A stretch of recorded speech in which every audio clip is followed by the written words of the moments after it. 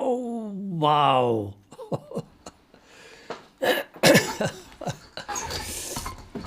Oh, great. Yeah.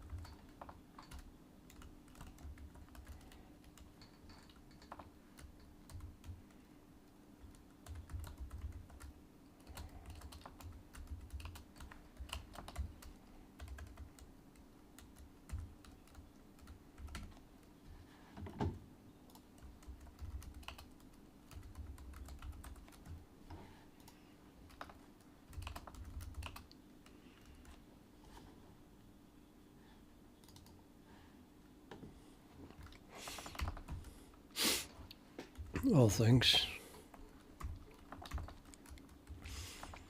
I like to think that luck has nothing to do with it. But sometimes you have definitely bad luck. You just don't make any progress for a long time because of something. Yeah.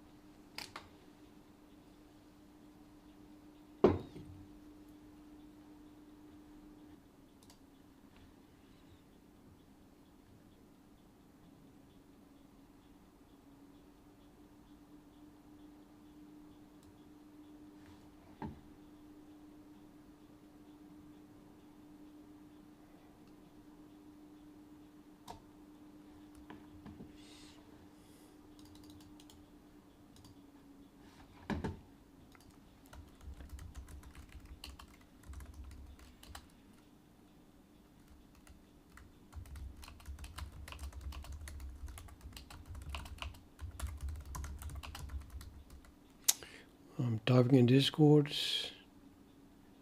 Right, this has to be the reason. If I understand this,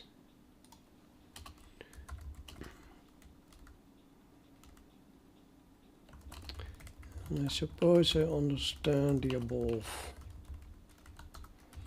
If I divide by 100 instead of x, I get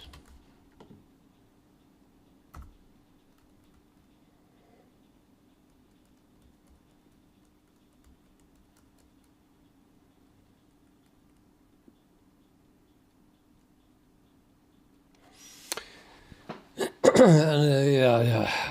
I think I already understand it, because it is simply this is halfway this thing, and this is halfway this thing, and this is halfway that thing, and this is halfway that thing, and so on. So every time we have the whole thing has shifted a bit.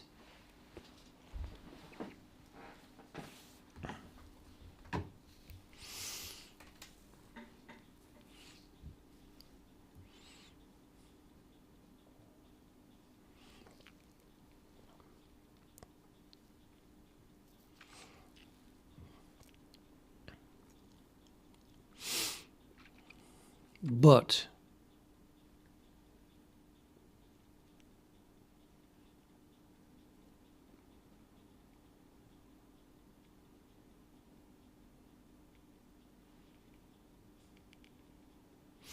it's not really the correct formula. I also divided it by epsilon.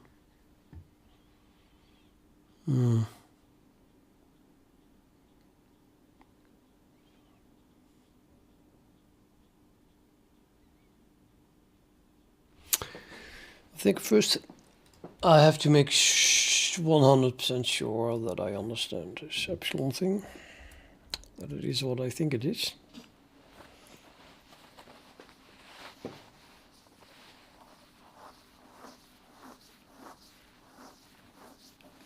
Let's think how to figure that one out.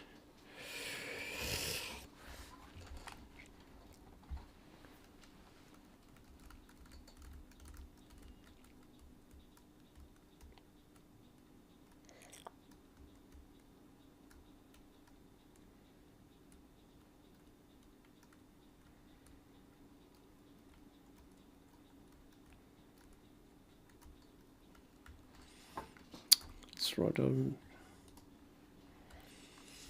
Yeah, I can just put it in here at the start of main.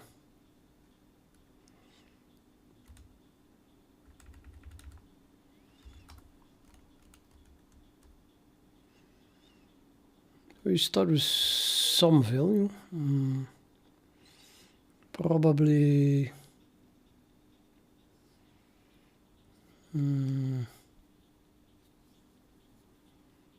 Yeah, I don't know. Some double value. Some value. I don't know. 10.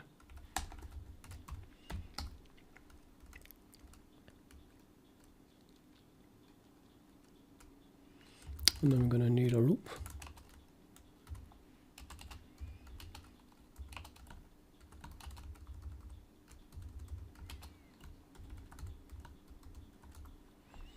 Do stuff, and then we don't do the rest. So I'm going to do D plus is standard next after D infinity. So 100 is large enough here.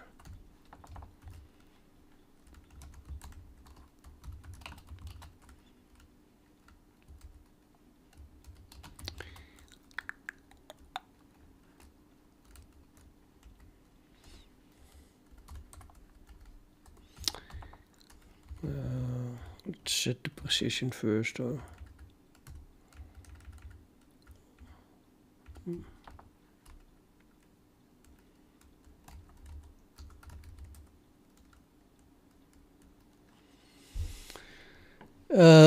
That's a weird combination of two sentences.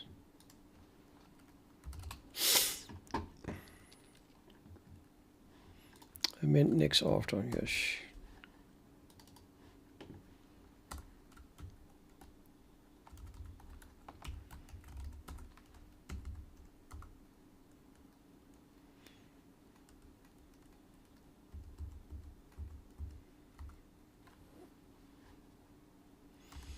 I didn't get any larger, obviously, because I don't assign.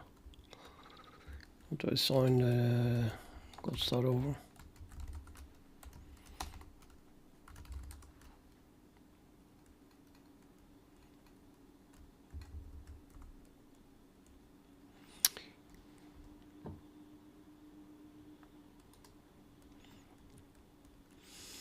So this is the some value that fits in the double, and then the very next value that fits in the double is you can get with the standard next after. So that is this one. And then if the exponent of the double doesn't change, then this distance should be the same every time, right? Because that would be just the same as the distance between integers, which is just always 1. So instead of printing dp, I'm going to print the amount that it did increment. So I'm going to subtract d.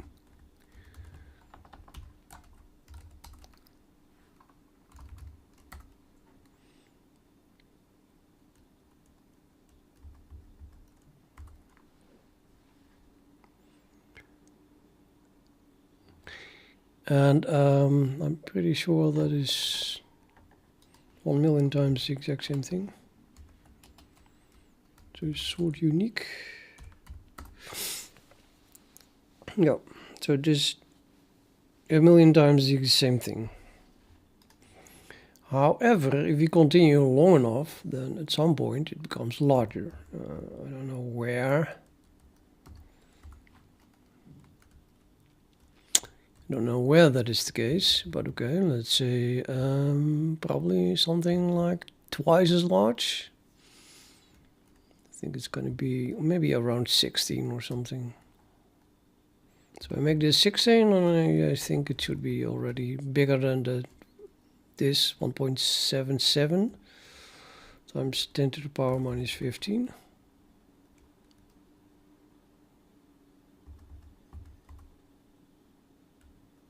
Yep, that's like twice as big. Which of course is that because the exponent got larger. So let's use something slightly less.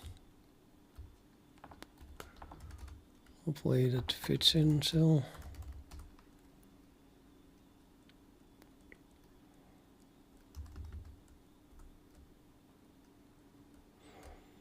I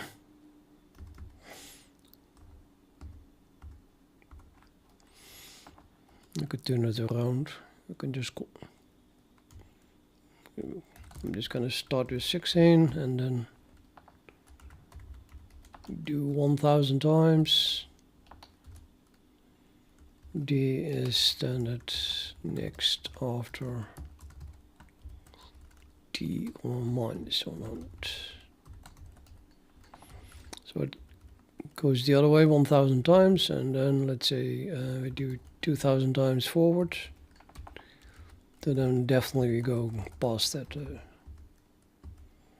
point where it increases.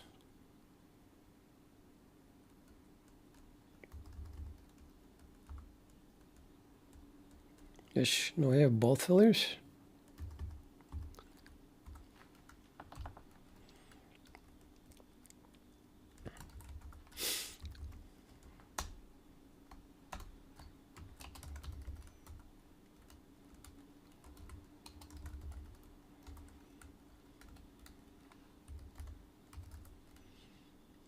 Yeah, that doesn't help much.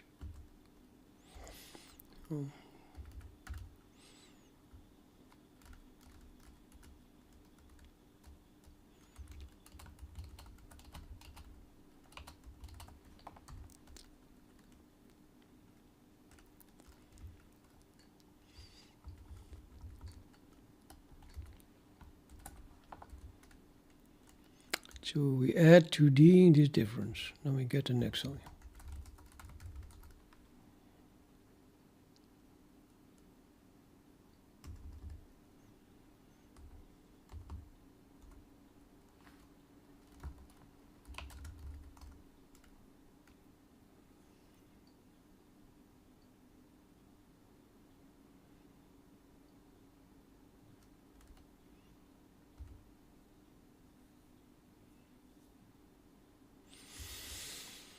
Well, so only after we reach 16 itself, it starts using the larger distance.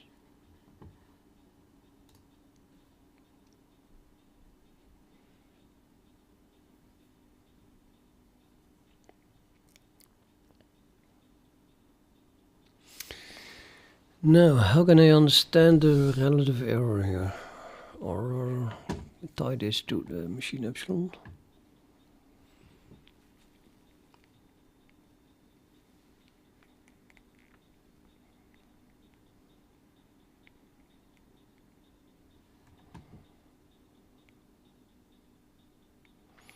I guess you just divide this by the machine epsilon.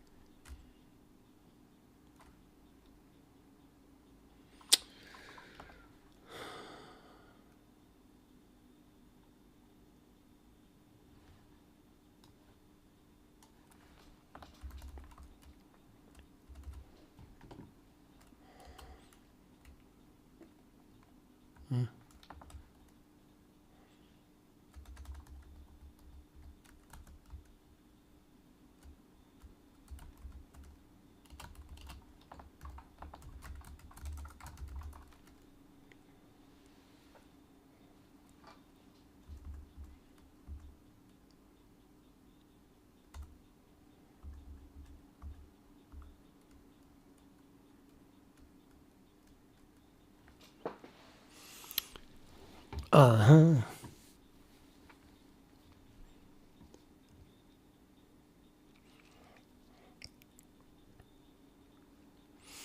So epsilon, well, in this case, we have 16 here and 16 there. So yes, if we divide the step by that and the relative error, no, not the relative error, the step is epsilon. So the error is indeed plus or minus a half epsilon. That's correct. I mean, if you take a value between this value and that value, it doesn't fit in a double, but it does fit in an empirically. And then we assign that value to a double, then we get either this one or that one. But it will choose to go in the right direction. So if you are closer to this one, it will go to this one. If it's closer to that one, it will go to that one. So the biggest round off error is indeed a half epsilon.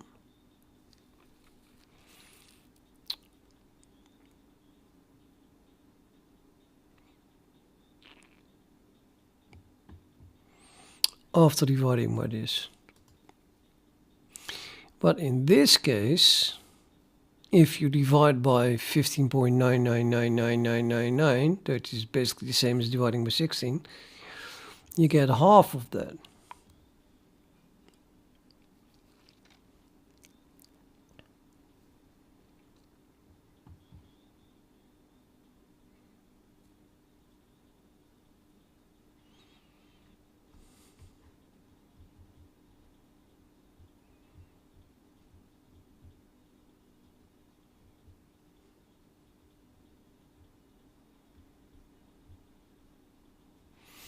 So what I really should do is divide by this 8, I think.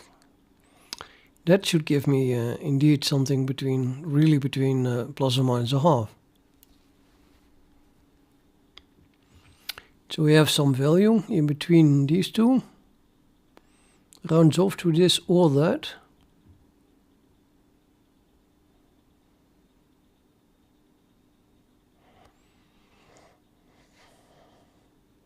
How do we get the 8 from that?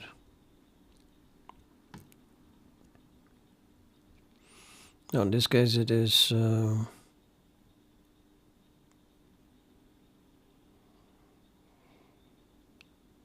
Now even between this and this, it's still 8. Sit in between it. So I have to floor something. 2 to the power 4 would be 16. So this is 2 to the power 3. So the 3 is in the floor of something. I'm gonna have to do the floor of the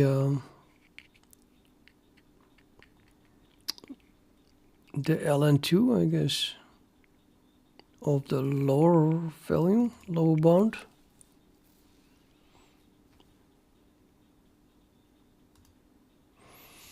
Of the sorry, ln, yeah, log 2. Yeah, I have a log 2. Let's see, log 2. I have a log t in utils, which takes t, the type t.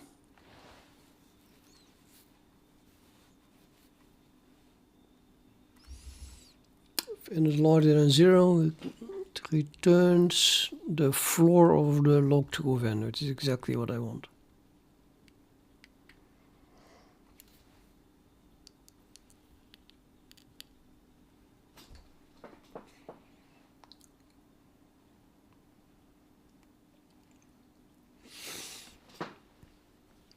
So instead of dividing by t, I'm going to divide by the log 2.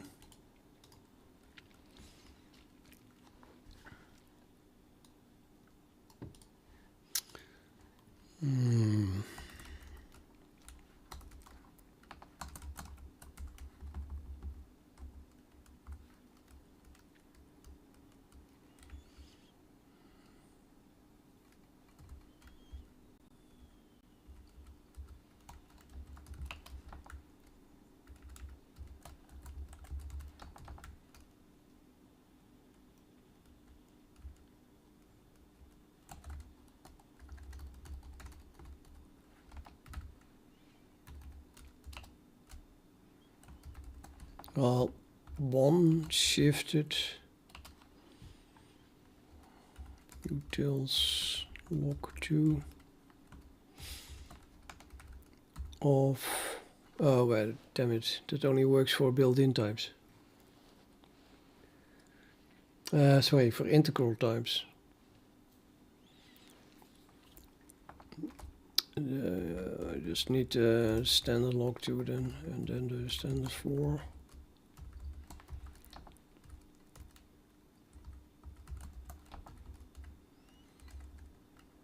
Of the smaller value.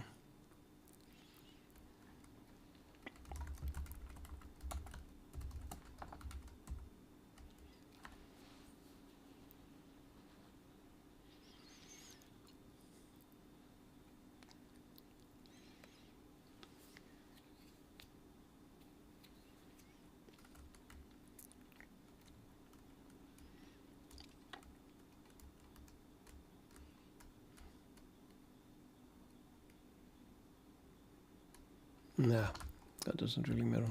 Just going to do the x. Oh wait, it's an empirical.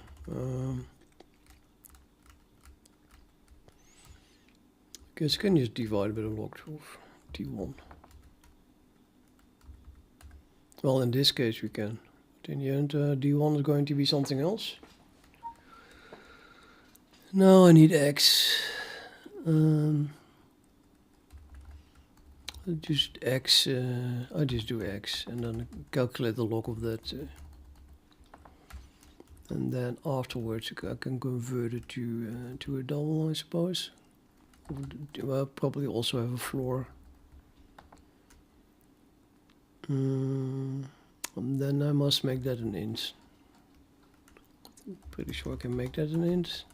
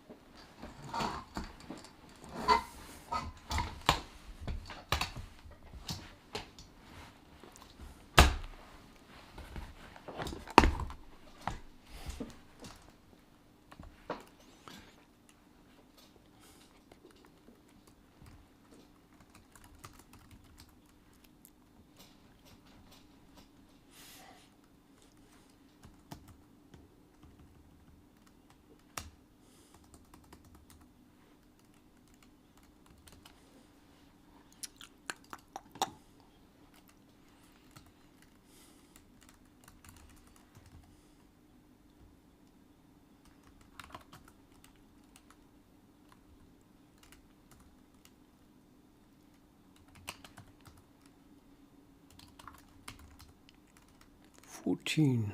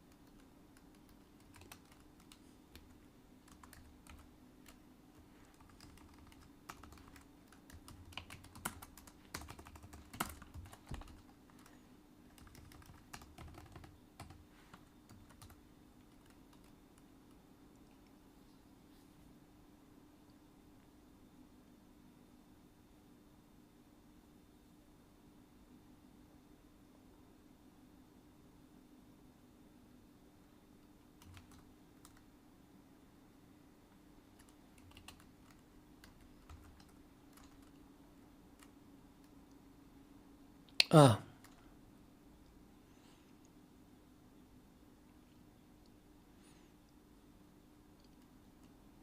Can't take the log 2 of a negative number. Why did it print at all? I mean, this would be not a number, and then the floor is still not a number, and the cast cannot be not a number anymore. What happens if you cast not a number to an int?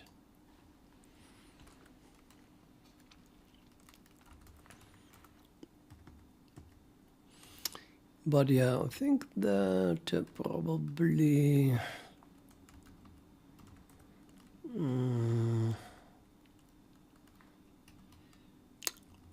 taking the absolute value of x is gonna work. Then take the log 2.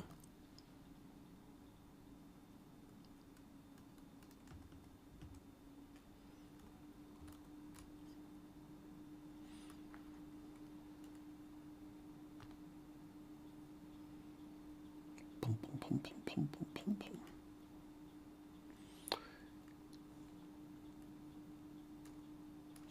pum. Now it's a bit slower, calculating 10 million times logarithm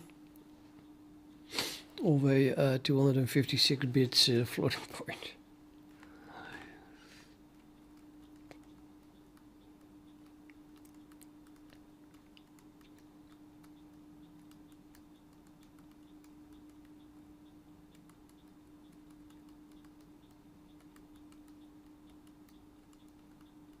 No idea how long that takes. Let's just reduce it first to, well, I don't want to go below 1 million, but let's try 100,000 just to see how long it takes.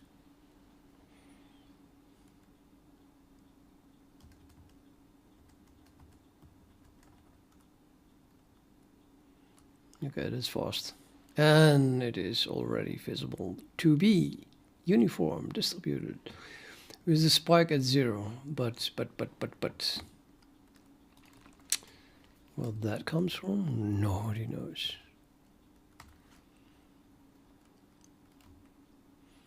Yeah, we could do 1 million.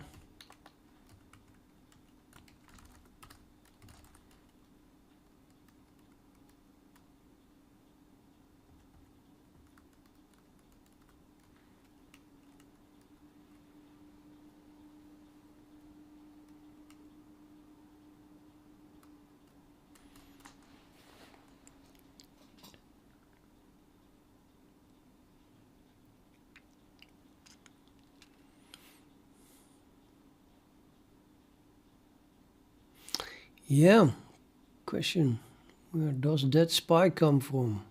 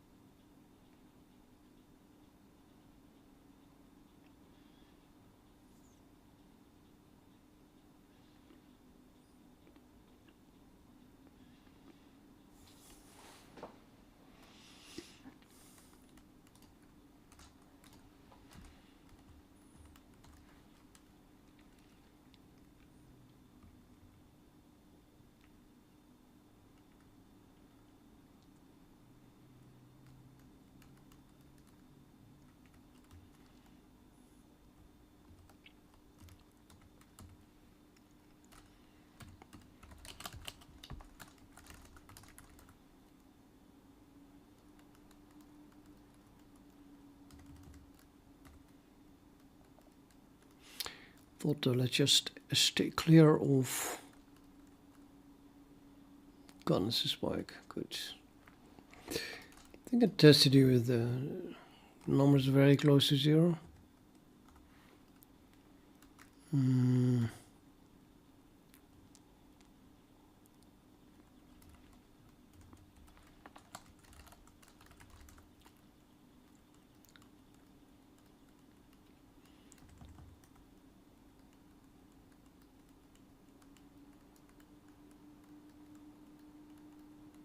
Nope, it's already back.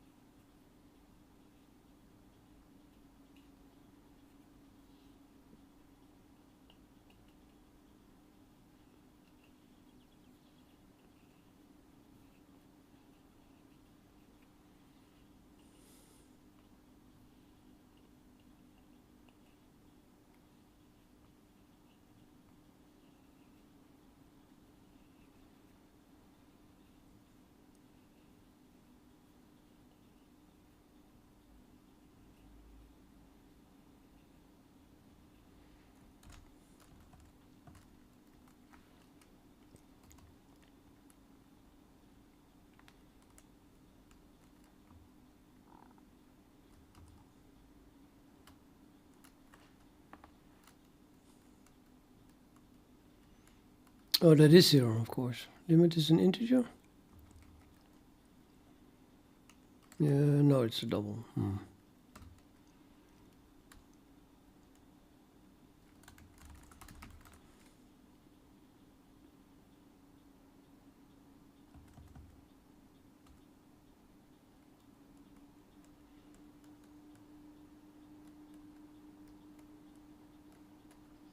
No, it's gone.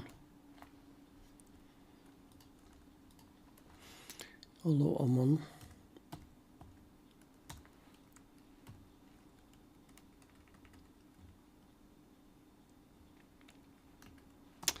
Let's not print that cubic, which is just silly.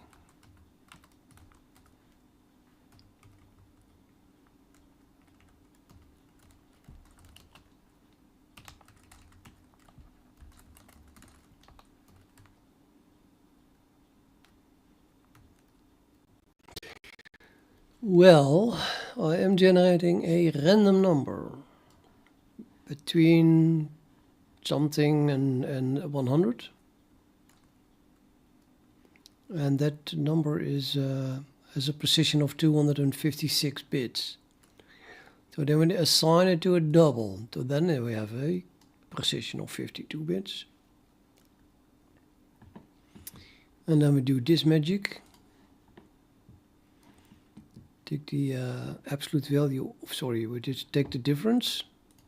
So that is literally the round off error that we that occurred because we converted to a double. And I want to have the relative error, not just the absolute error. So you have to divide this by, basically by x. But instead of dividing it by x, I do 2 to the power of the floor of the log 2 of the absolute value of x. And divided by that. Which then gives me negative numbers. Ha ha ha.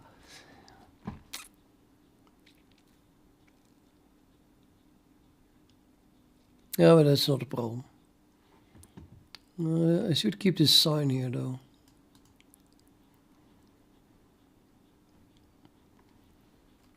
Or not. No, it should be an absolute value. This is correct that this is positive.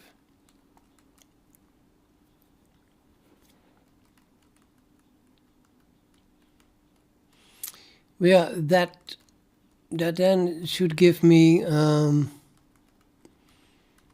values between -1/2 and 1/2 times epsilon.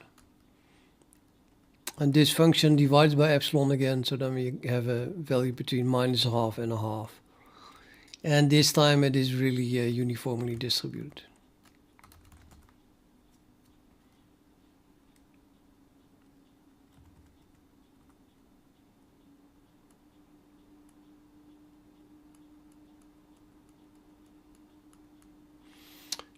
See, so it is uniformly distributed. Every value occurs the same amount of times, 1,000 times. Between minus a half and a half. The title is no longer correct. This is the count of the values per bucket of... This is also not correct.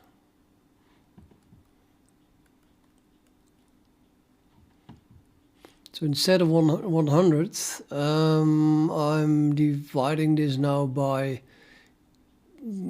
power of 2. It's related to the exponent of x, or the double of that, or whatever. In order to get something that really scales with the epsilon.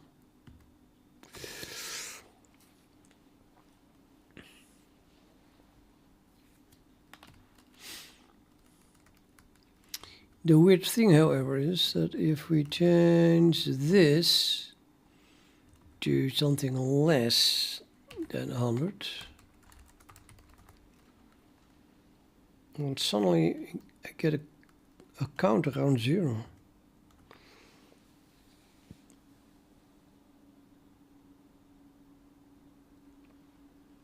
Boing. Why?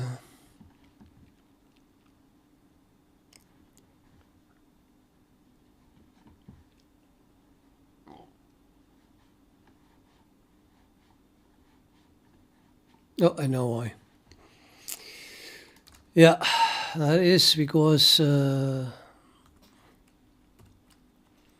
this is an integer. I'm dividing by 2 to the power something. But that doesn't work if this is negative.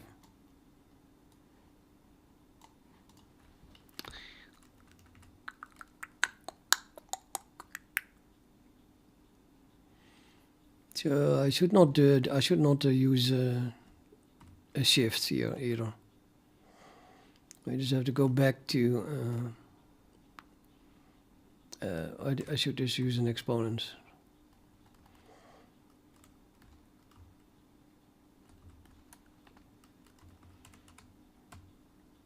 So take the floor and then do the exponent of that.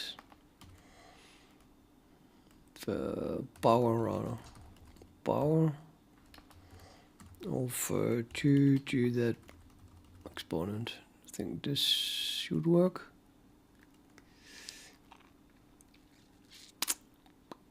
This is an empirical, the floor is an empirical. So I'm going to assume that the power is, if it compiles, also an empirical. Everything is an empirical. If it compiles. Yeah, it's a drop-in. Empirical is a drop-in for double. You can't use the namespace standard, of course. But if you don't use a namespace, then it's going to use what is it? Yeah, blackout. Argument dependent lookup, ADL, to find the correct namespace.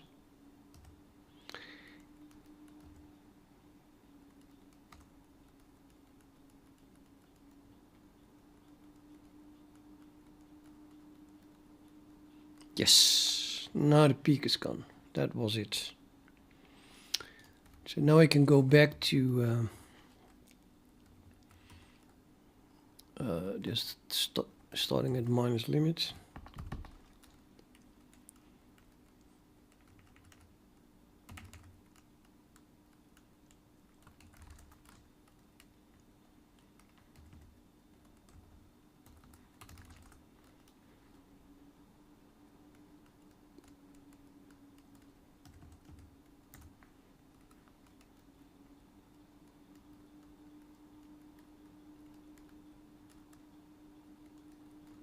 Good.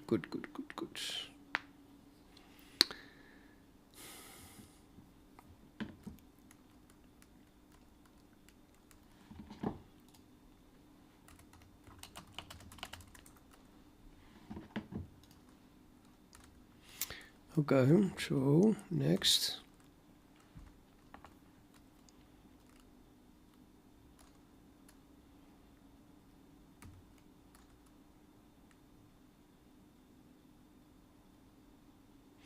So it's not really the relative error. We're now dealing with 2 to the power, the floor of the log 2 of the absolute value of x. Holy really?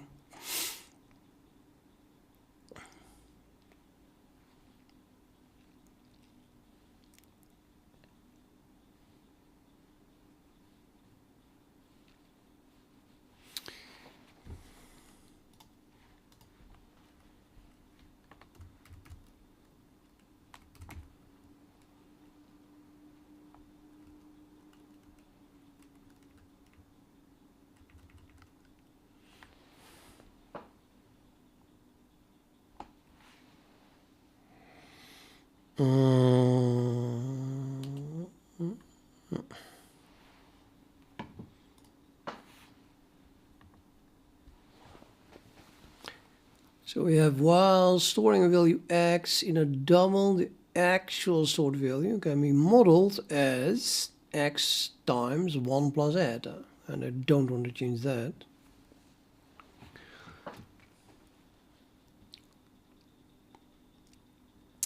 But it isn't really true. Well, not if eta must end up as distributed between minus a half epsilon and plus a half epsilon.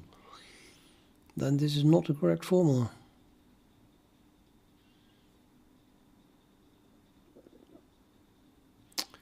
How do we fit this in?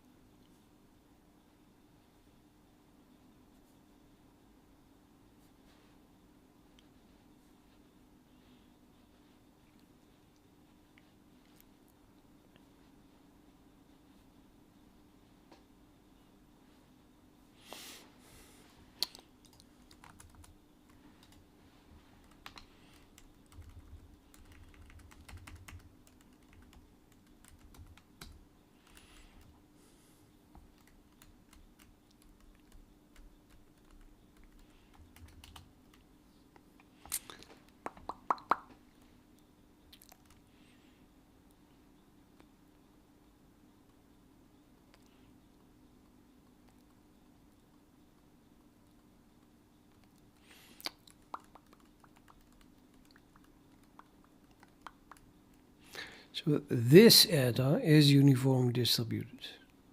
And that's what I want. That means that I have an eta. Why the hell do I not have an eta here? I never have what I need.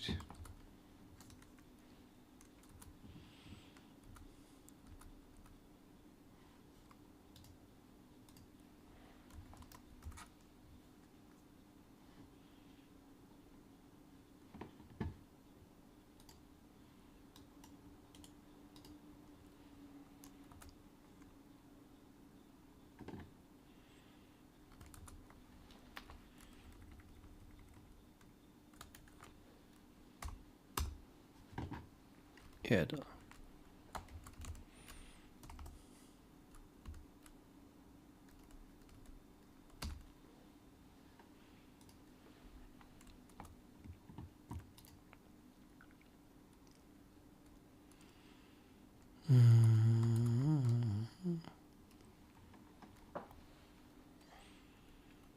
So this my eta is uniformly distributed and is actually equal to the round off error, which I'm gonna write as delta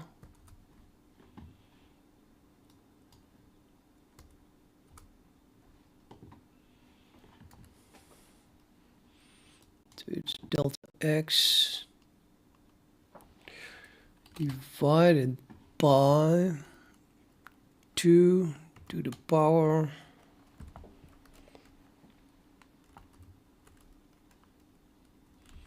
the floor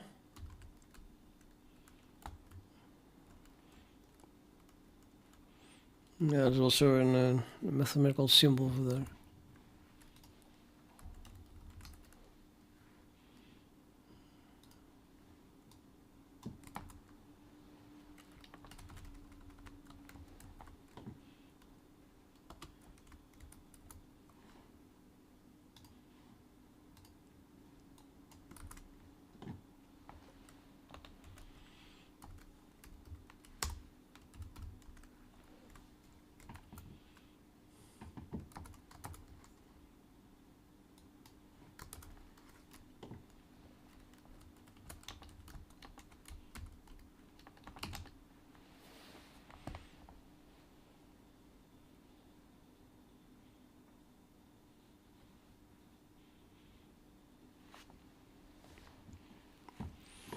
To the amount that is rounded off divided by 2 to the power the floor of the log 2 of x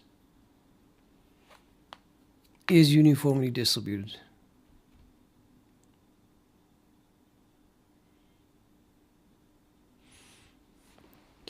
And before I assumed that, well, let's write this again as, write out the delta. So before I did delta minus x, that is the delta x then. Let's say delta is whatever you add to x in order to get d. Is that reasonable? Yeah, so that would be d minus x. And before I considered this without the floor. So the 2 to the power log 2 of x is just x. And then from that you get, well, multiply x, both sides with x. You get eta x is d minus x.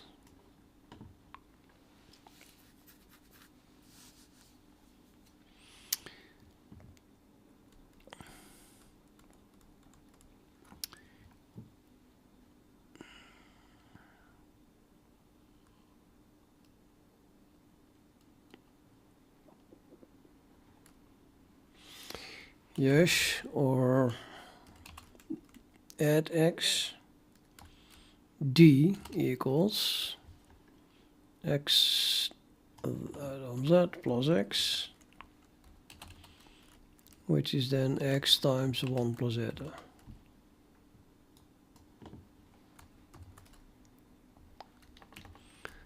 But in reality we have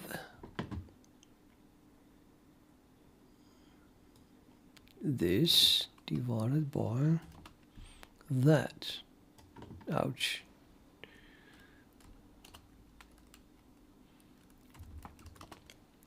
No, we have to multiply with that on both sides. So now you get, let's put the eta in front. Eta times this equals d minus x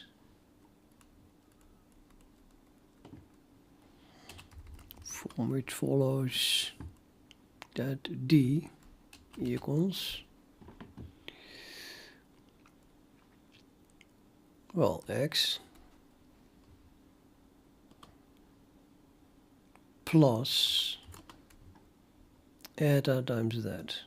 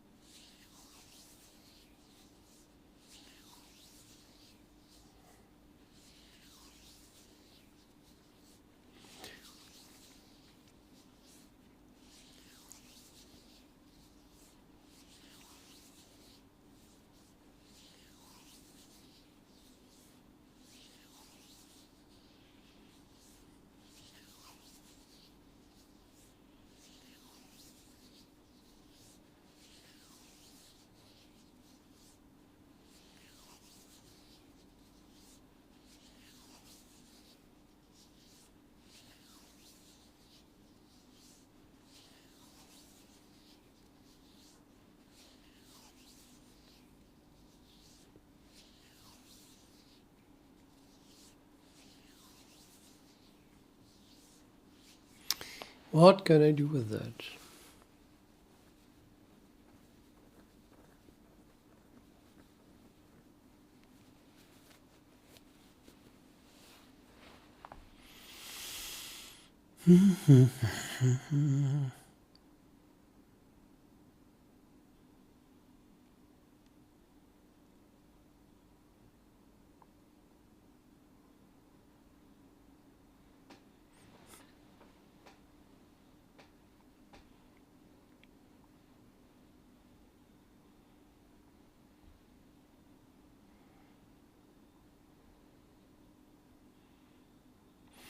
Yeah, I'm missing an epsilon still. Missing an epsilon. No, it's not true. Epsilon is included in this end. Well,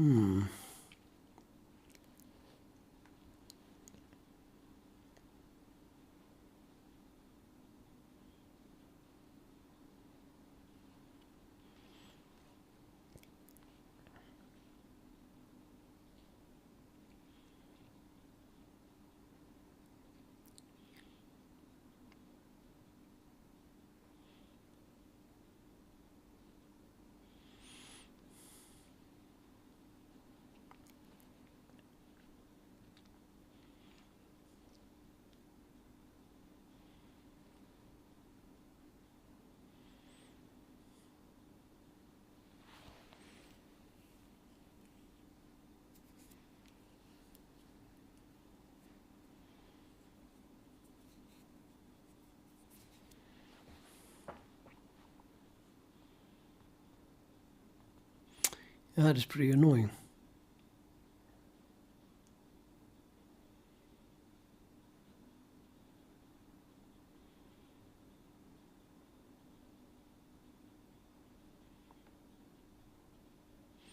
T is x plus eta times 2 to the power 4 of the log 2x. Cha.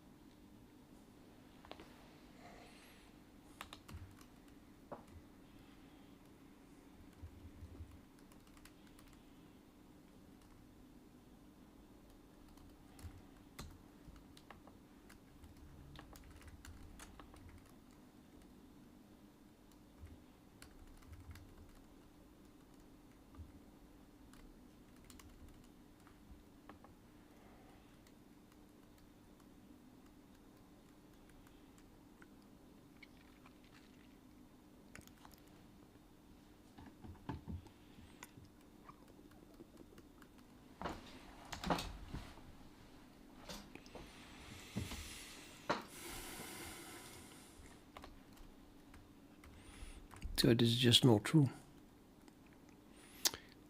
This cannot be modeled as that. Well, it can be modeled as that, but then we have an eta that is not uniformly distributed.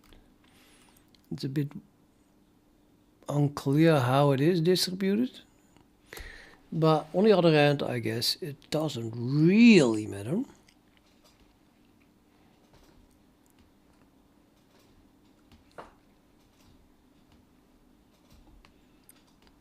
As long as the distributions are independent.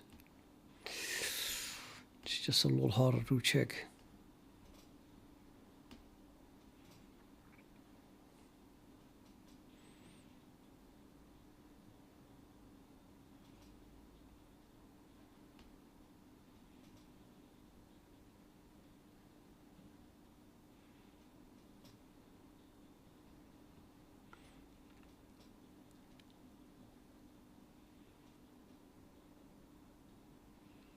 Y matrix.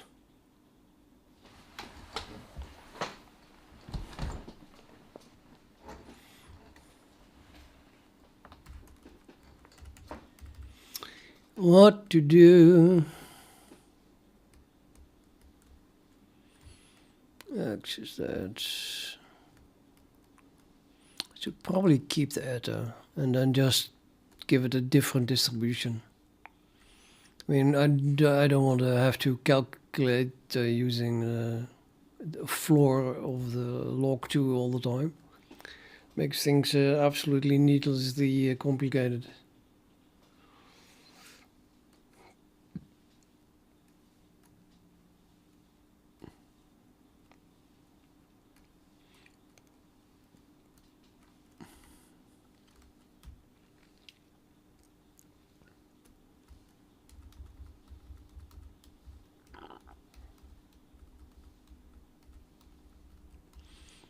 But yeah.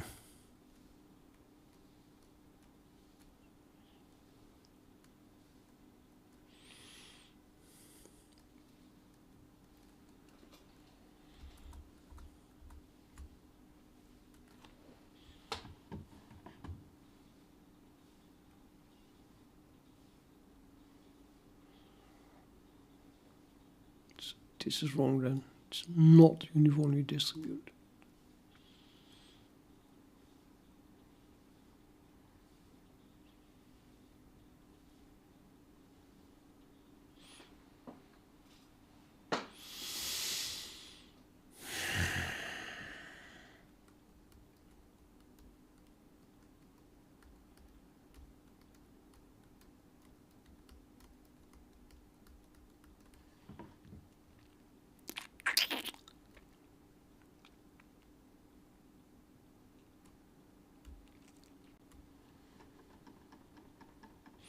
Okay, so this eta then is equal to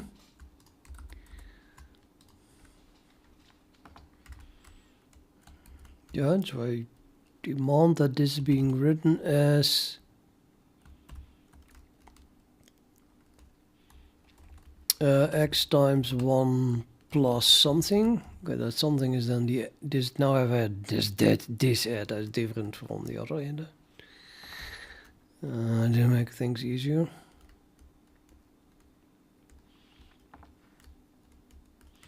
Yeah, this is just not my eta then. Let's rename this thing. So the eta is then no longer uniform distributed, and temporarily I want to work with something that is uniformly distributed, and we're gonna call that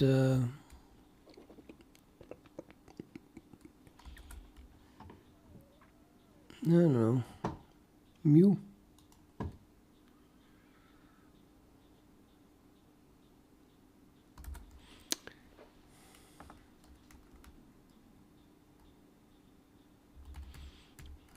Call this one just mu.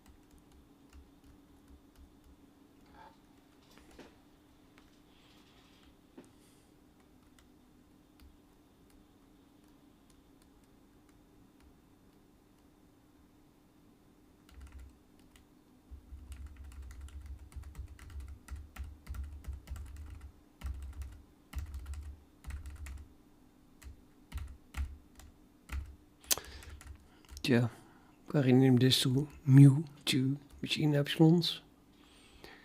But I'm gonna use it for eta as well, so that's just it just divides by the machine epsilon, whatever.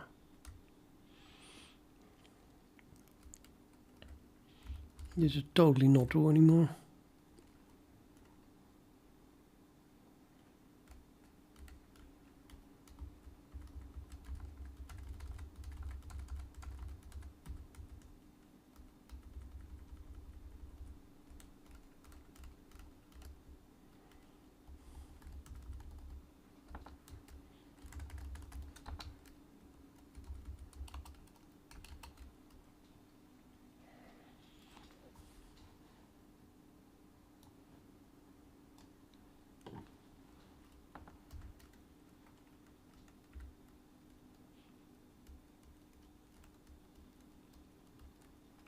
It's also not true.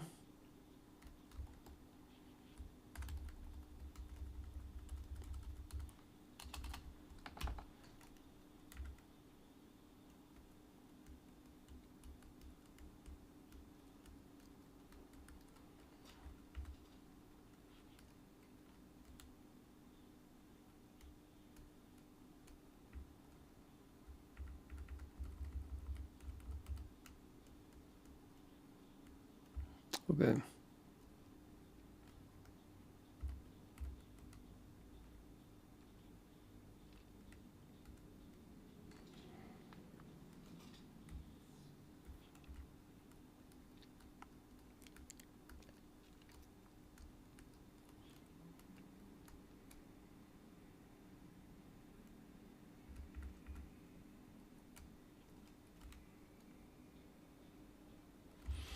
So this is now mu. From which follows that d is that.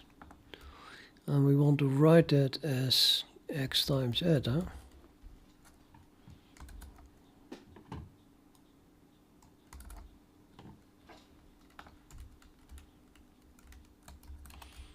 From which follows that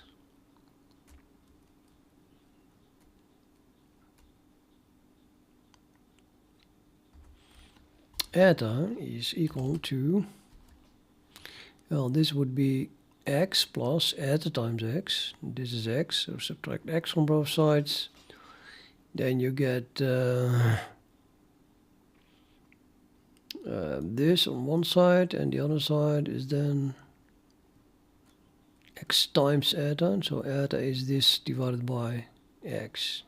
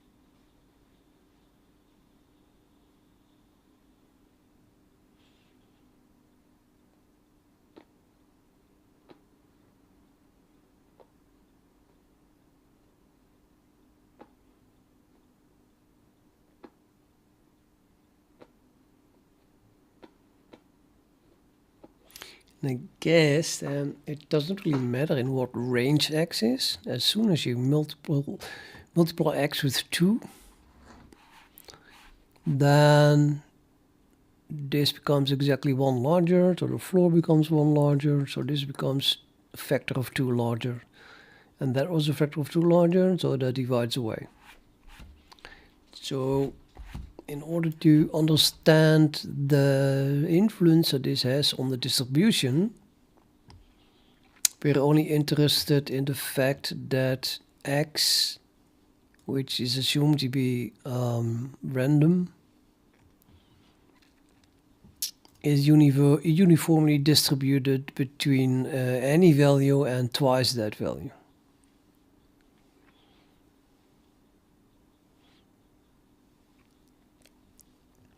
Meaning that the logarithm is the same, it is a constant. For that region, the logarithm is a constant, and the floor is a constant, and to the power is a constant. And then this thing is going to be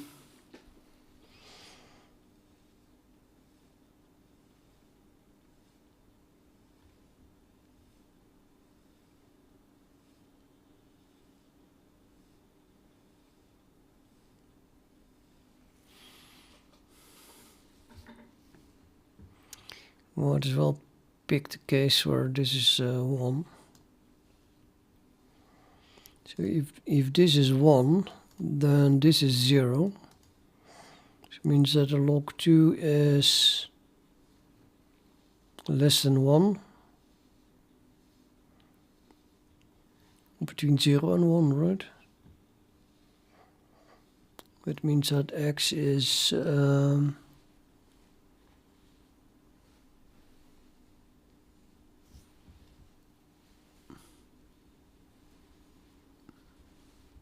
between 1 and 2.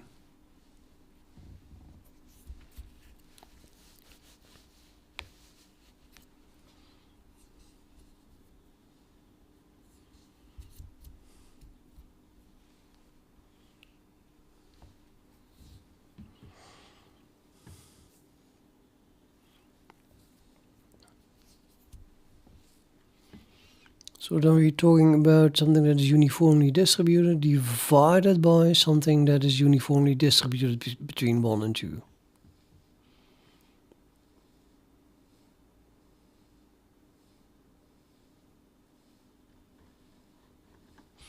Yeah, let's see if that is true. As in, I'm going to plot that.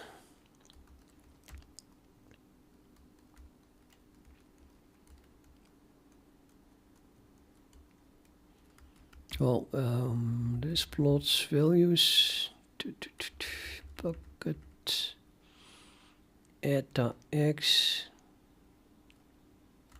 No, the y value here. That's the count. Yeah, these values thus. So I want to store something that is uniformly distributed between a half, minus a half and a half, which is this, because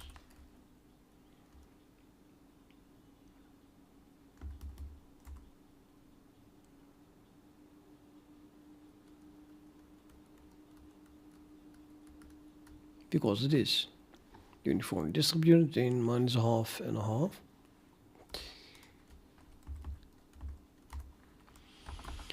And I want to divide that, I said, by something between, so we want to divide this by something between 1 and 2, uniformly distributed.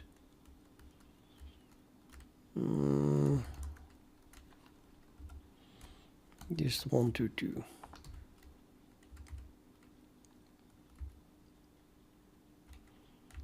Might as well use the normal. And do I have an engine here? How do I do that? I think I need a generator or something. Well, I could do a GTS dist. Not really. Yeah, well, yeah, like that. To make a uniform distribution thingy.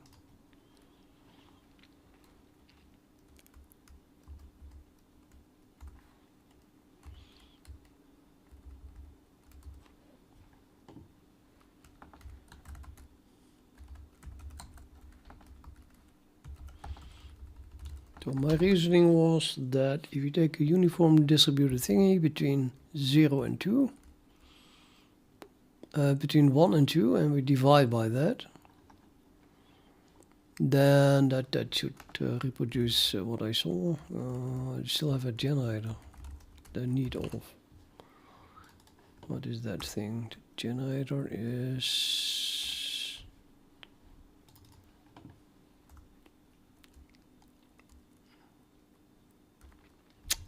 That is. It's just the mission twister thing.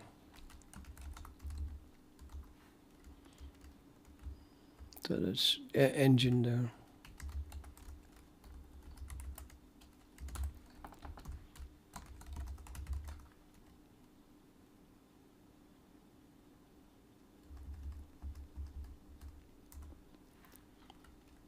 Damn, yeah, that's what you get then.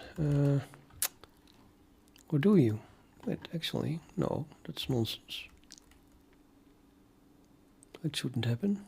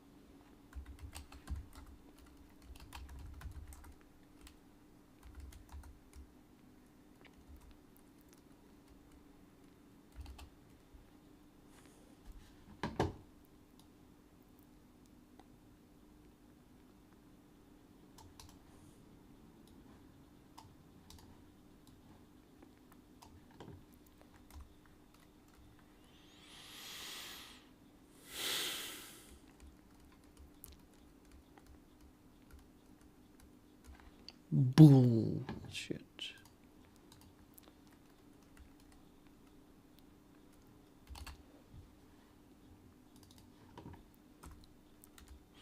Okay, anyway, that explains it. It should be between 1 and 2, and it is not. What the heck?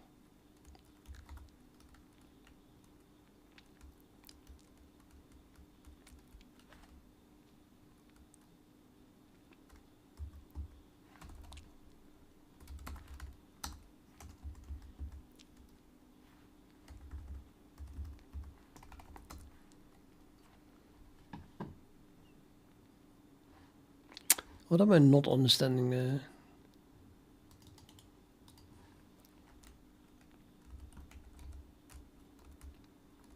Shit. Yeah.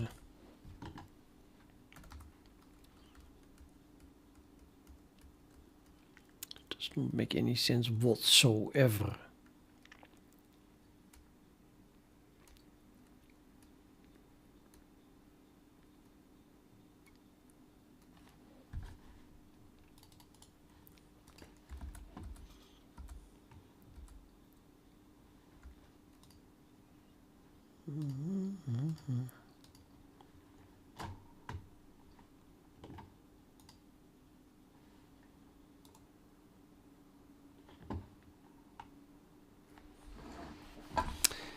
The what? Am I using normal distribution?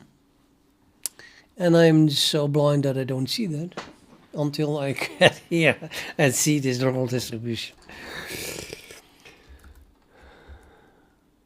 Yep, I'm using normal distribution. I have no clue.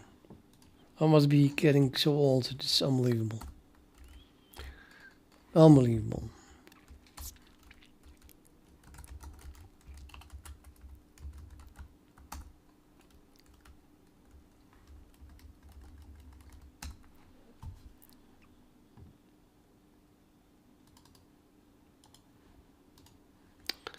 Unbelievable.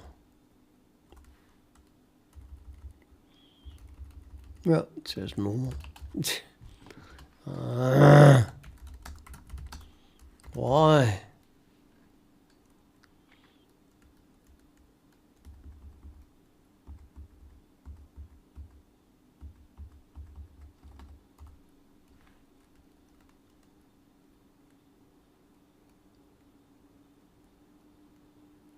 Yes, I reproduced it.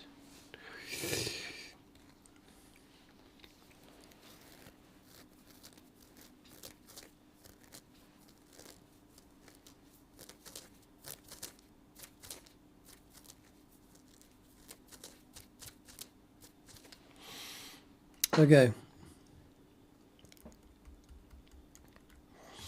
Let's make the exact formula here. So that would be let's call that probability density function. And I'm gonna ask stupid AI that doesn't know anything and just waste my time.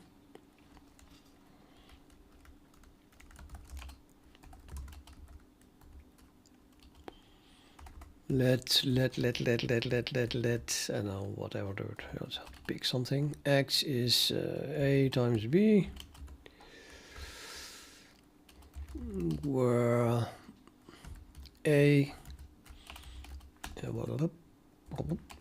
is uniformly distributed between minus 0.5 and 0.5, and let's fix this before I continue. Divided by that.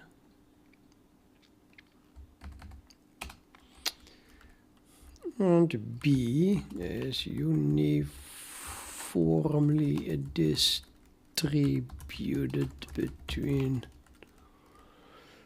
1 and 2. Well, it's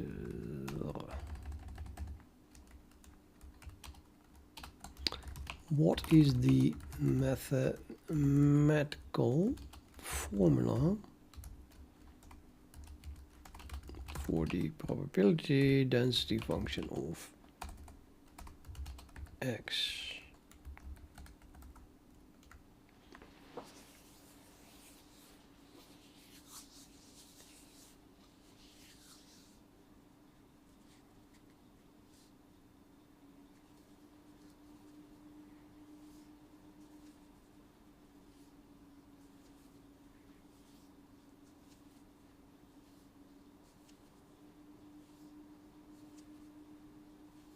Numerical simulation. Fuck off.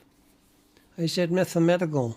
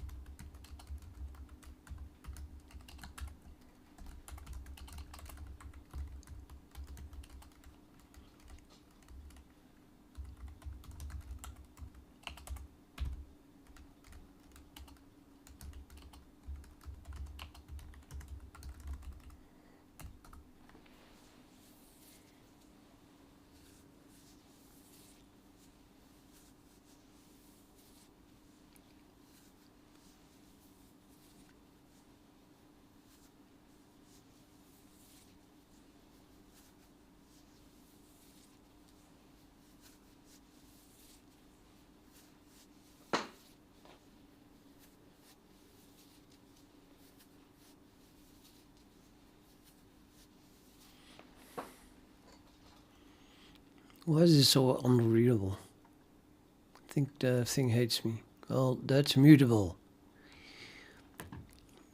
Mutable? No, it's mutual. English is difficult. Mutual. Guess this is where it starts. That's bullshit. It should be constant. But okay, it is constant, I think. Okay, 1.5, yeah, okay. So, yeah, no, okay. These two are the same. That's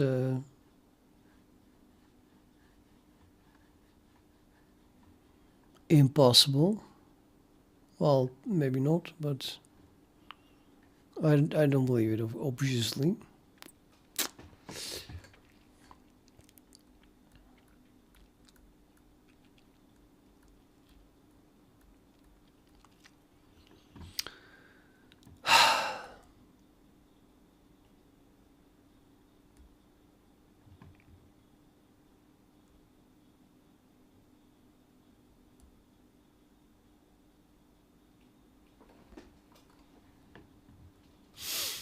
Yeah.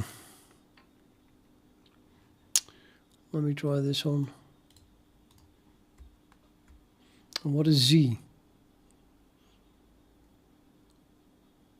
Z is X or something. I just switch to Z instead of X. Yep, Z is... Oh, Z is N. Oh, yeah. A is... A is X, B is Y, and Z is X. And it's just fucking with me.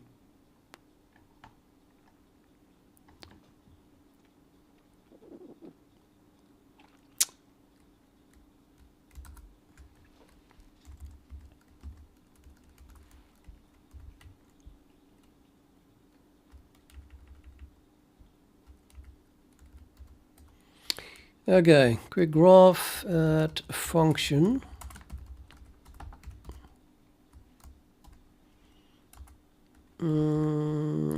That function, yeah. That is a function, double, and some line style. Okay.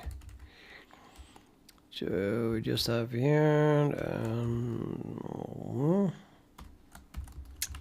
lambda that takes a double, which I called X, but here it is actually something else. Hey, let's call it Z. Brilliant idea.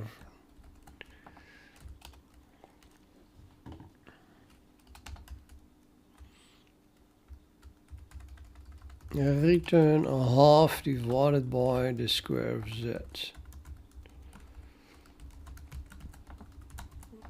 Minus a half.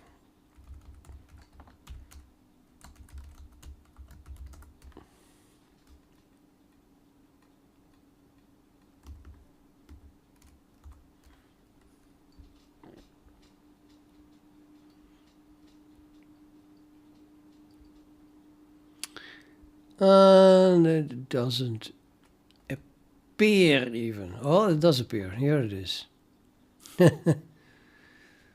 Nope.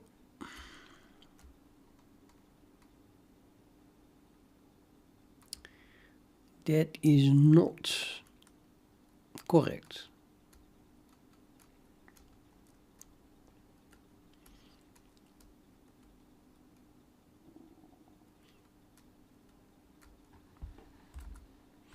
Well, what else would you expect from a larger language model?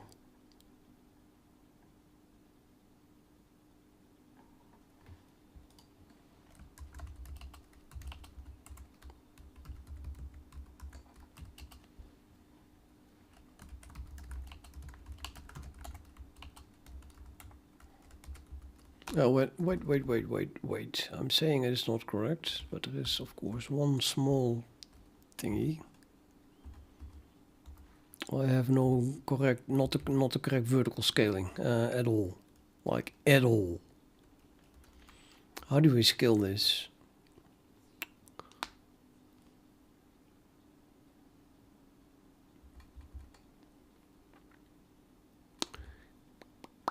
Should probably scale this one.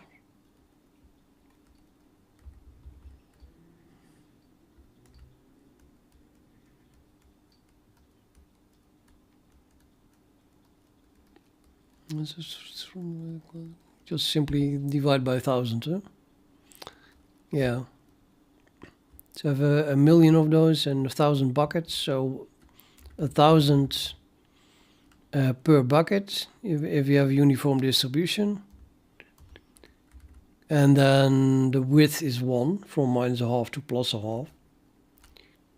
So the height should be 1. So you just divide by 1,000 and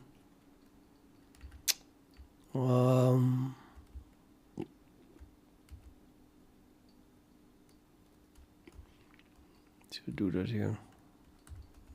So 0.001 times that. Now they should be comparable. And then I need to change my vertical scale from 0 to 1, theoretically.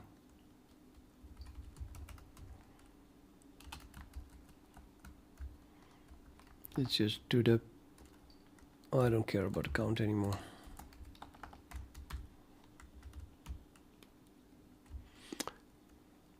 Yeah, what else? Whatever. Make.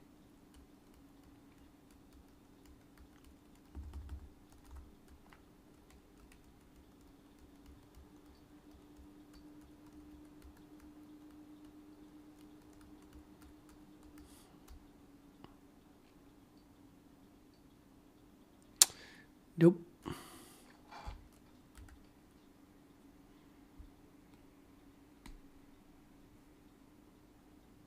Nope, nope, nope, nope, nope. Not at all.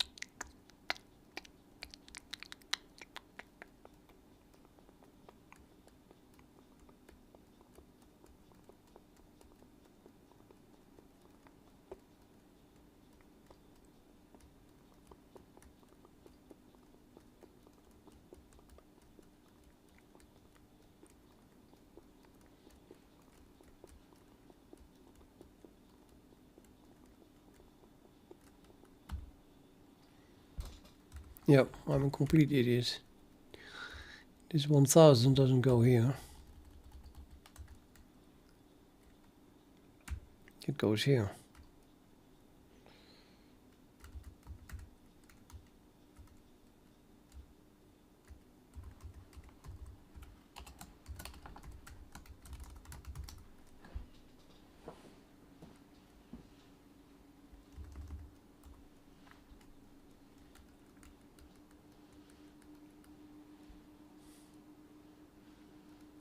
Yes.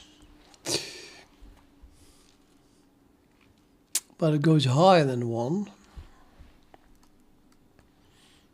It should go to 1.5, but let's go all the way up till 2 then.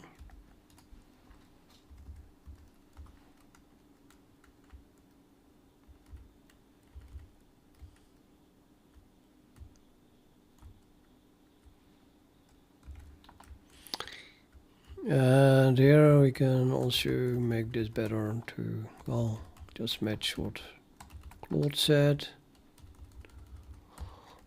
So if z is this absolute value of z is less than something, then return 1.5. Was it still 1.5?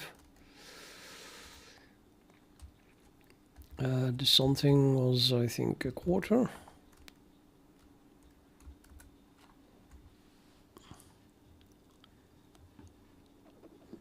think it's still 1.5. Yeah, between plus or minus a quarter.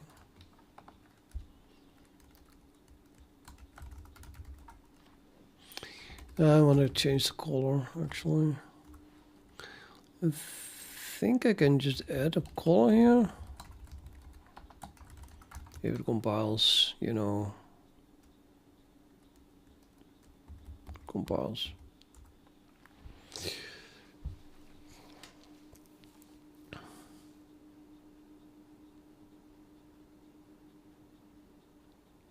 No, that looks exactly correct.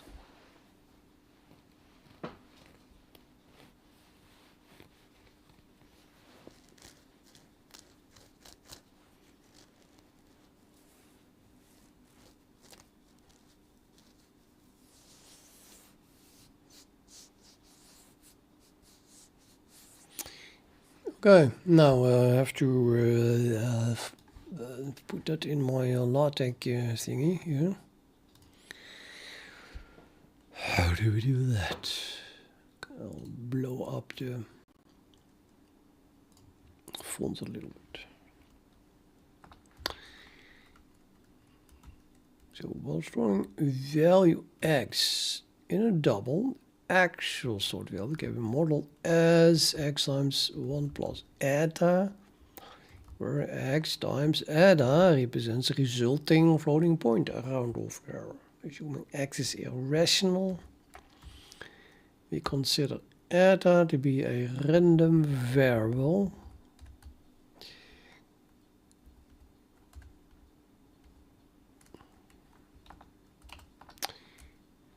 distributed over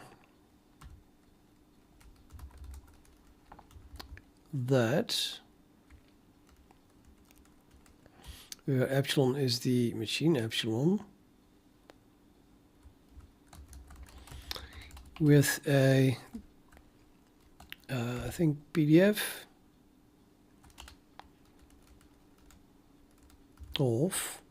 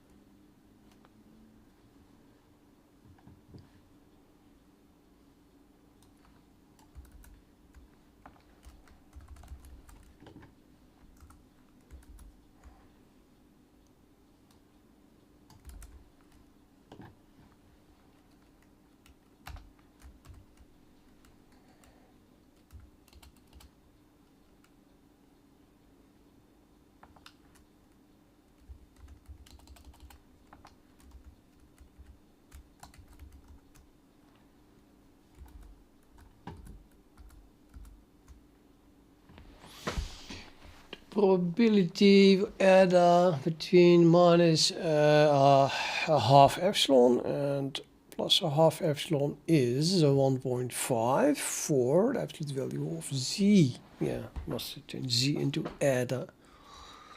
Otherwise it looks okay.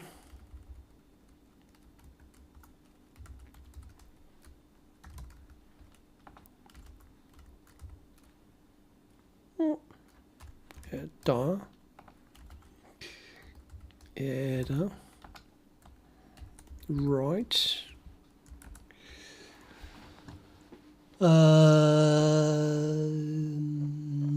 Yeah, well, it is not what we want, of course. You want to have fractions here.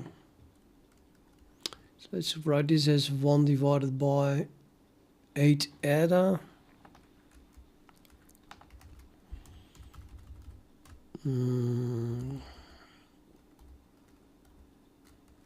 So that is a C frac.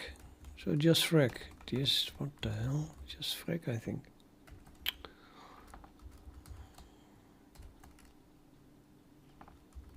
Mm, 8 eta squared.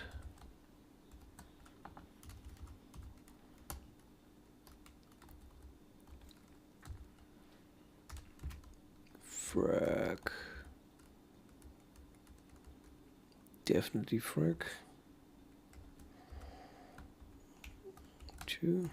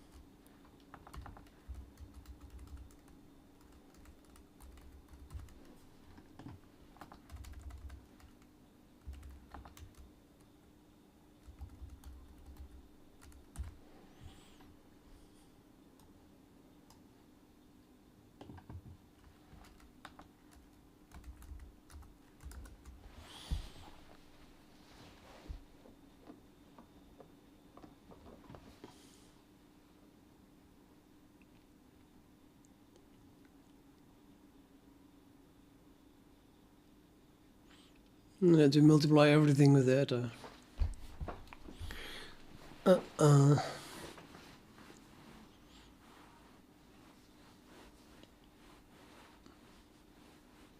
With epsilon, I mean.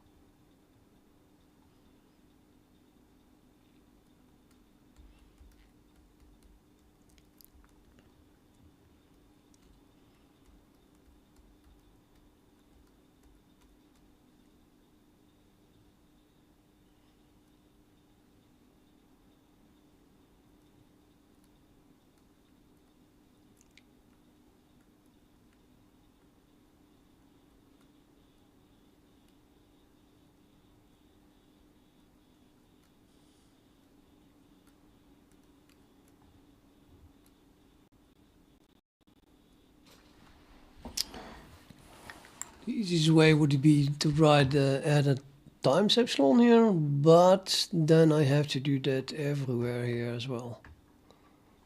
So we get a lot of epsilons here then. That's what I want to avoid.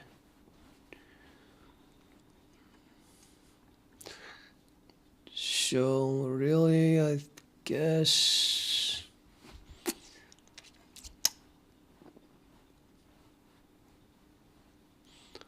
maybe just talk about eta divided by epsilon here. Still, I have 3 of those. Yeah, that's probably still the best thing. So everywhere we have eta here, I should write eta divided by, well, not here.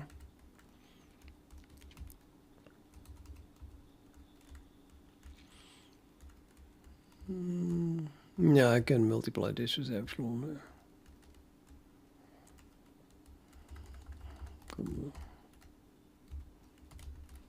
Epsilon.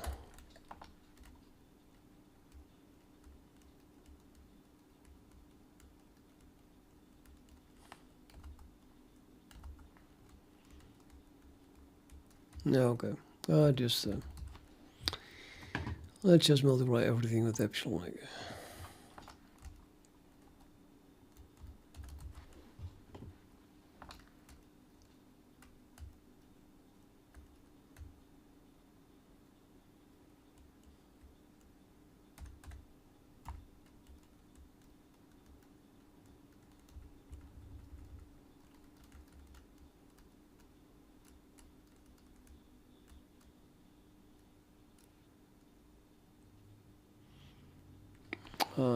Isn't this still correct then? No. What?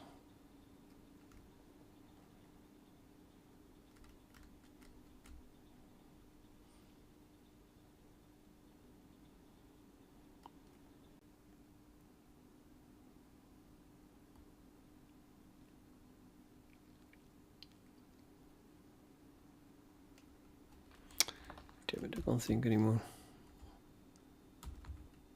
So this was, I want eta to be between -1/2 and 1/2, which means I have to divide it by epsilon.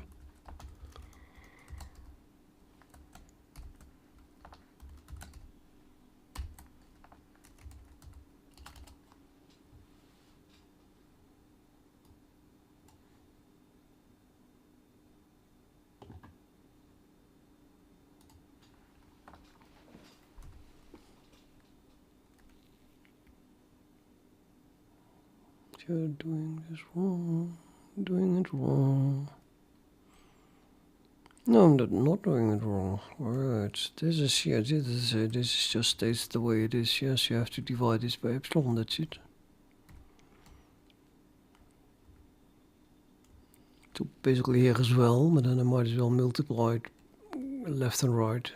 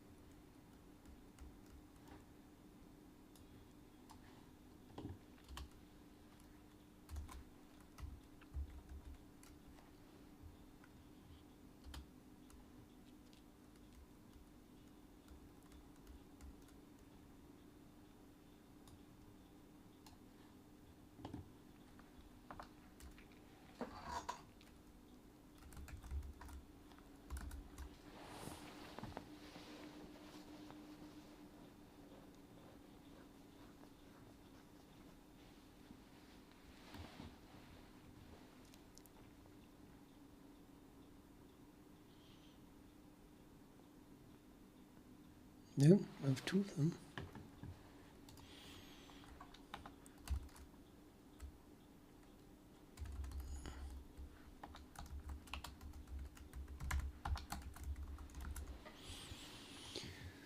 Or better.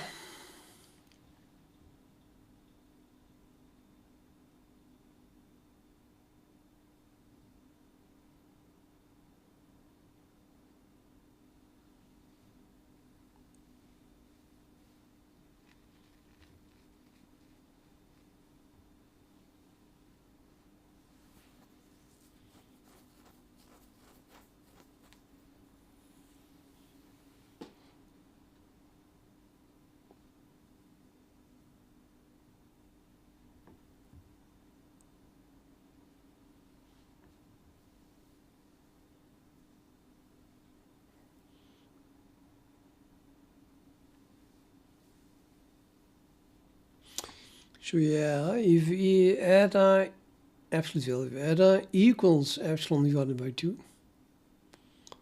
then this becomes eta divided by epsilon, where eta is epsilon divided by 2.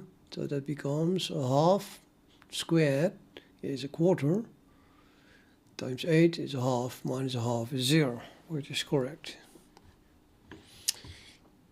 And the 1.5 was correct as well. So then you get this red graph here.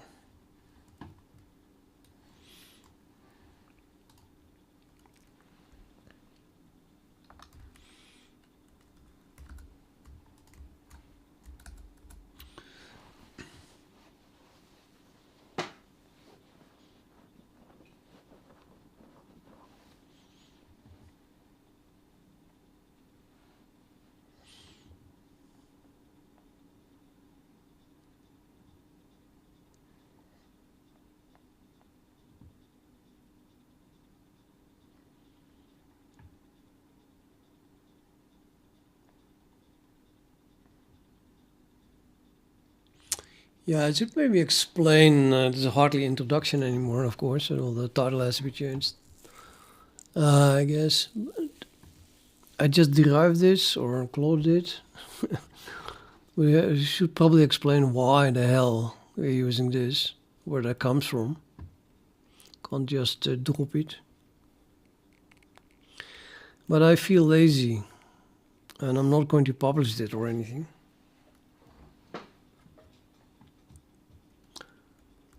So I don't know. Can I add a remark here that makes clear where this comes from?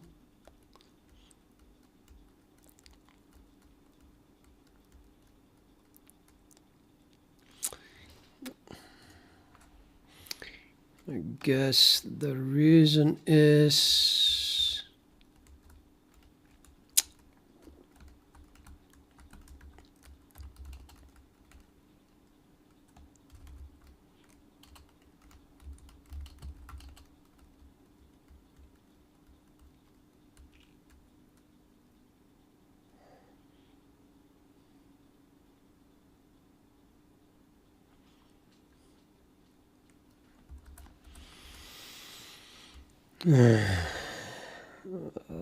where's my...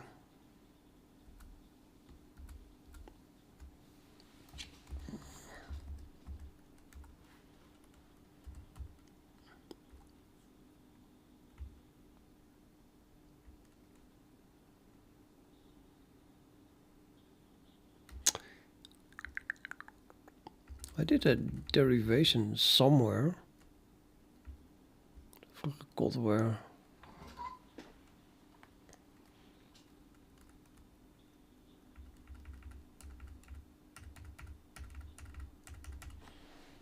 Oh no, I did that from my head.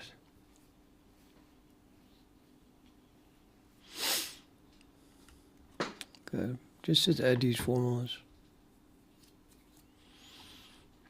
But even this is not clear.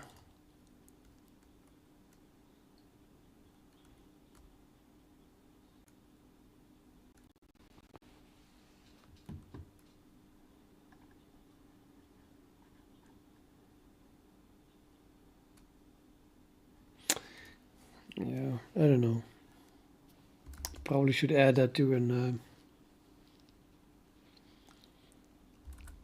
what is it called? Something that comes at the end.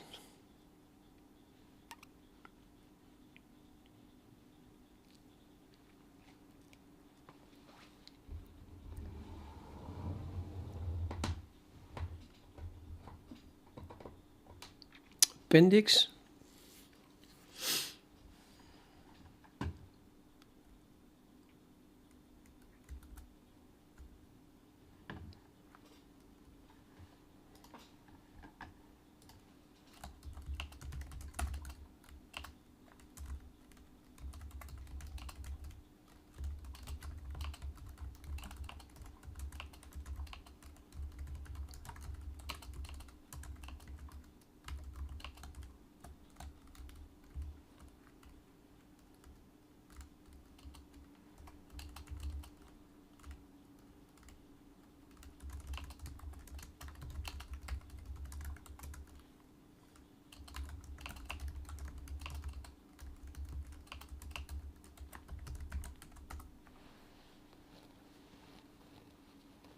Appendix, yeah.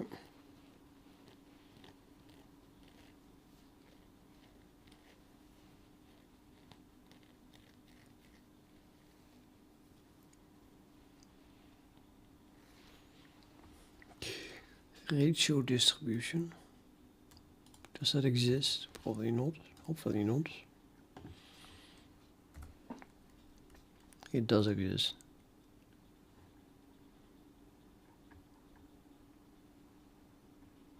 I don't see my graph back though. No. It's the wrong word then, I suppose.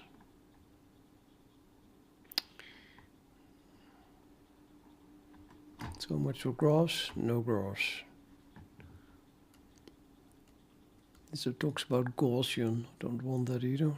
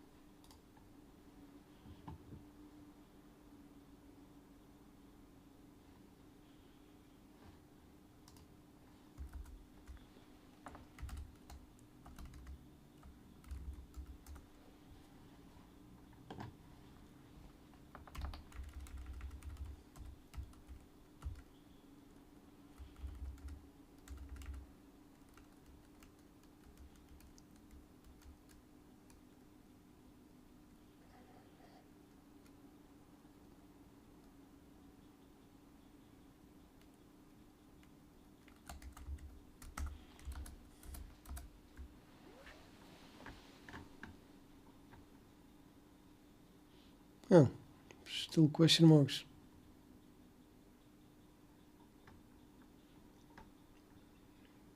I do have an appendix though here.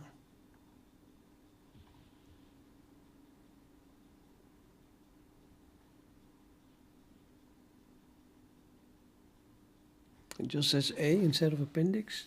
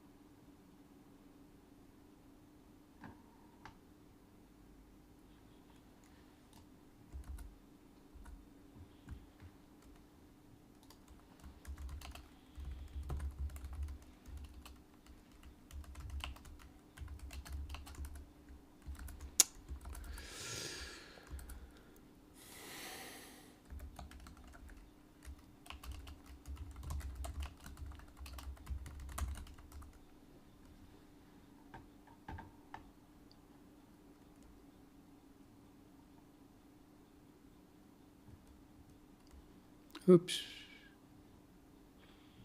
Oh, yeah, maybe.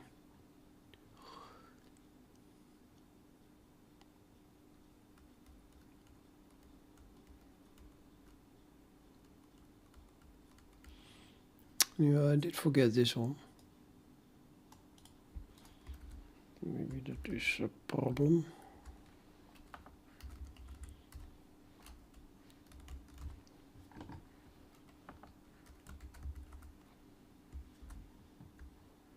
Yeah, no, it's the one.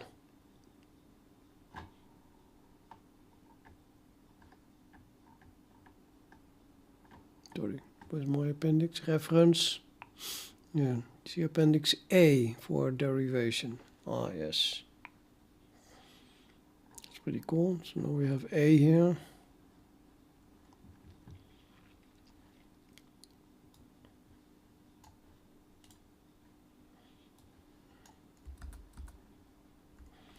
Simb.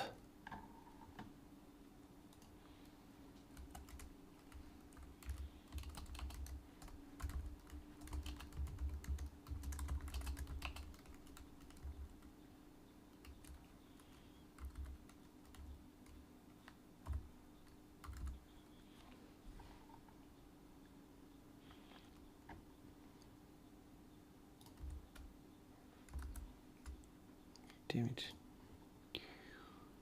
AMS Simb. AMS Simb.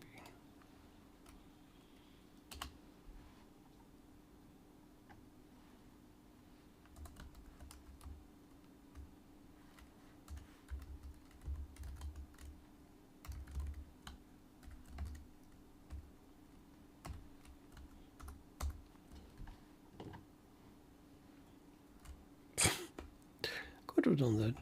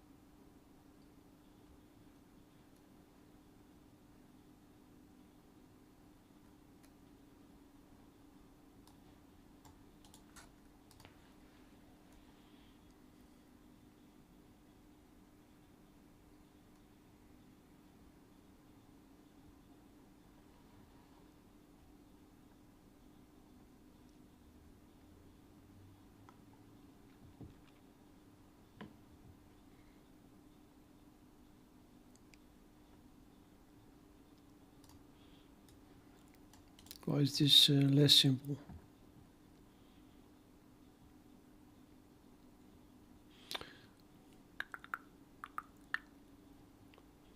Section label up.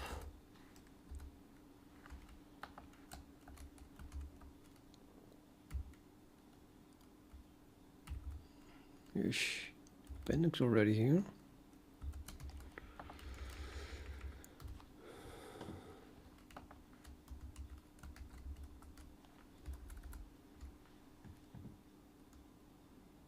Nope, no difference there.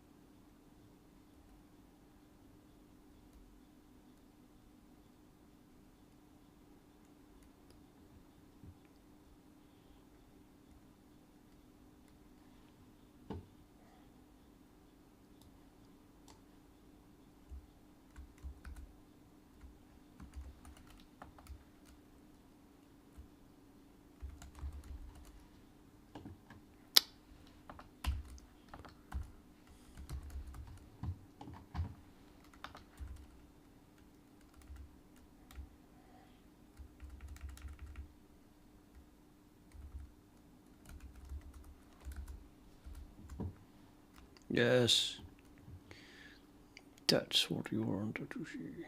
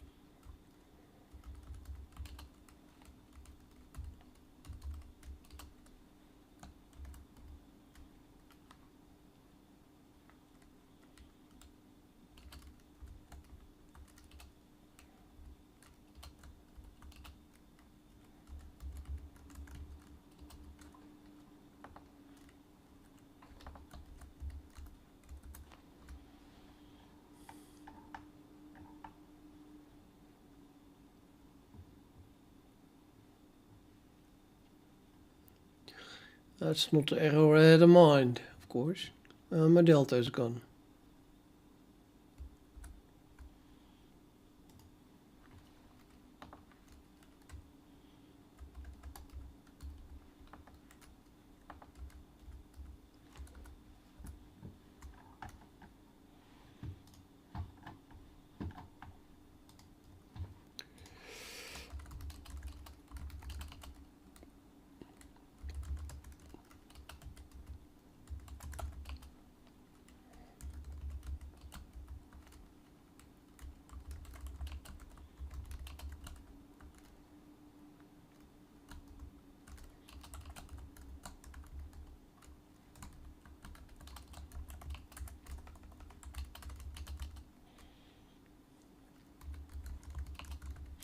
Actually, I have symbolic. I have a symbolic mathematics input package. So I mean, it's complicated, but I should be able to just do a delta here, and then that gets automatically converted. So yeah, UTF-8 or is there a universal code? These things. You can just use them and then the package translates them automatically.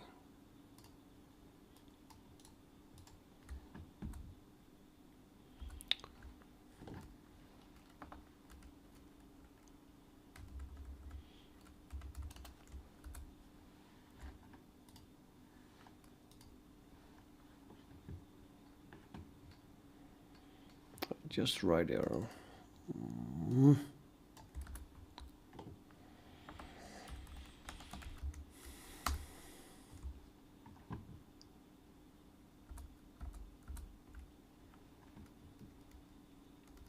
Yep.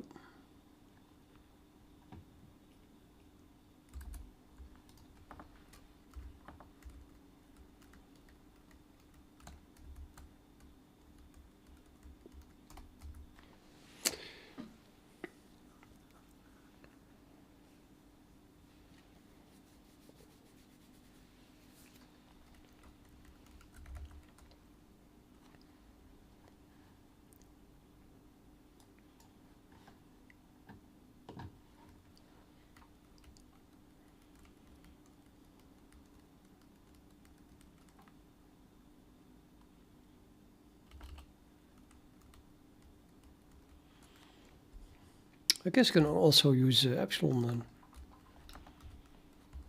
instead of typing epsilon.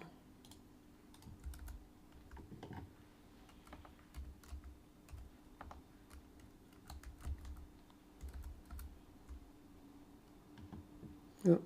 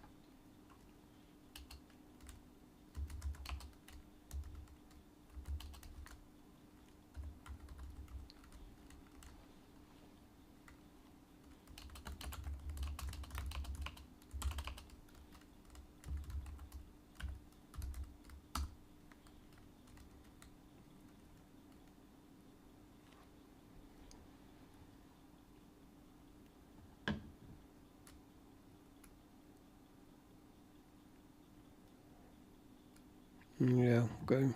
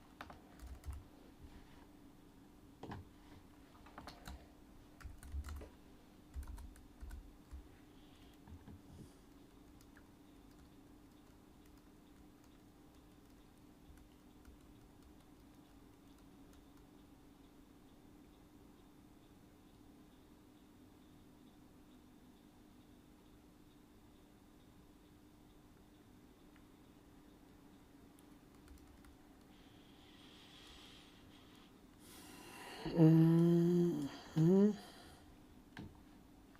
mm, mm.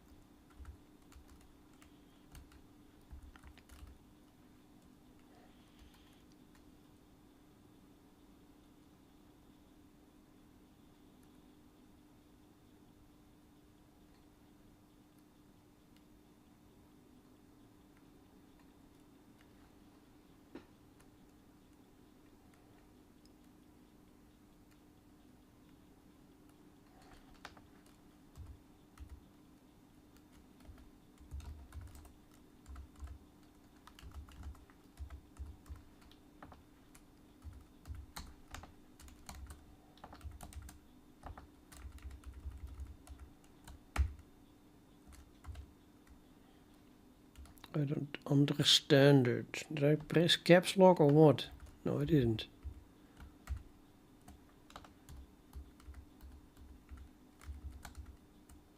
I can't put this on the on the same line.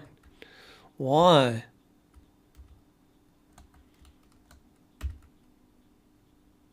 Oh, just refuses. Yeah, what the hell, man?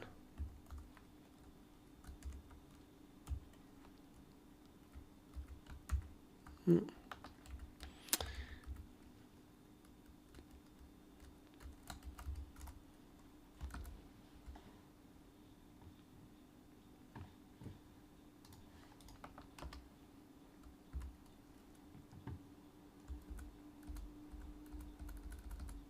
Well, that's brilliant.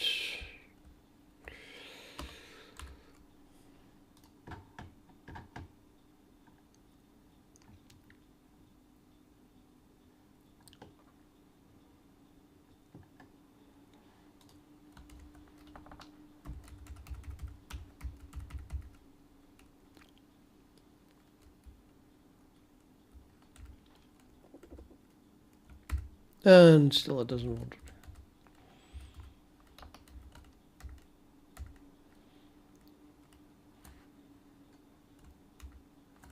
The whole Shift J is not working anymore.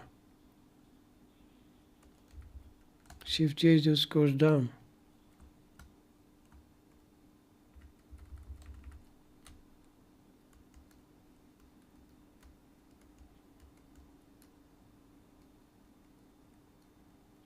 Die broke Shift J.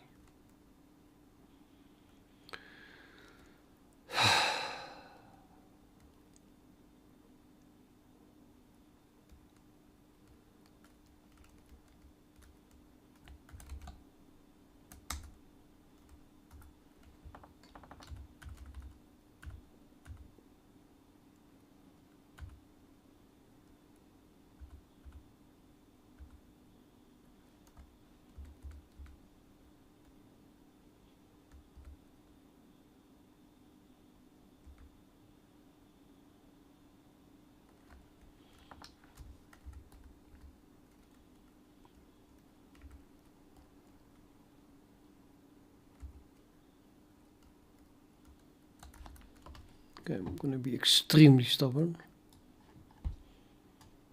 There, joined.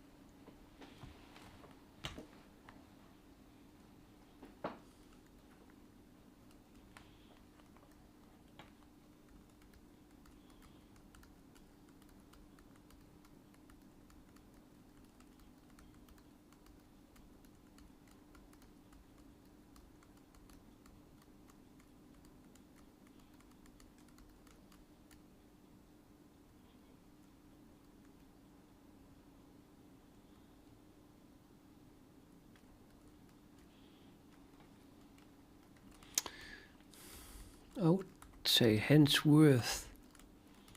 What kind of movies did I watch?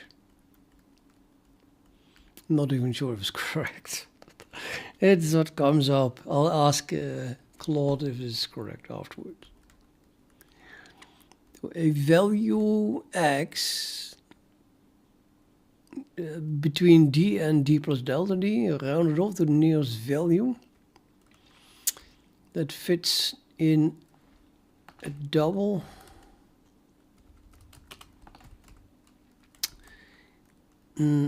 Hensworth gets added plus or minus. Okay, I don't know how to do that. Maybe we can do, what is it?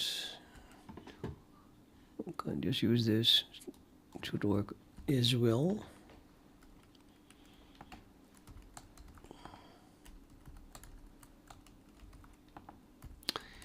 Plus or minus.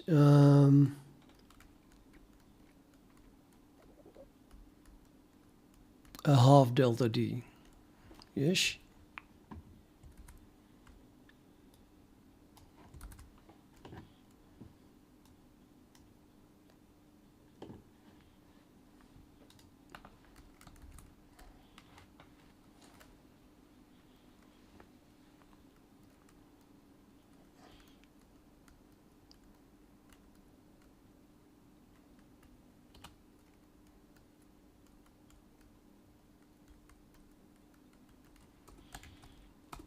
See how that looks like.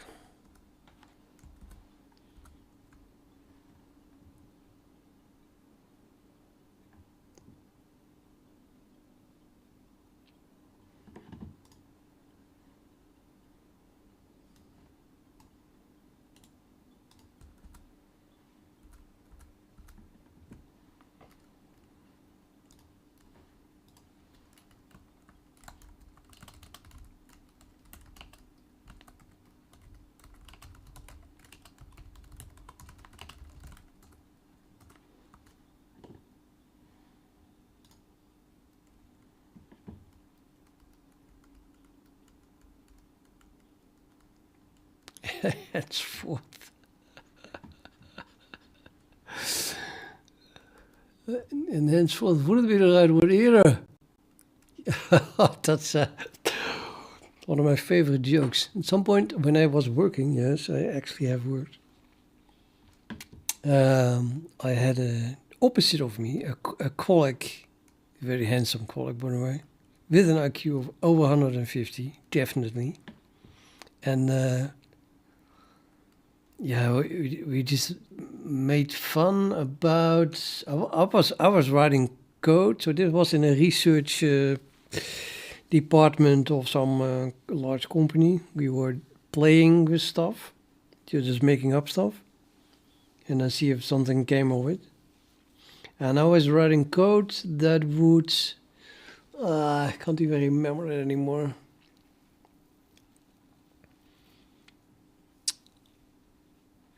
Anyway, it was probably far-fetched, so it was just funny. The code was you know, yeah,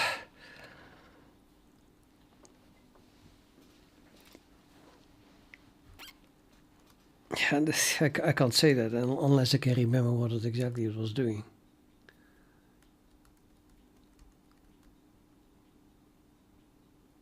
Now, anyway, I have to think about that. And now it happens. Yeah, so the thing was, it was very sophisticated, and then we joked about that at some point the compiler would give an error along the lines of you type something, and then the compiler would say you probably meant, so you typed this and this, you probably meant this and that. But what you really should do is blah, blah, blah. I went ahead and did that for you. And that at the time, that was seemed very, very funny. And this is exactly the first time I really did that. This is an AI, and it does exactly that. So you wrote henceforth, you probably meant henceforth. But what you really should do is from now on. That's fucking my joke. And it happened. Wow. Sorry, it's not it. Therefore, consequently, I should do this.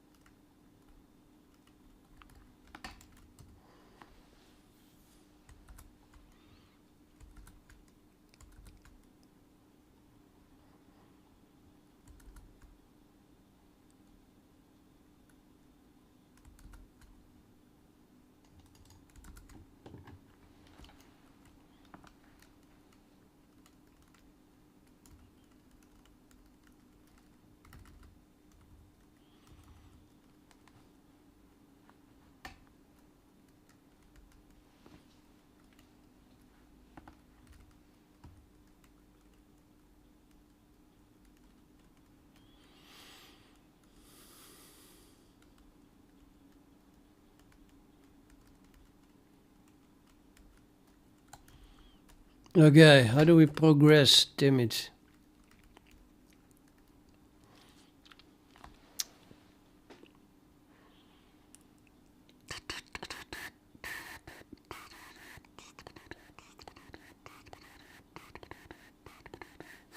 Okay. Now I can use hands at least. Hands. Haha. I still used it, okay, without a width or whatever, but...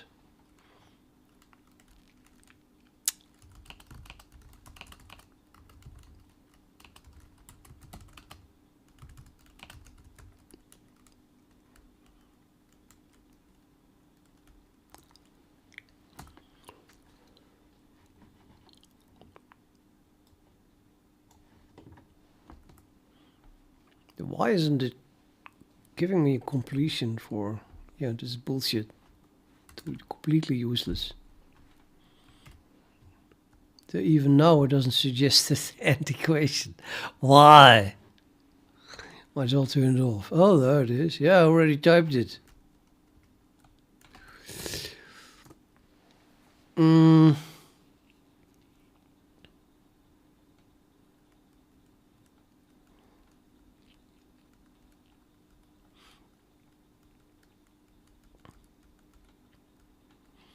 Begin equation. Okay, want a model rounding off the value x as the, let's say, approximation is, now let's call it x approximation. I don't know which way it goes, so up or down. X times, I'm gonna use these things, I think, more often. It just makes it more clear, and it works as well with that package. X c dot 1 plus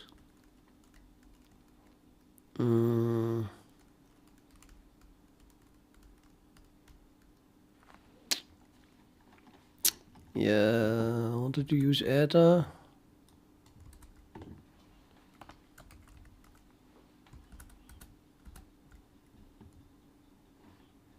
Yes.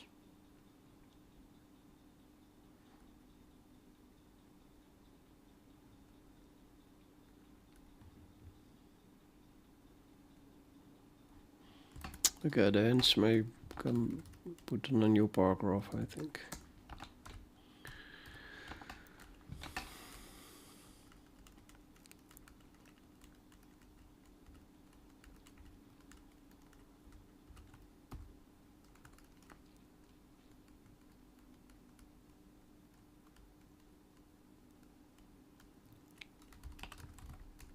I still don't know where this is going to lead to. I just know that I have the answer, and the answer is correct. So there must be somewhere to connect it to the answer. But how? How?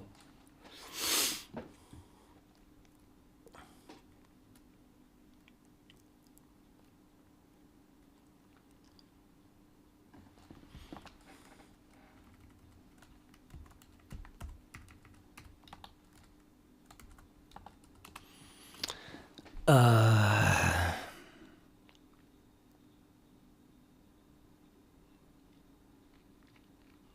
think I have to connect this to my delta D.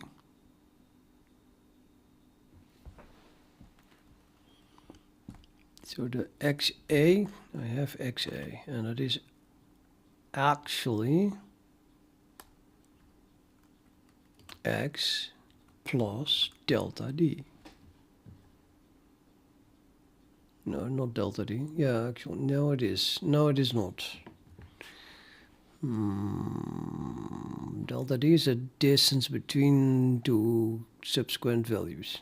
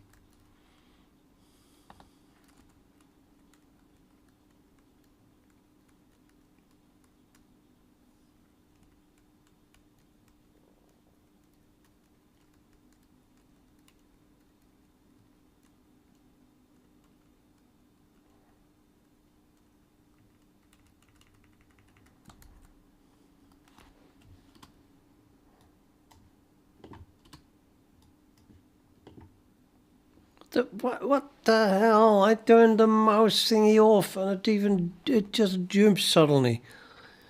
This I copied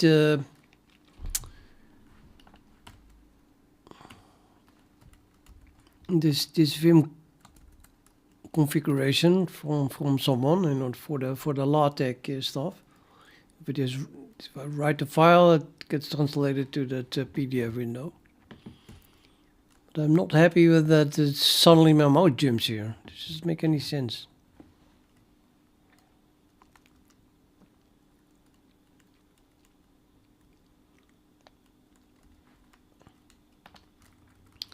No, that's so much the same. I might as well write it here.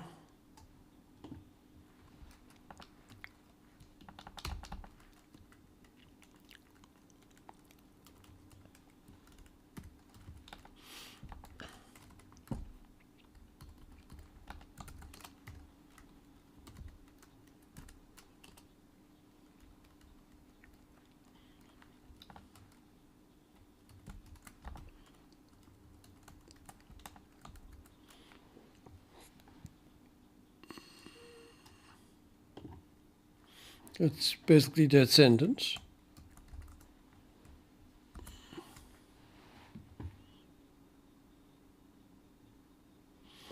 So if you want to model rounding off with x rounded off equals x times 1 plus zeta, which is x plus x times zeta, we will have that the absolute value of x times zeta is less than or equal half times delta d, where delta d is the distance between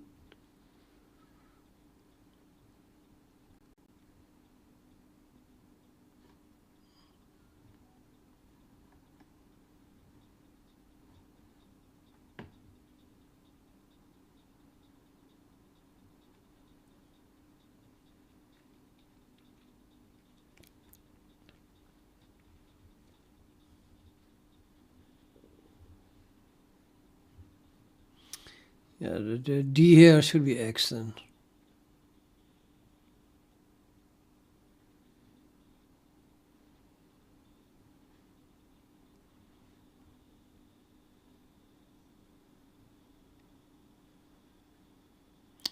So I can use delta x here if I just replace the d's with the x's here. It is a bit confusing, however, because this x is a mathematical x with infinite precision, while this d explicitly is a value that fits in a double.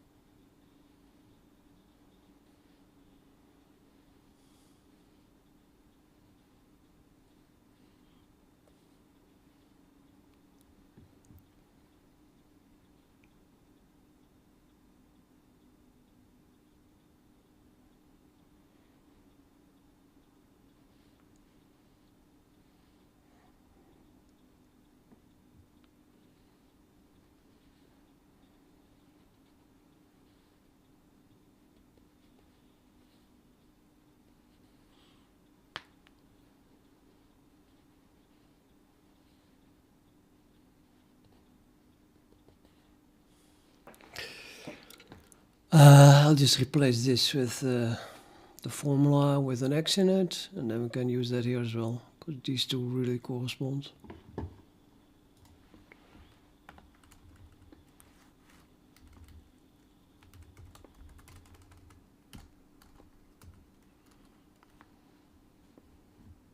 So yeah, it was a half, and then this thing.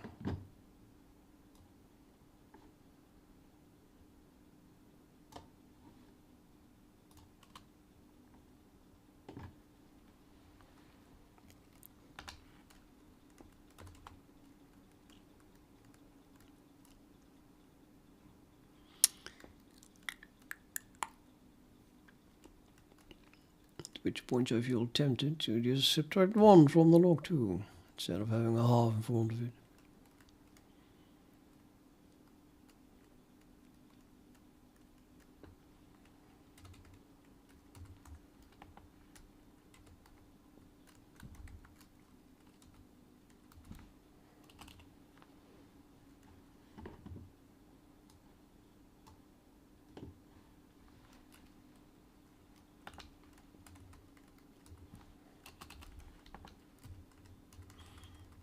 Let's use that here.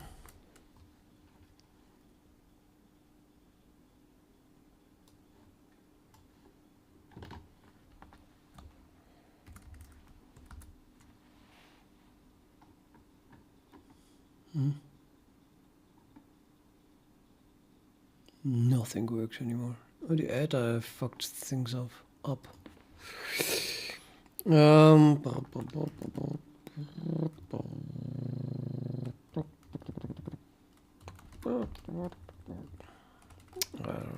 Yeah.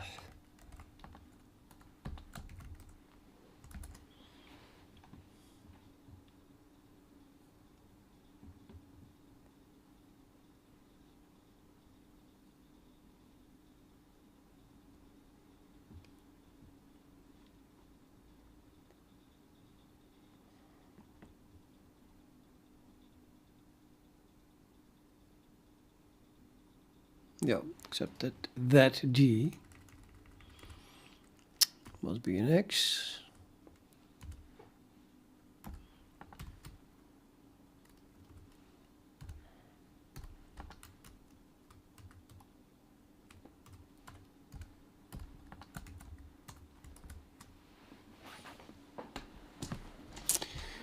So if X is rounded off, then it gets added or subtracted a value with an absolute value less than or equal a half times 2 to the power the floor of the log 2 of X times epsilon, which is equal to 2 times the floor of the log 2 of X minus 1 times epsilon. Hence, if we want to model rounding off with A is X times 1 plus eta, is that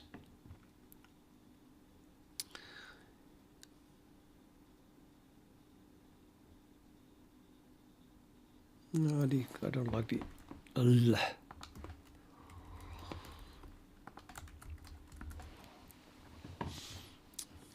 We have that the absolute value of X times eta, which is the rounding off stuff, so that is this thing then, is, well, literally what I just said, that less than or equal that. But now in formula form.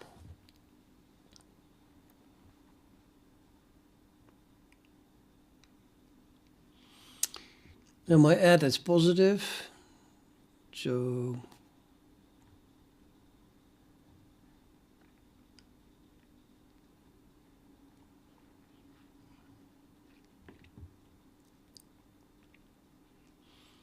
I can leave it like this. Now, what happens after this?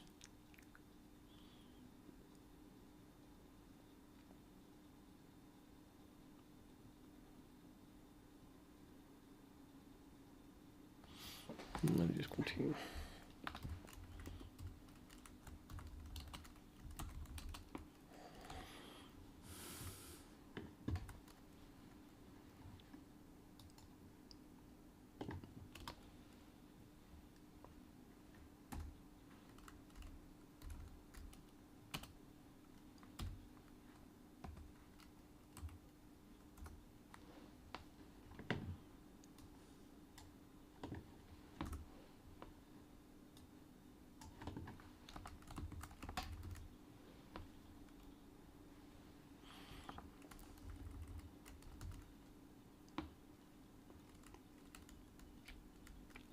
Maybe that is also automatically converted. Those absolute values, do they look different from the vert stuff? So I'll use the vert stuff here. Not really.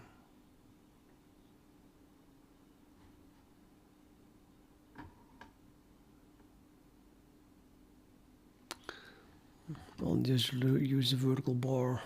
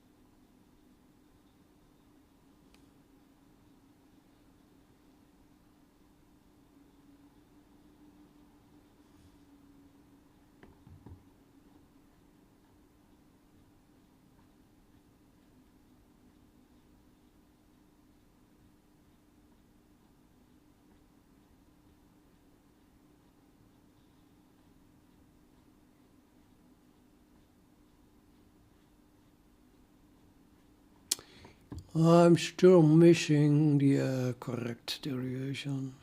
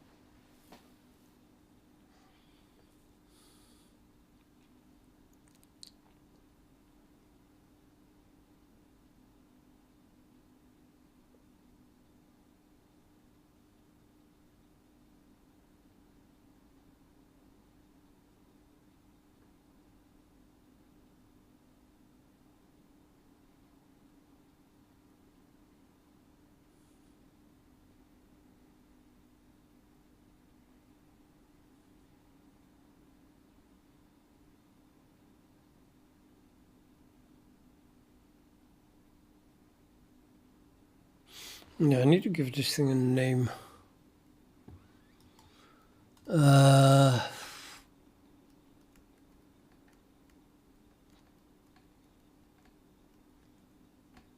call it delta x.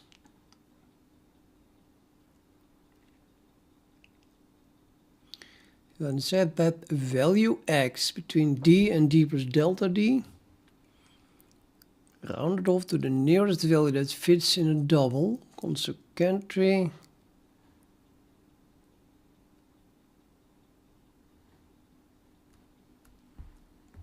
let's just say becomes or something. Consequently becomes x plus delta x.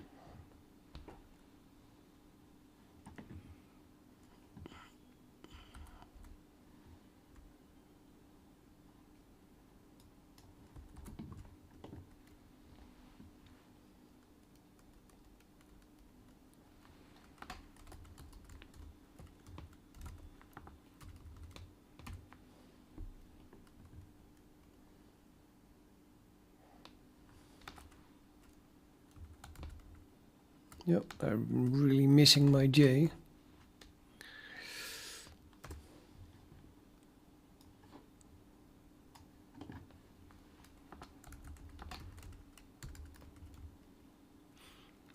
Of delta x is less than or equal plus or minus the half of t to the power the floor of the log 2 of x times epsilon.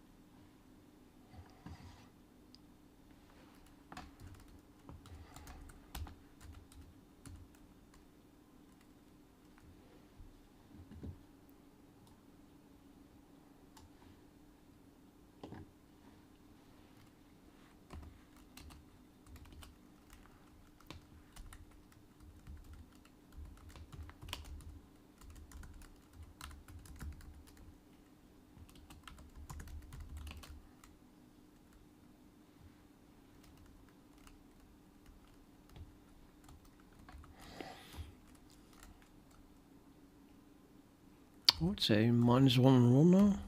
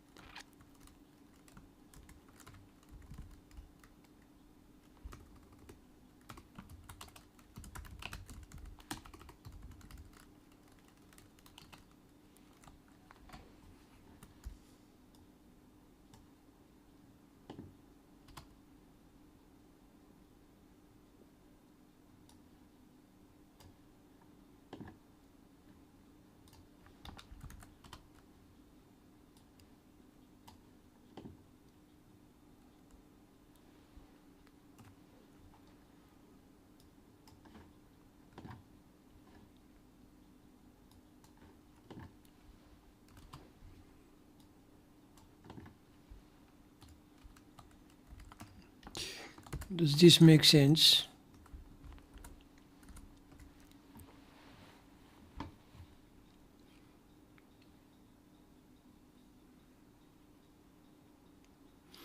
So x between these values, rounded off to the nearest value that fits in a double, consequently becomes x plus double x, so double x is less than or equal plus or minus a half times that distance, where the d is replaced with x.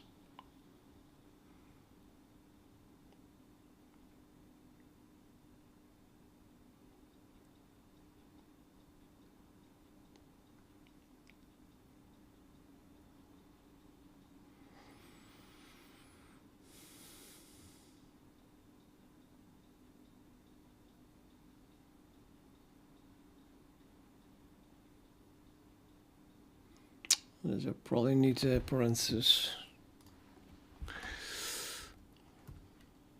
Or I should make it a frac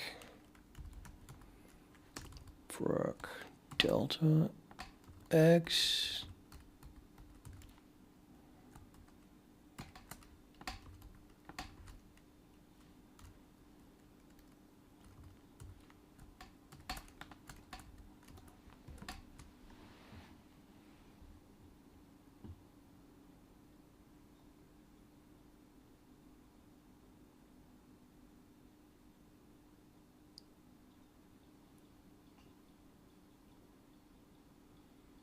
Yes, so delta x is less than or, oh, wait a minute.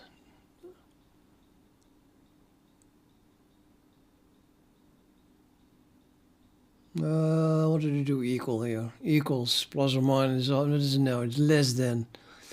Totally wrong. So it is the absolute value of delta x is less than or equal, and then no plus or minus. Delta, absolute value of delta x is less than or equal a half times that distance, which is not super clear. I would say I would like to use a delta d here, a half time delta d, but then the delta d for d equals x. I think we can do that. So I'm just going to do a half times delta d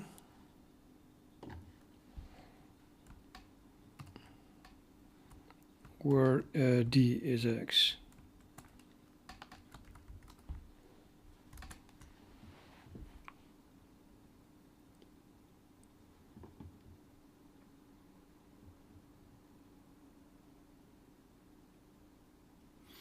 The absolute value is less than or absolute value of the delta x is thus less than or equal half times delta d. It's the distance between.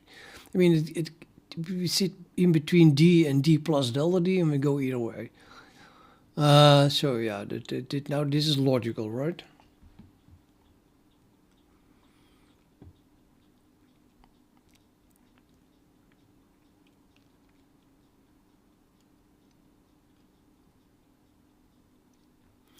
So then, if you fill that in, I mean, I already filled in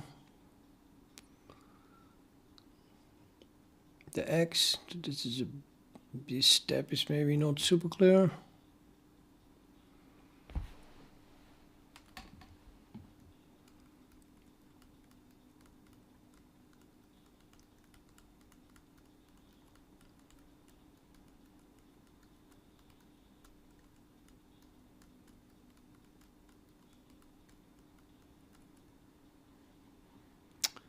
It's not where. I think where is bullshit. Let's do.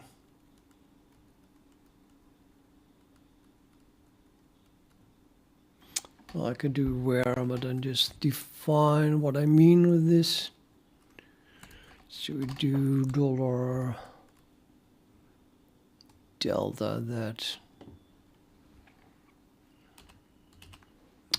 is this thing, but then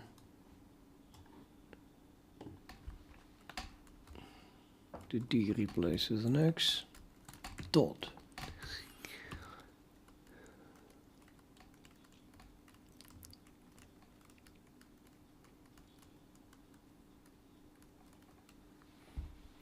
And then we just state that it is uniformly distributed. I'm going to say end.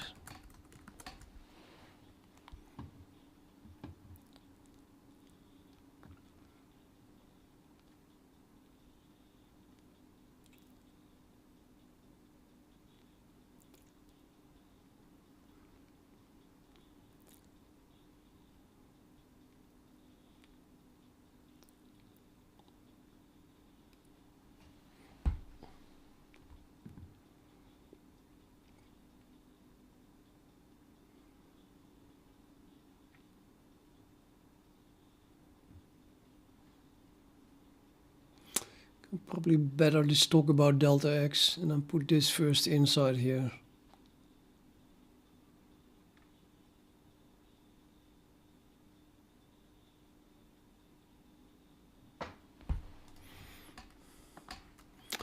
So more like, what the hell is it indenting this? So this, whatever.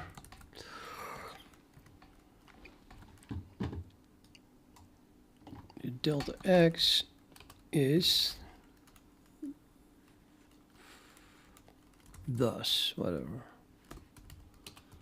Uniformly distributed between something. Fuck off.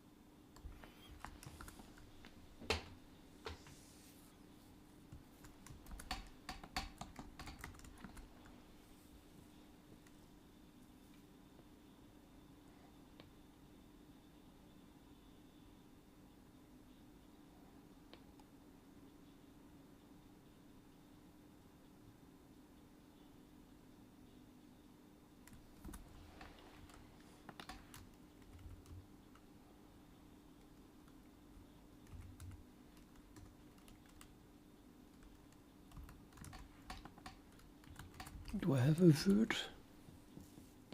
No.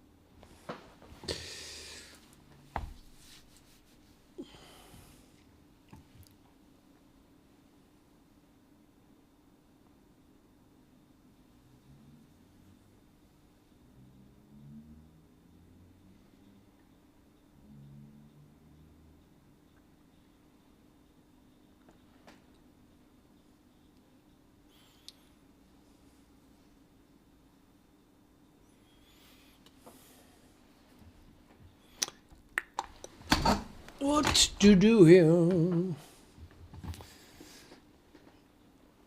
The delta x is by definition this part, x times eta, from here.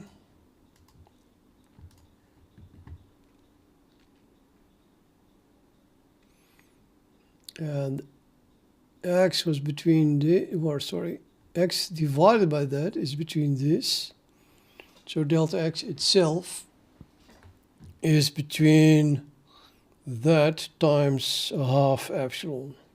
I'm gonna put a half epsilon. Let's get rid of the -1 here.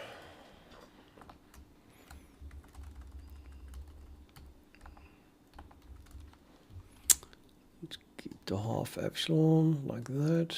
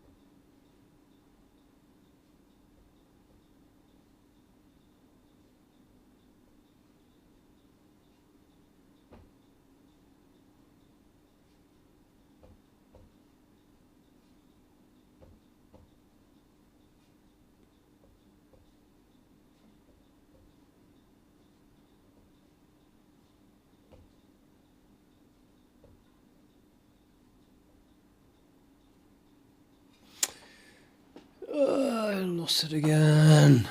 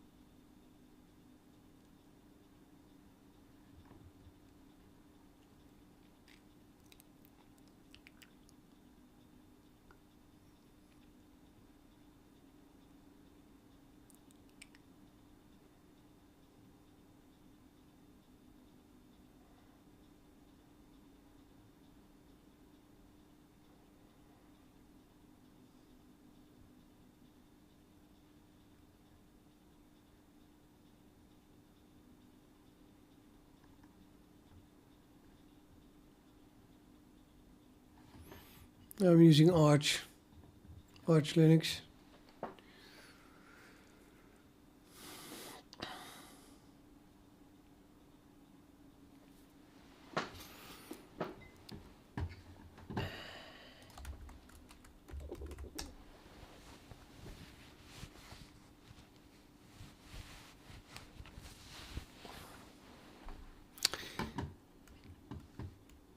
Why is my brain stuck?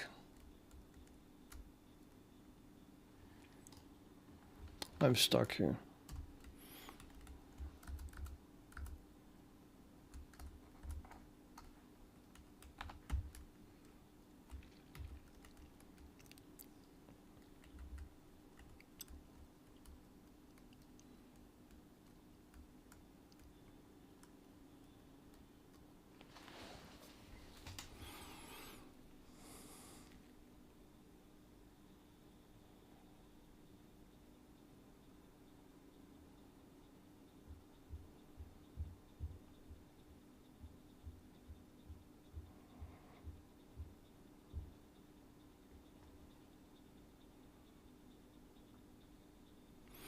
Okay, here I said mu is uniformly distributed over that.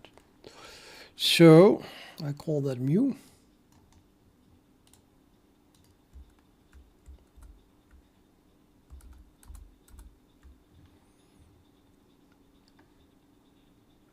And that would be this then.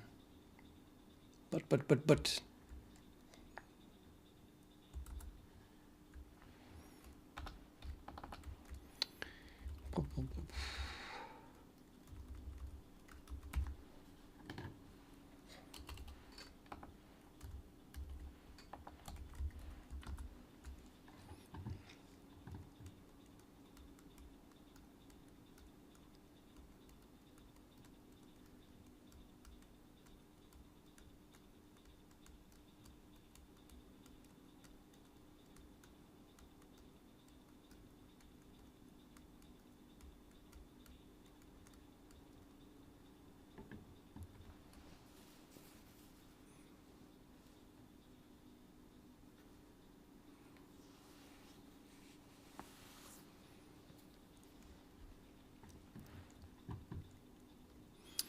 So delta x here is the difference, and I divide by 2 times the floor of the log2 of x. And that would be mu. And I have here mu is the difference, that's delta x, divided by 2 to the power of the floor of the log2 of the absolute value of x. Whoops. That's kind of important. Where does my floor come in first?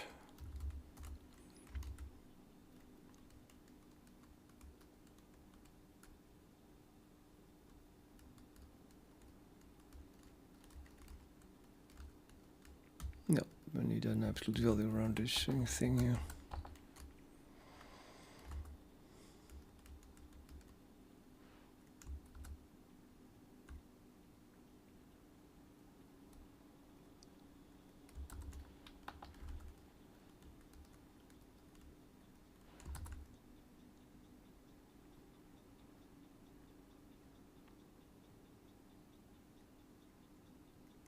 I don't know. I think we need parentheses, no? Log2 parentheses. Some reason those are also missing. It's more about log2 than the floor.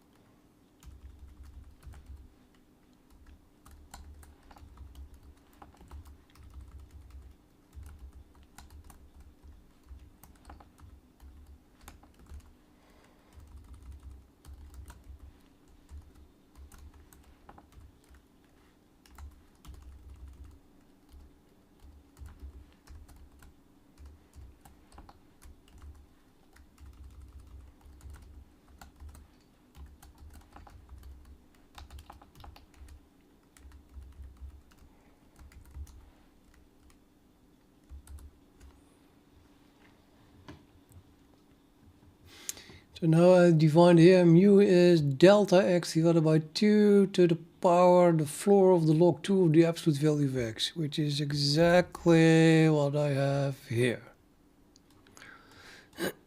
Yeah, so this is indeed mu.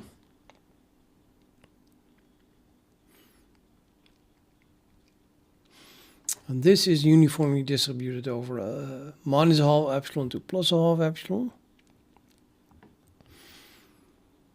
And then I wrote here that mu equals this, yes, that we just defined that like that. So this is again wrong. It's fucking wrong. This is the absolute value of x. From which follows that d equals x plus, of course, and then we have here mu times that thing. So that would be an absolute value here.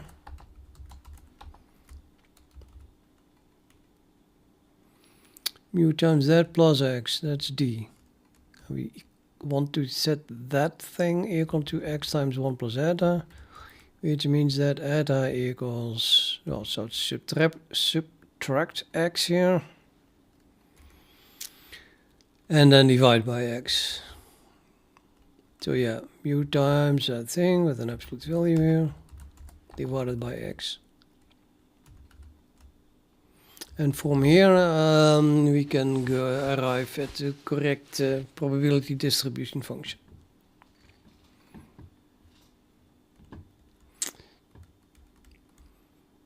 Now I already wrote down this. Now I want to write down that d minus x, might as well put that on the other side, that is delta x equals, no,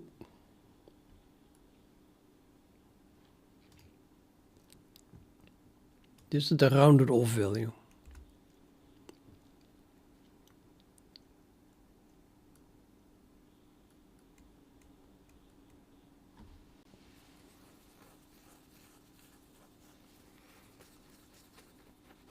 Yeah, so I have to write out the delta x here as approximated x minus x.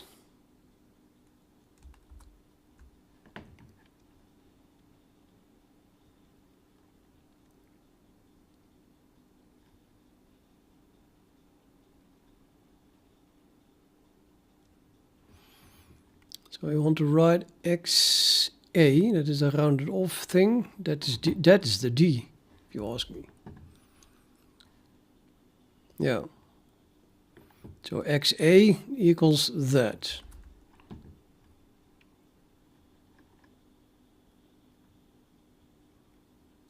And we have the mu. So I have to arrive on that this equals that. How do I arrive at that?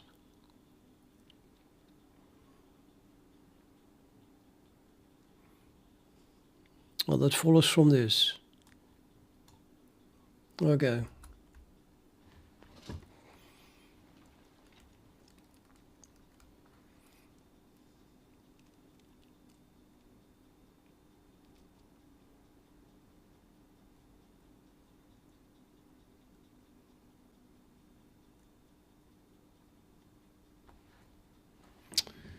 I'm going to put this over here.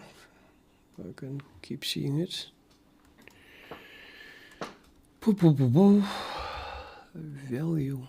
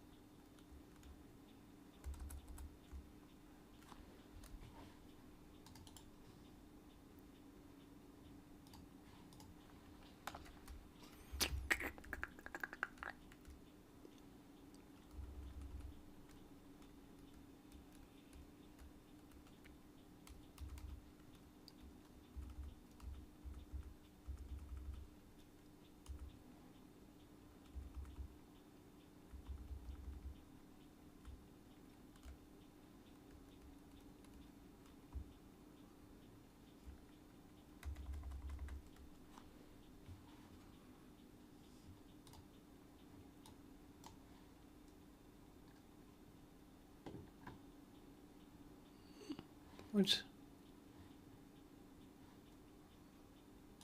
Wrong button.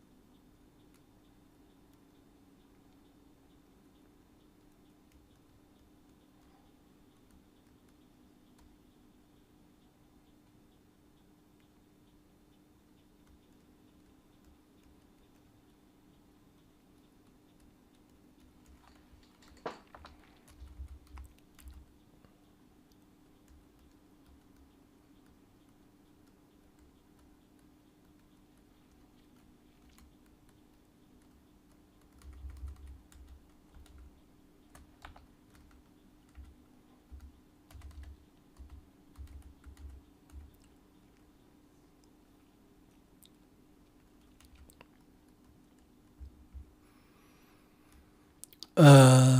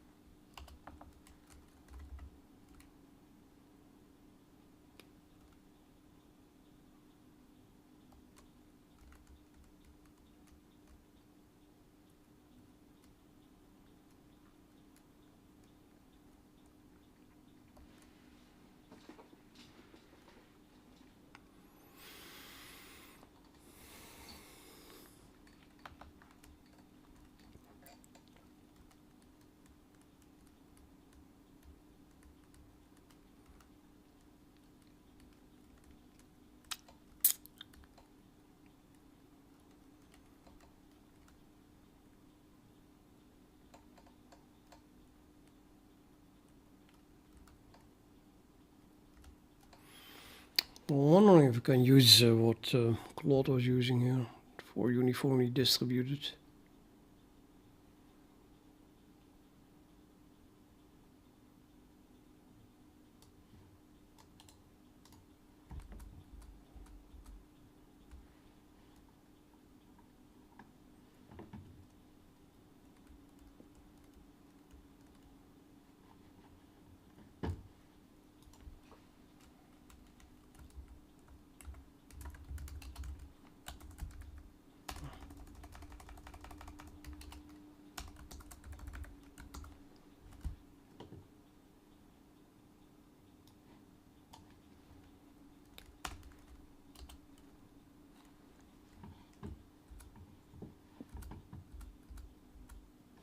Whoops.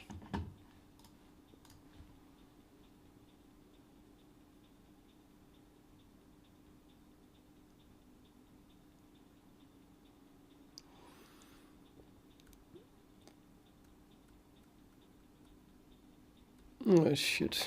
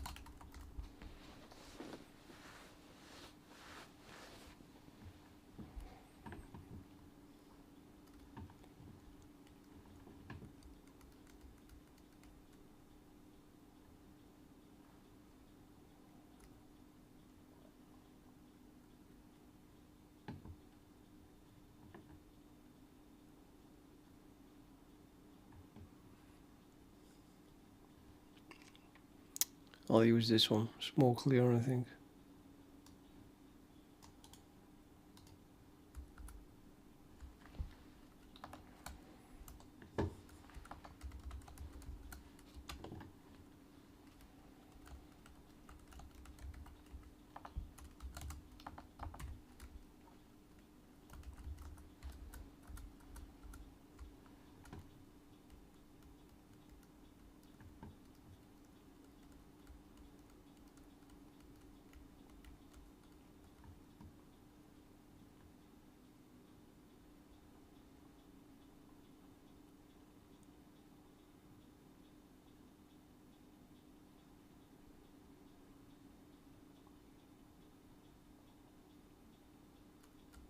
Or not. I don't like it.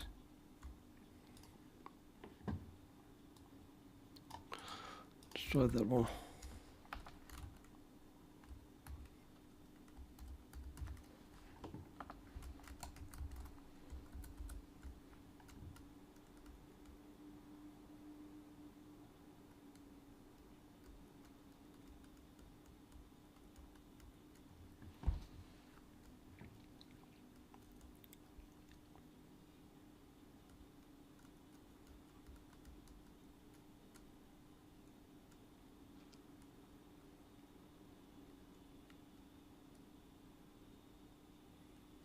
Nah.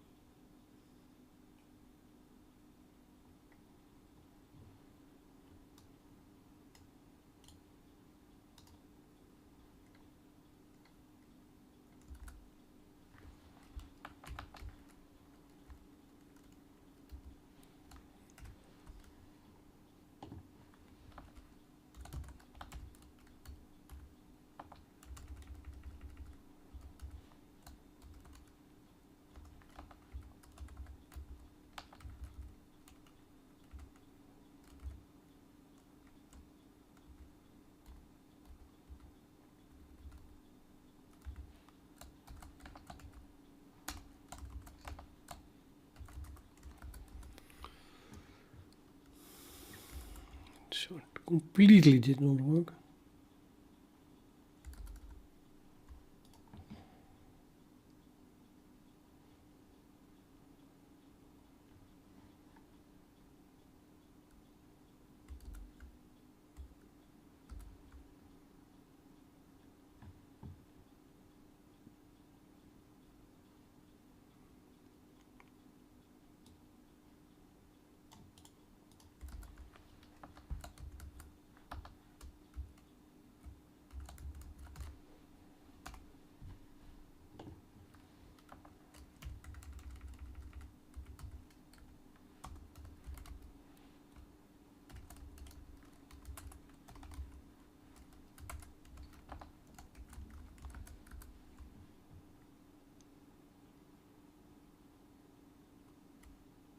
Also nothing.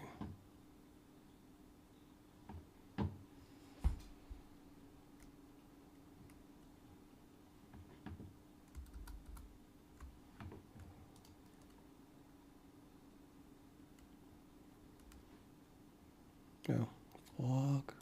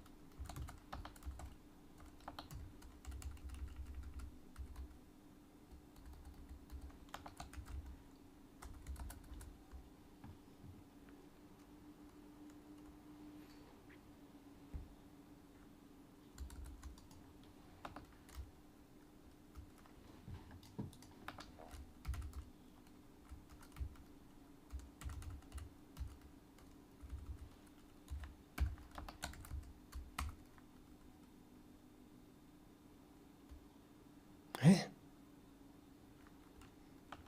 Why the hell does this not work?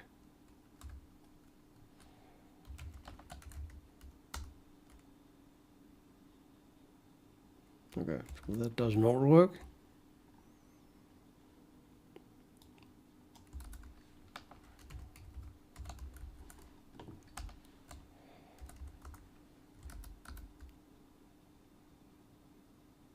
Also no go.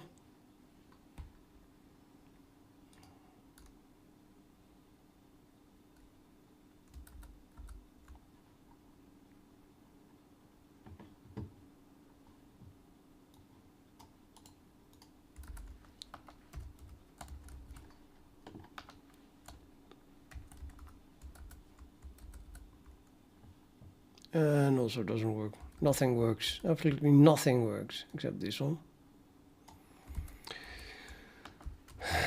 Okay, I'll use this. I'd rather have something that multiplies instead of just sets it.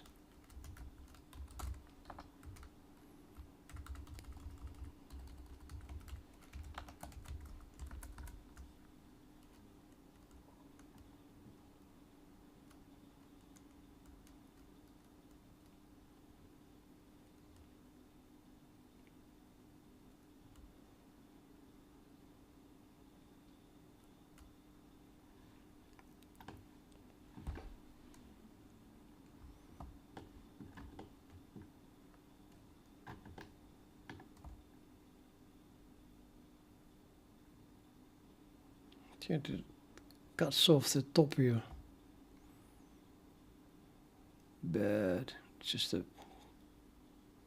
Even here also. The top pixels is gone.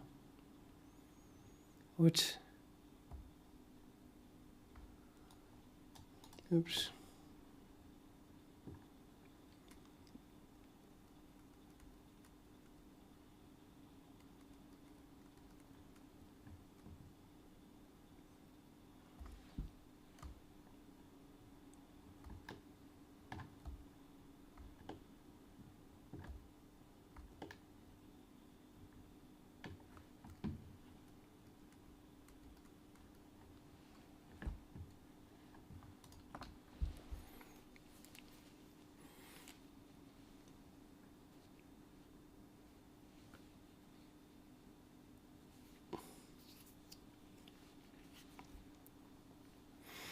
Yeah, I want to go to bed, but I also want to finish this. At least this appendix. So what do I have here? U is uniformly distributed between that mu, I mean, and then we have what? From that follows, rather from this follows,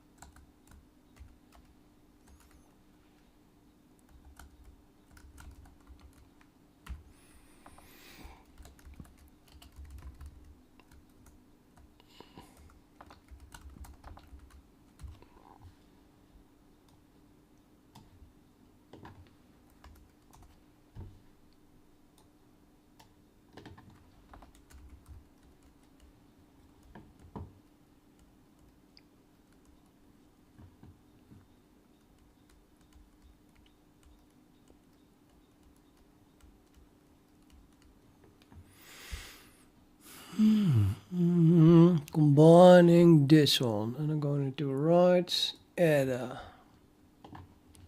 equals mu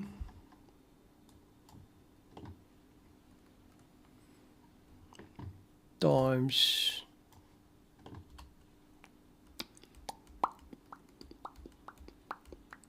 my power of 2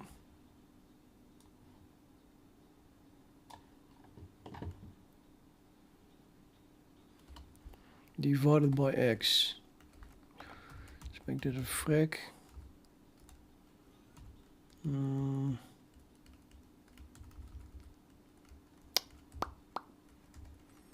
Frac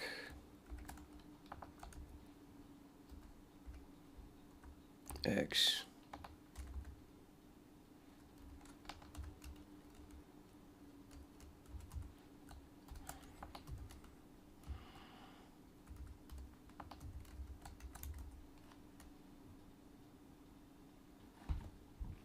And we have question marks. Why?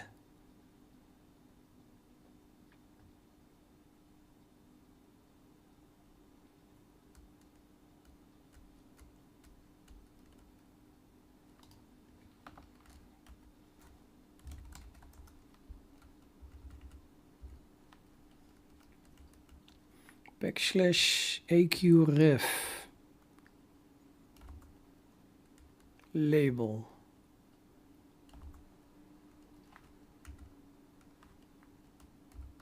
\AQ_ref. Why would it not work?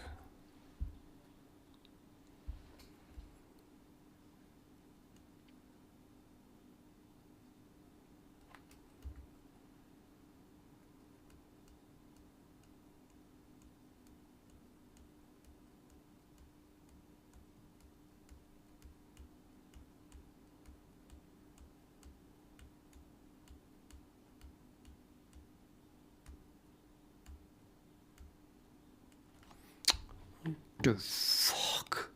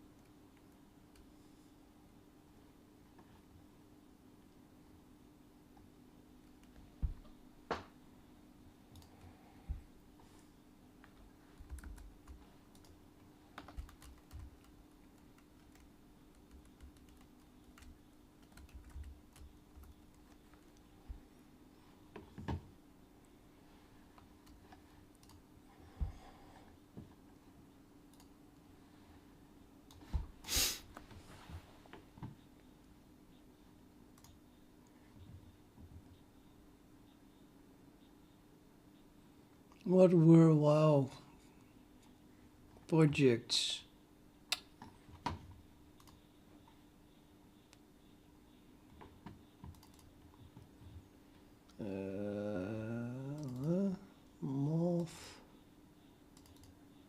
Nope. Yeah. Check.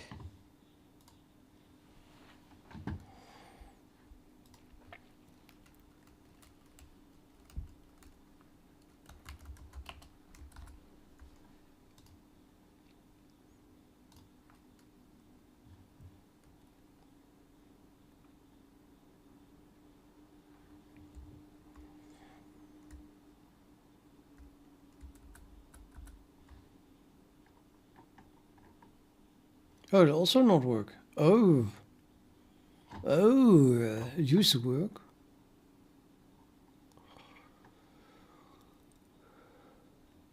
Appendix is working. Hmm.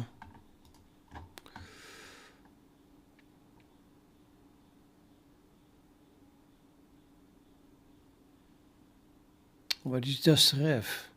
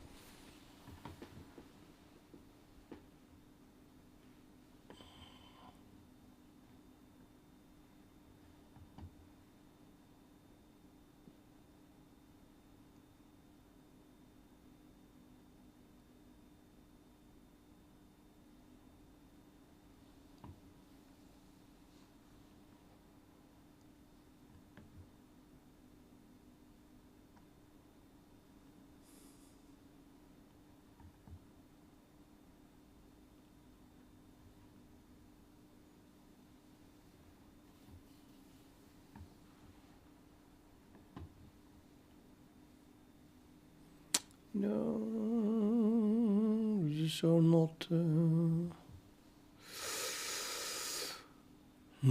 the answer at all.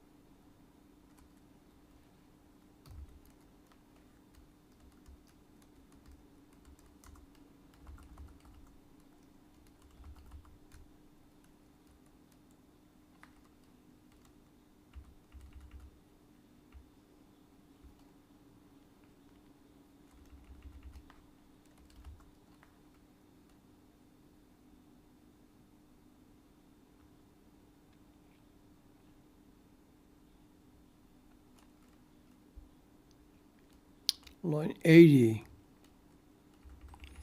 Errors nesting of equation structures.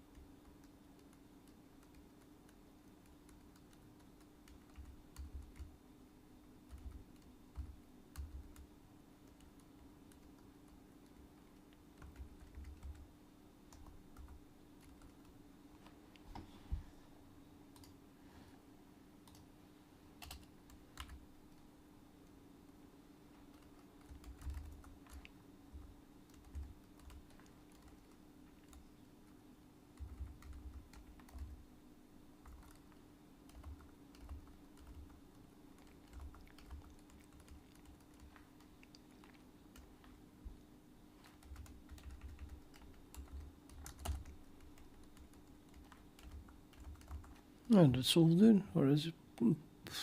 Okay. 112.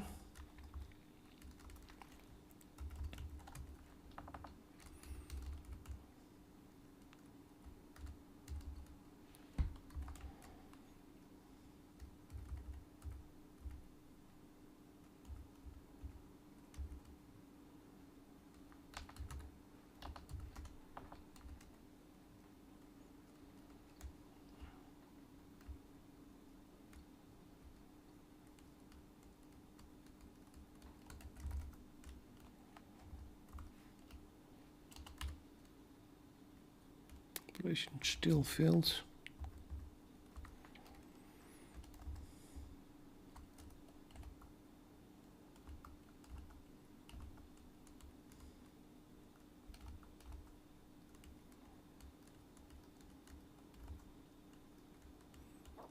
No file floating with BBL. That's just part of the file naming. Latex error. Begin appendices on input line 125 divided by ended by. Oh, I have to end it.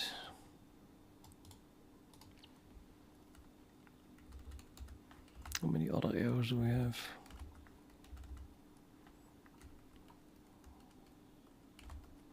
Nothing.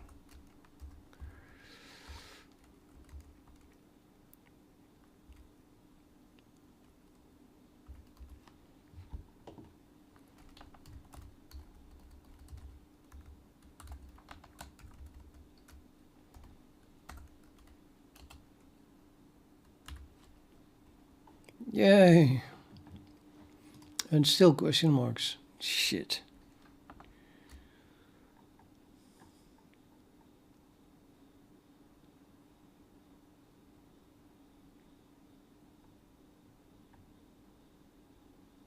So now it's numbering 52 equations. What? Oh my god. Now it numbers all of them.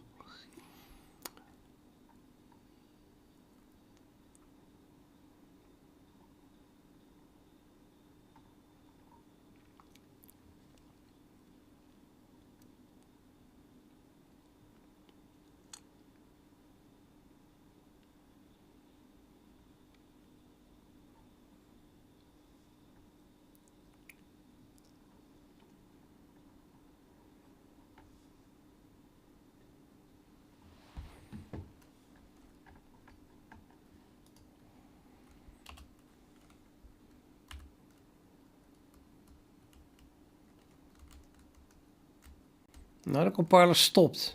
The only thing I did was recompile it again.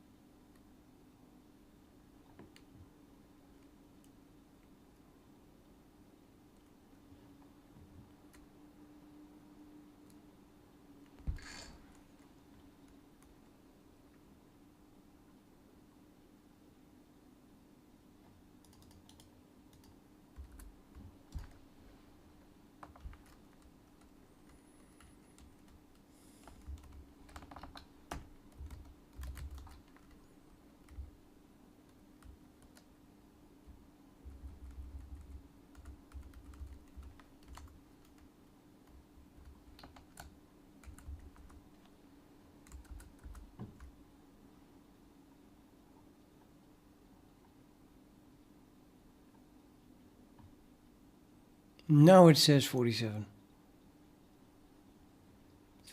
That's weird. No, it does work. It just doesn't. Yeah, now it works. And this one is still question mark. What?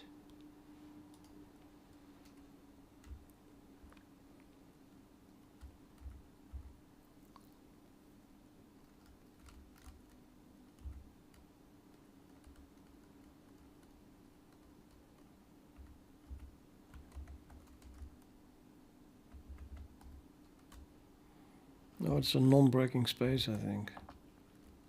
Just keep that.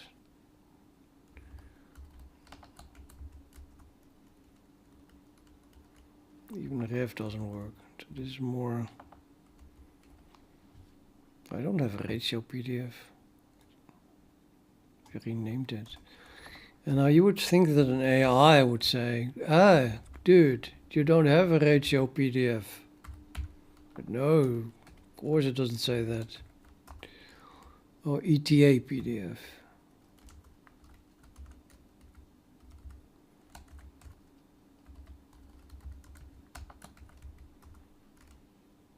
Yep, now it worked.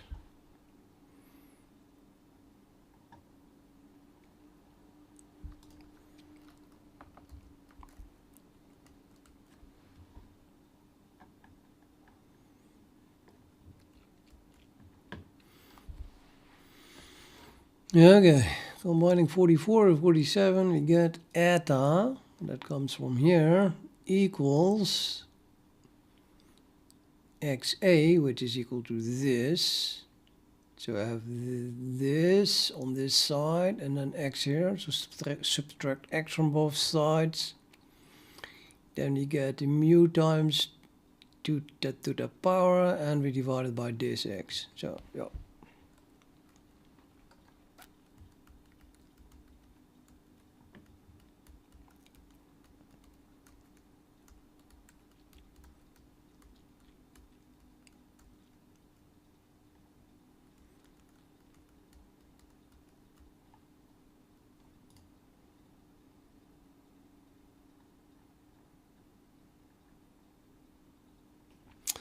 Right, so continue this.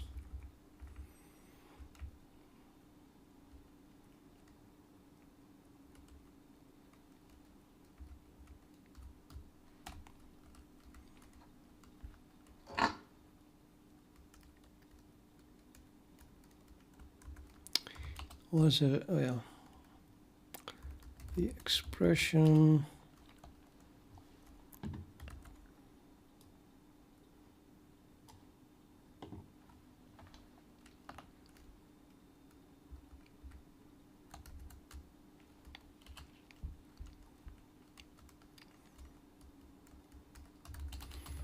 Is a repeating probability density from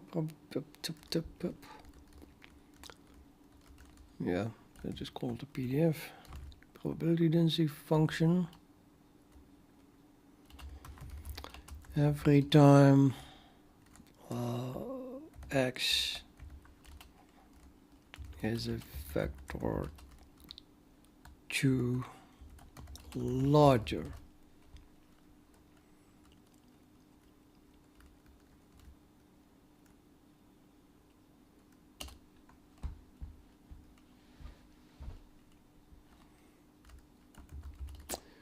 for one such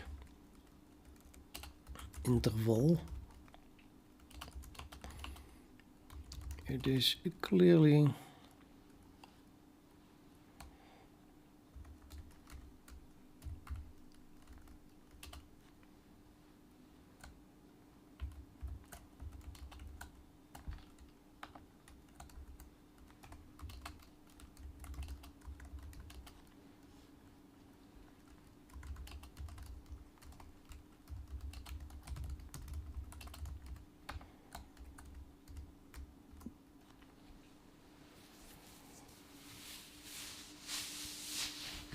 except of course that I mean the inverse of that.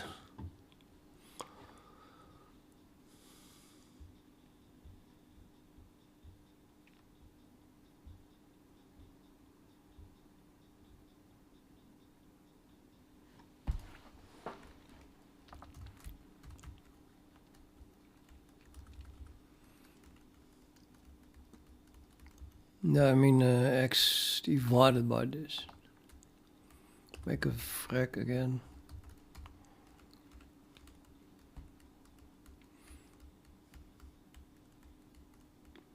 You mean this one?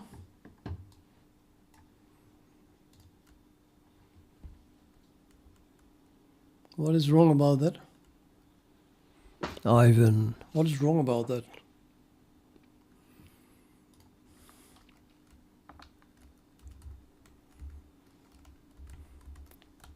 Frac.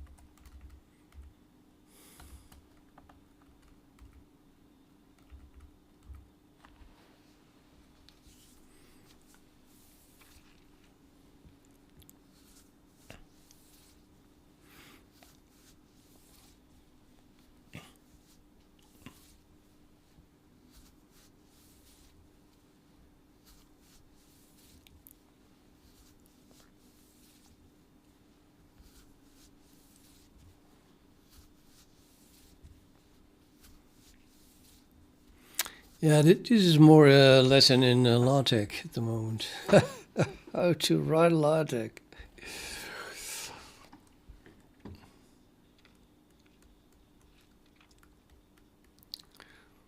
I think I'm almost there with this appendix sheet.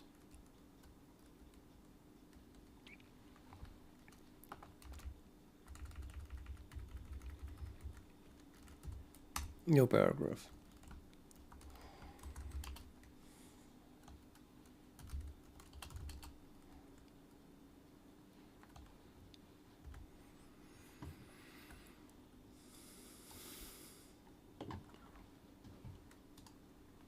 See, it just jumps down. That's so bloody stupid. The PDF.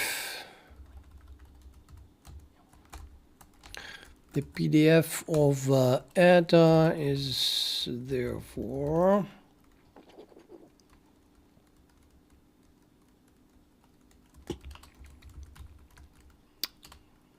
product between, let's say, half times epsilon times something.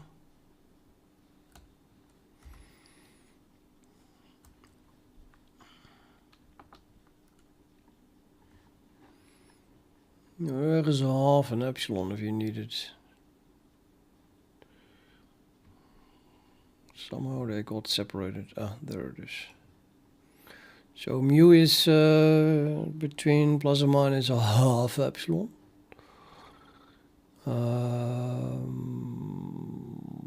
It's divided by epsilon, just epsilon times then. Okay, so undo, redo. Here we are. Therefore, epsilon, not half time, epsilon times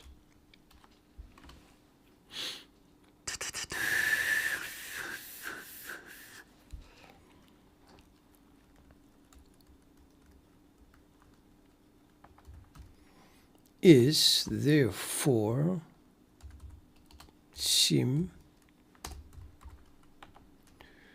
That must be part of a formula, I bet. Sim epsilon times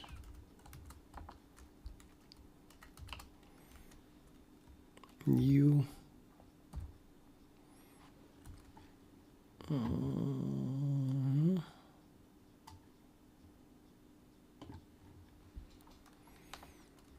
I'm gonna write a half. No, I need my half again. Okay. What is faster? This? No, the other thing was faster. I can't even find the terminal anymore. Okay, we lost the terminal. Let's pick it from here. Oh, the terminal's on another monitor. I was looking at this one. Okay, where are we? Undo, redo. So minus a half till a half. Times the uniform distribution of, sorry, not times, divided by 1 and 2. Actually divided by, or yeah, just use the usual frac again.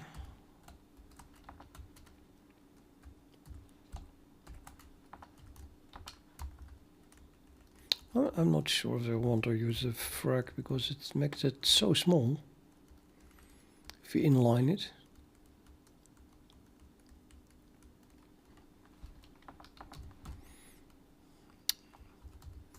Let's make a new formula here.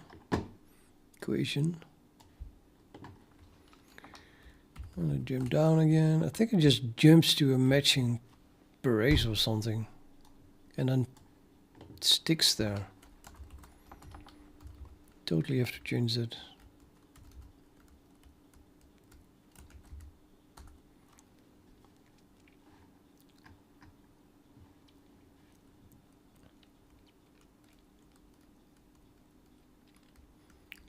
And it's still small. Not only that, the 49 is over here instead of there. What happens? What is happening? Nobody gets this. Oh, because I have an extra dollar here. Oh, it's big, and the 49 is there.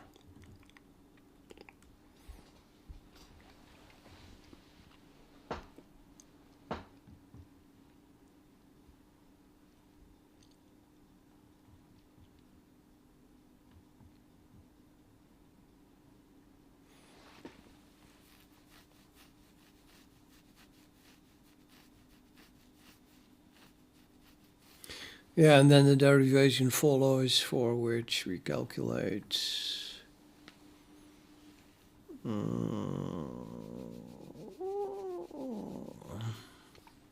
equation 1. No.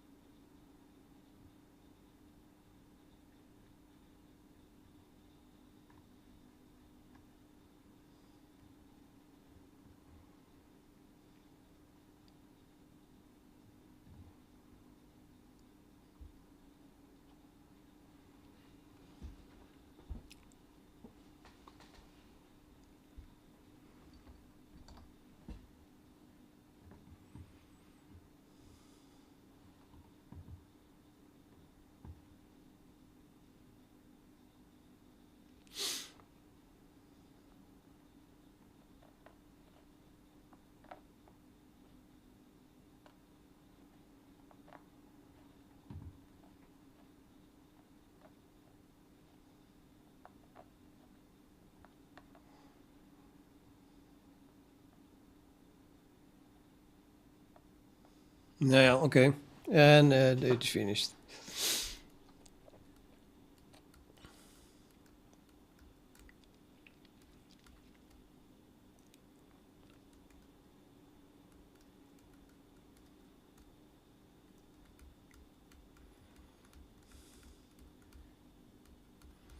So I have an epsilon times whatever is the result of that. Yeah, that's what we have here as well.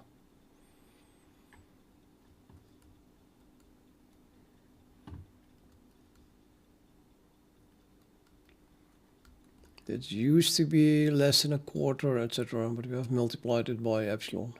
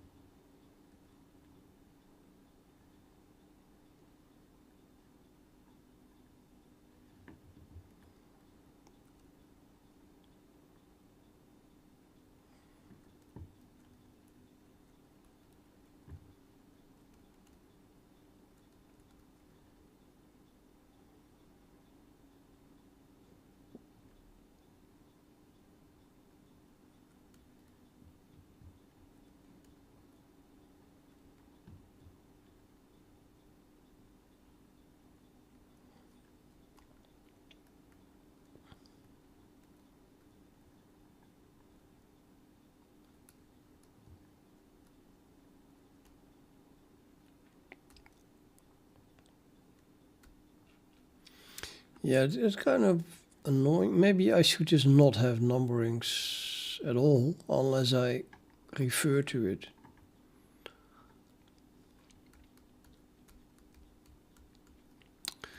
So, for example, we are referring to 1, which is by label, but in that case, I need a number.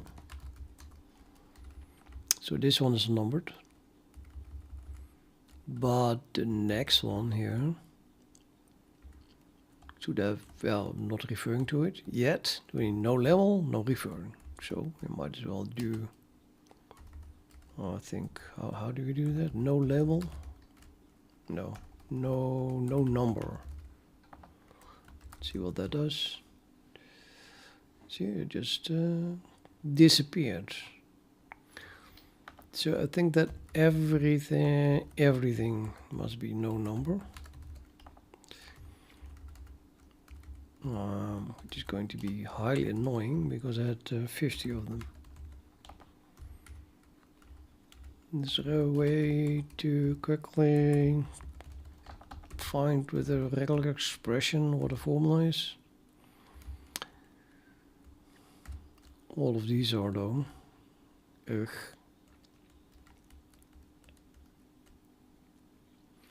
Can do that one in 2 steps.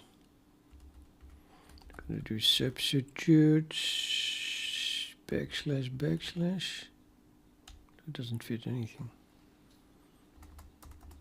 Backslash dollar with space no number backslash slash. What the hell happened here? That must be like that. And I don't need this space.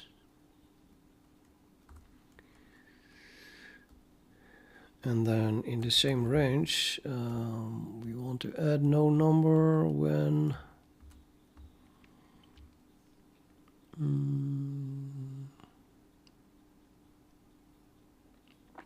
I don't have this. How do you do that? That would be basically anything but a backslash.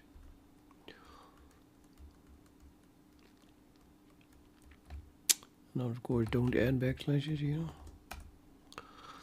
But this gobbled up my anything. So, is that maybe \1? I'm not convinced.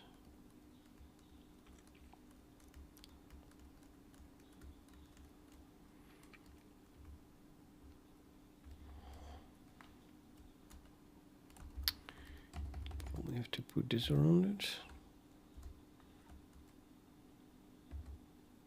Nope.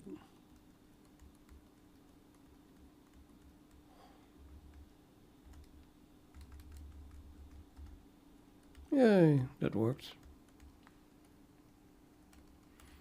And there is only one of them. Really? No. Oh, there's only the last one. Damn it.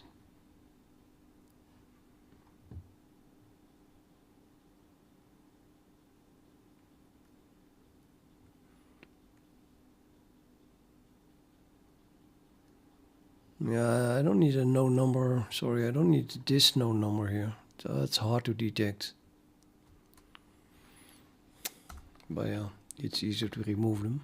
So let's do that. And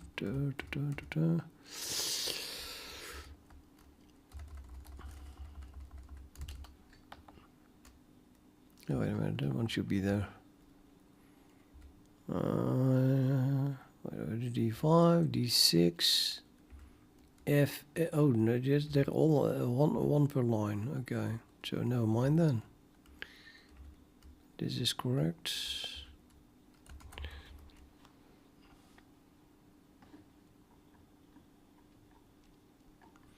So they're all gone now, the numbers. And now we begin with 2 here, so I have to do the same thing here. What? It is even worse. See, you have plus and hidden numbers, all of everything. Ridiculous.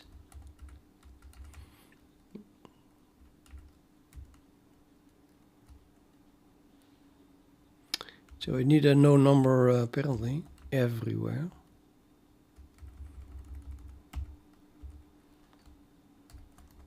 And I can do that one, of course.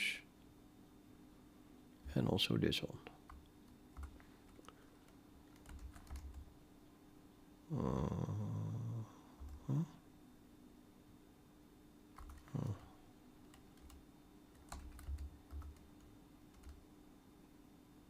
Bling.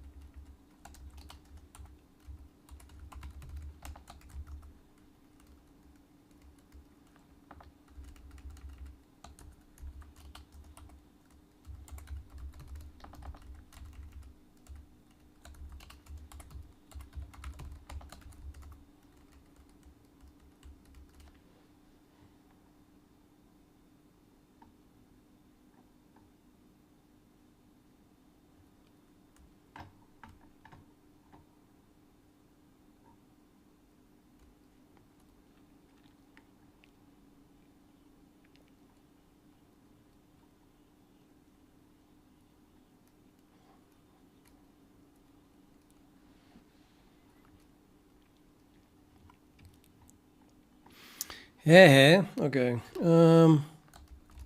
Create.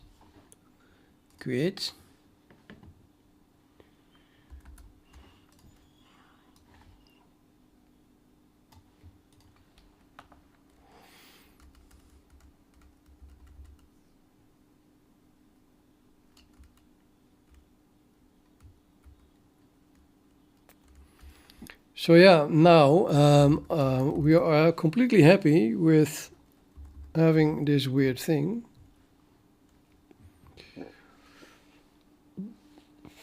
The weird distribution, because I'm drawing a red line over it.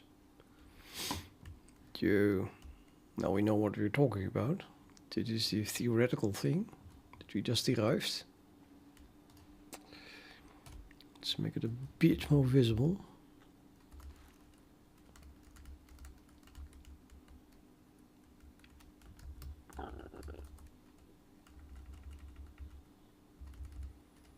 I need a line style. I don't have a line style, I think. Line something? No. Grab source, line style. I bet that would work. Solid line style. Steal it from there.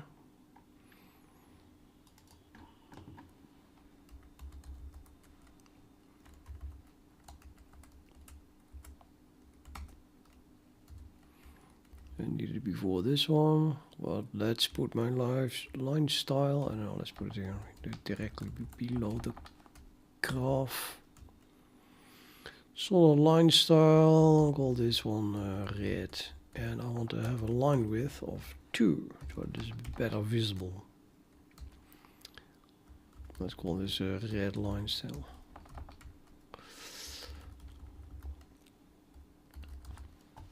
The red line style. Right. Create. Make.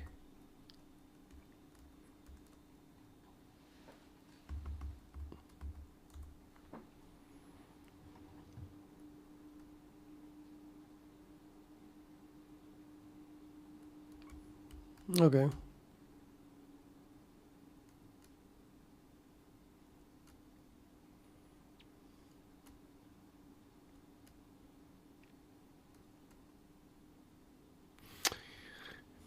So now I have this shape. I think I did not divide anymore by the power of 2 to the 4, etc. I mean, that wouldn't give me this shape, would it? So what are we doing?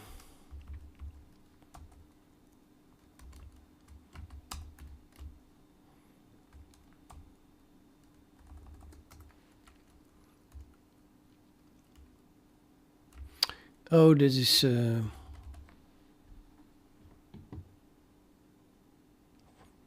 is uniformly distributed between minus half and half, but then I divide it by a distribution between between 1 and 2, which then gives the same result. Yeah.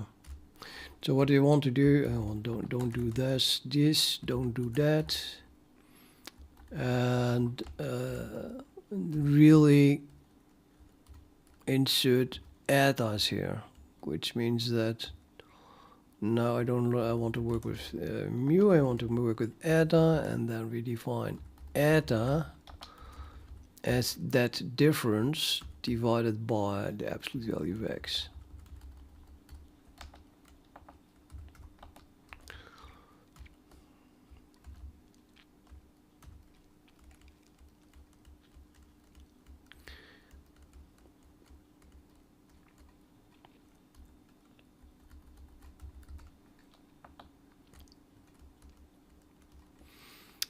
Then I need eta here.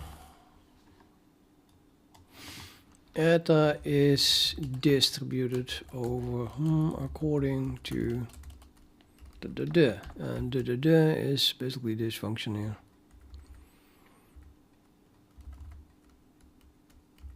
I have to give it a name.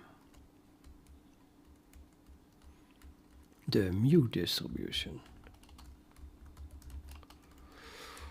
Single, well, eta actually. Single eta distribution.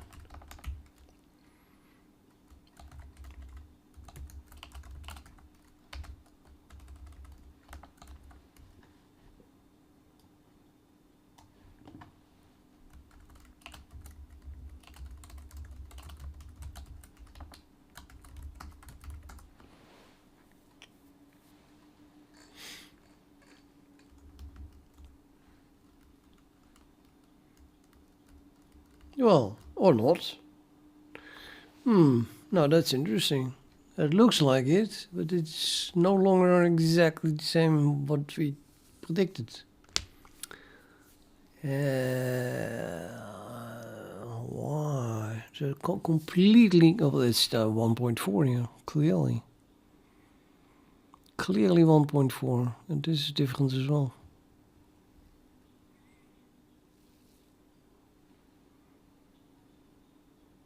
Why? All this effort.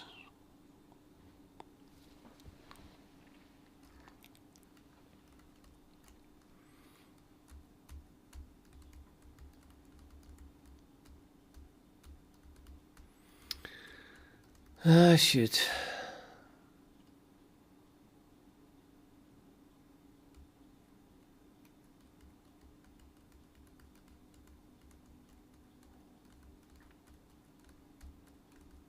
Okay, that it dropped from 1.5 to 1.4 is because the total service must the service must be 1. So because it is above the red line here, it has to be below the red line here. So if I would fix this function on the edge, then this one will automatically be perfect as well. So the main question is, why is it steeper here than I expect?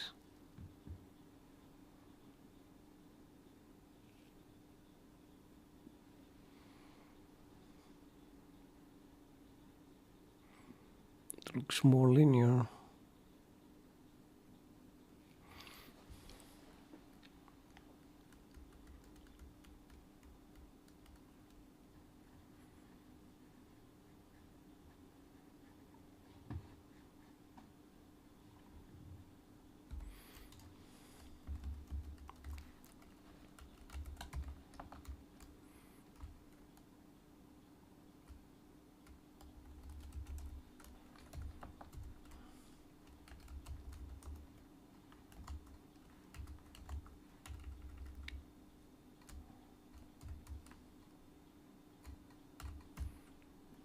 Million. Okay, if I make 10 million of this, then what? Something changed. But what?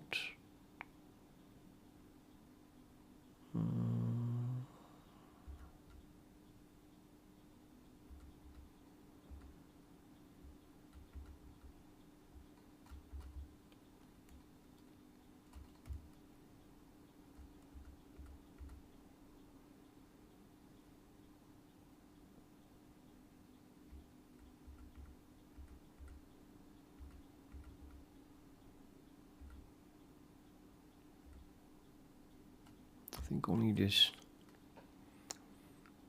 This 1000 is actually 1 divided by the square root of that number. Is it or isn't it? Wait a minute, it was 1 million divided by 1000, not the square root. It is that size, so I need I just need a number. The number of buckets. No, sorry, the loop size. Const expression. Yeah, I can also look. Sorry, let's just. I don't know. Well, why not? Const loop size.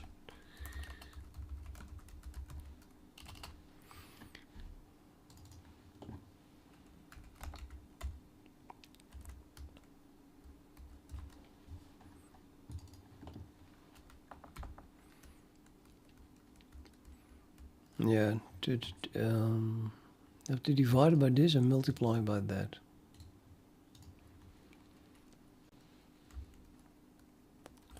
So loop size.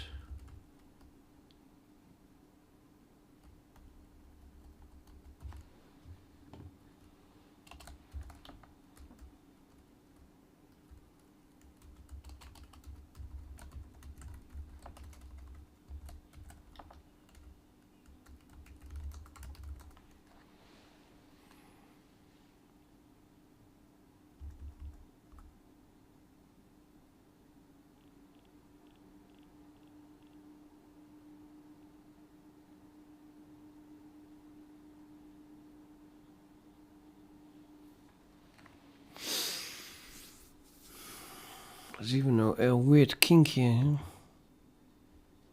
It's like it goes like this, and then from this point on, it's to kind of start over.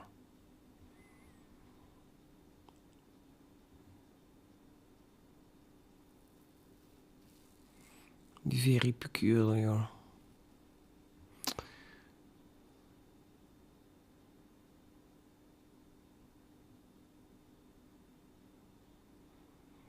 So would have to cut it into 5 parts, probably from here till there, and then from here till there, and then that piece, and then the same here.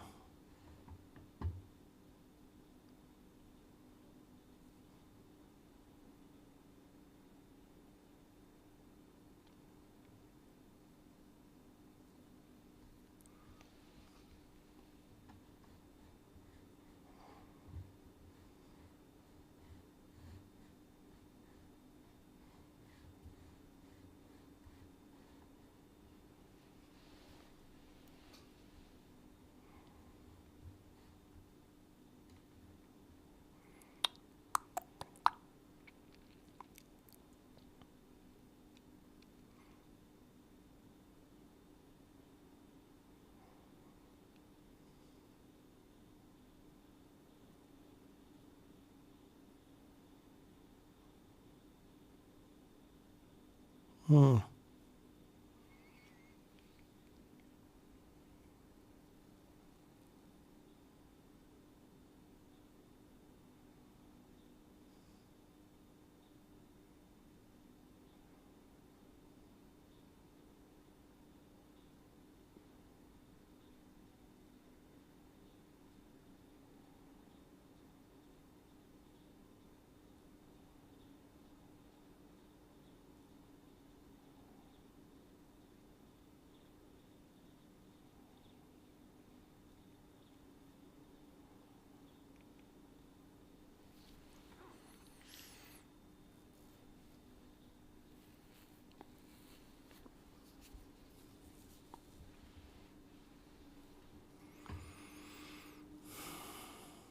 Strange.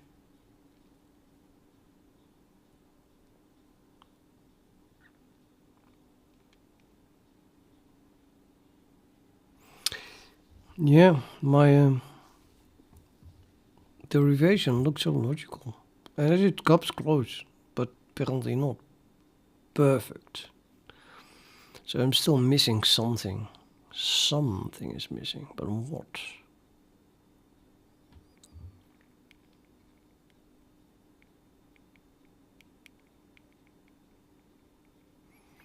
What is missing?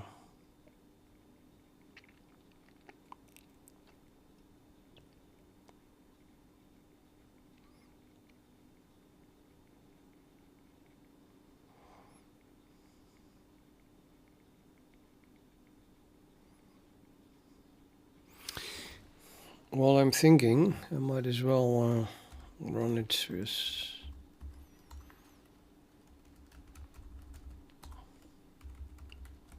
a factor of 10 more.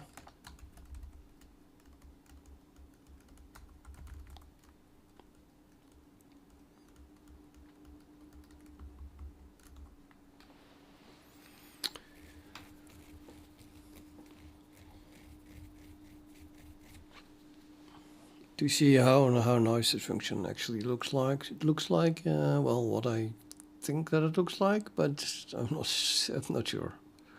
Maybe you can see even more detail with 100 million. Or you could just go to bed while running it with 1 trillion.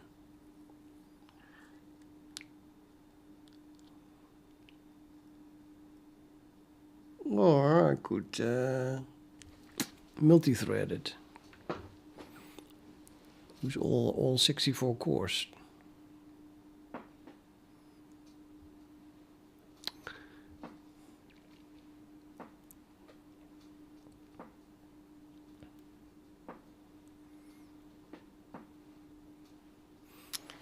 Why not?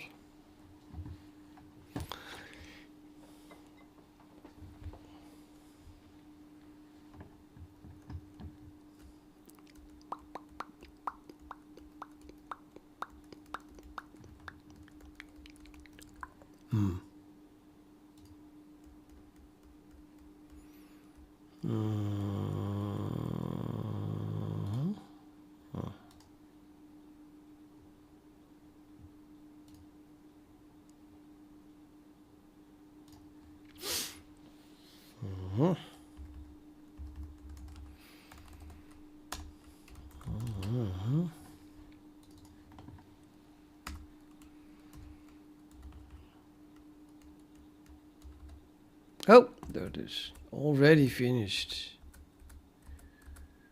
Oh, you're gonna be kidding me! It stopped because I pressed some key. Fucking hell.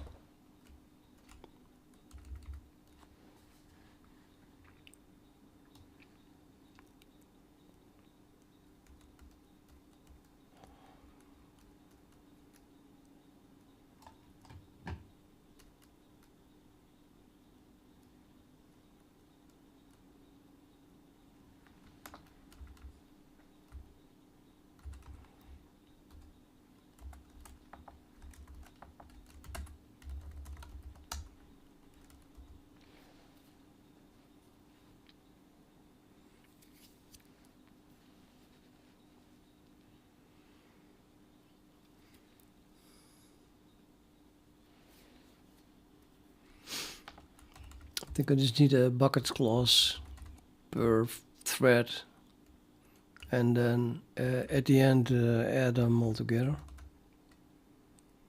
Take the sum of everything. These would be the same. Max count would be the max count of that we calculate afterwards then.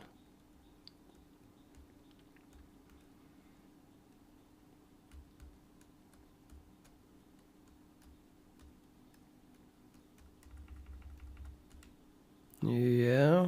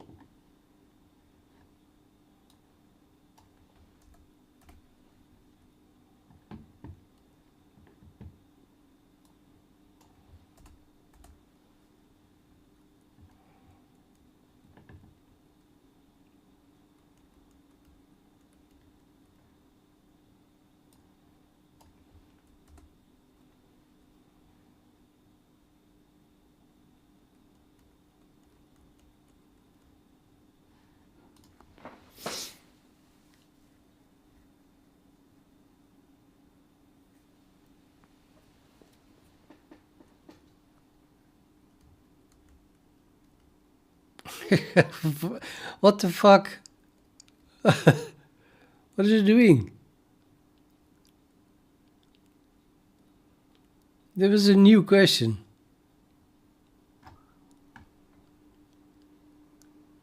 How does it know this? This is a new question, no? It's a completely new question.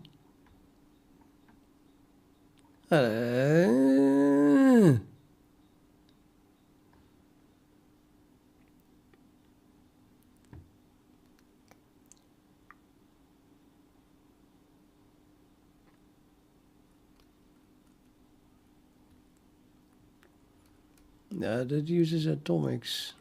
It's not what I want. Let's see.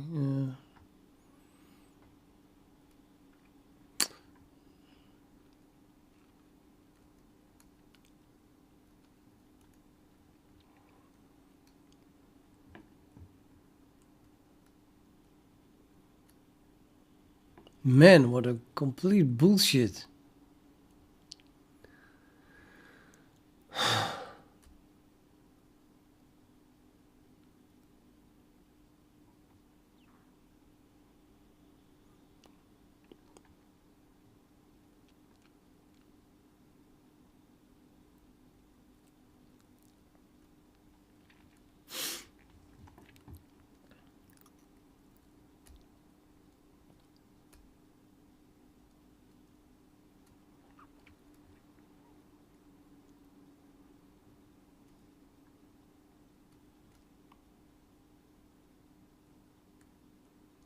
No, no, no, no, no.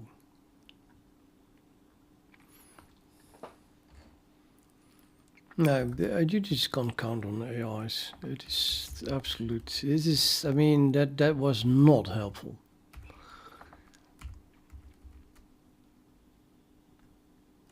Do we still want to do this? Really, I just want to go to bed.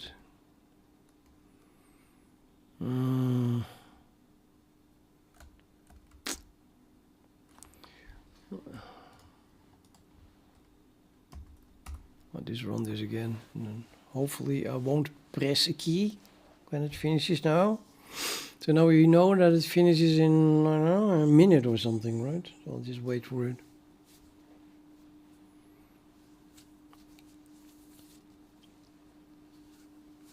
I guess it's safe to use just my mouse. So I quickly go here.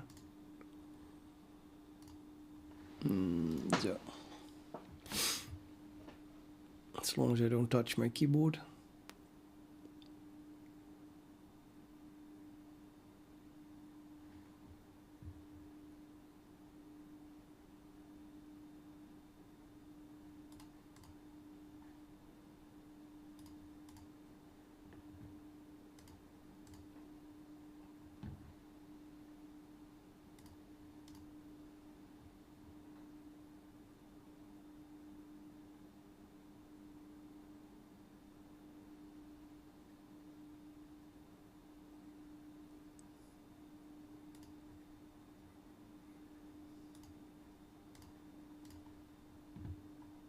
Probably not a good move.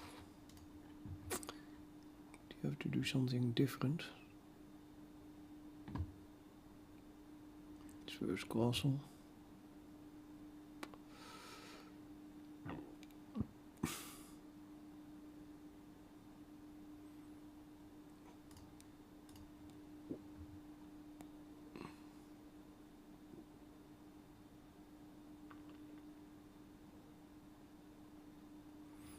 Queen here.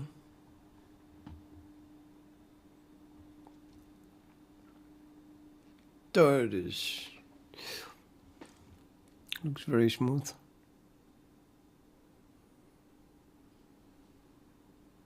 Yeah, I don't think there's another king here. No. Not really. This one is super smooth until here. And then, I don't know. Probably need another factor of 10 to be sure. And this guy is still thinking. Why? Queen d2. Otherwise I'm going to play this pawn. I'm going to play this pawn.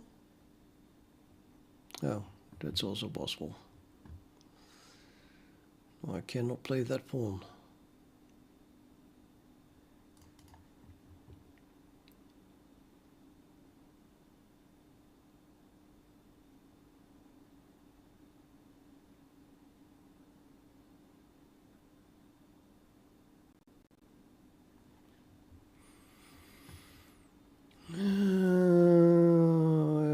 So that is your plan, not castling. Okay, let's do something in the center, like immediately. I put it, take. That on the spin, take. If this one goes away, I just take there. So I do this and the knight goes away, then I can even take here or push or, I don't know, push. Ideally, I would first put my queen here.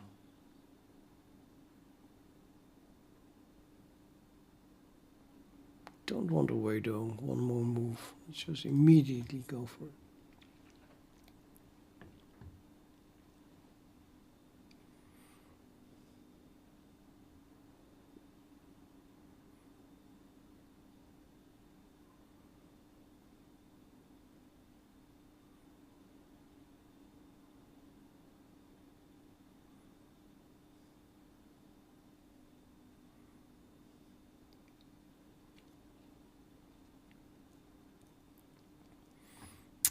Yeah, I suppose I just should do this, because I'm not threatening that much, you know, in the center. Nothing at all, basically, yeah. That is true.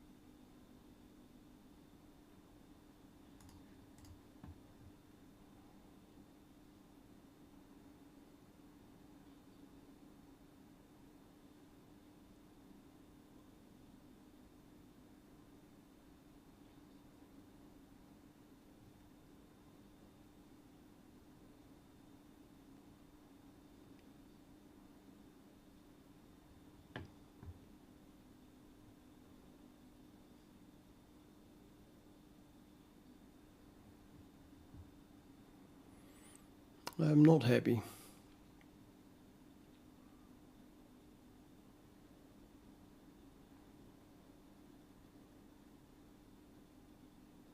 Definitely not happy.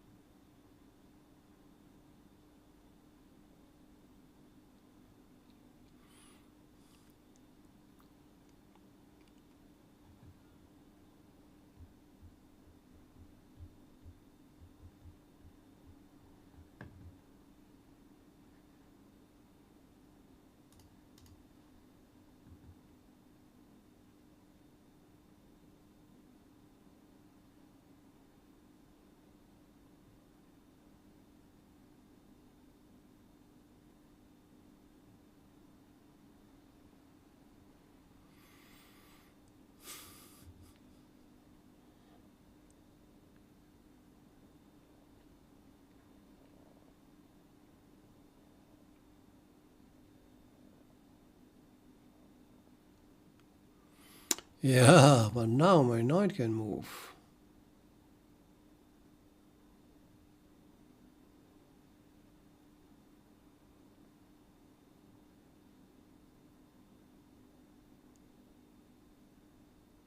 I'm just gonna go here.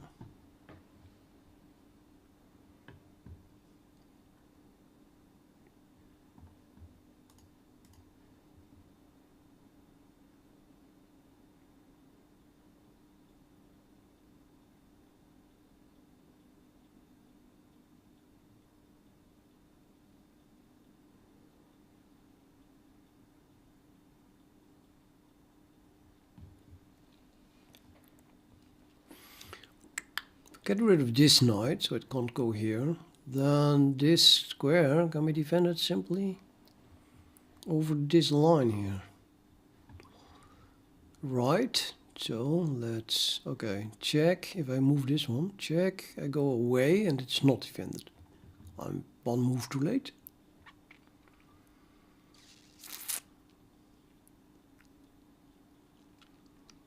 I could be one move too late, I suppose.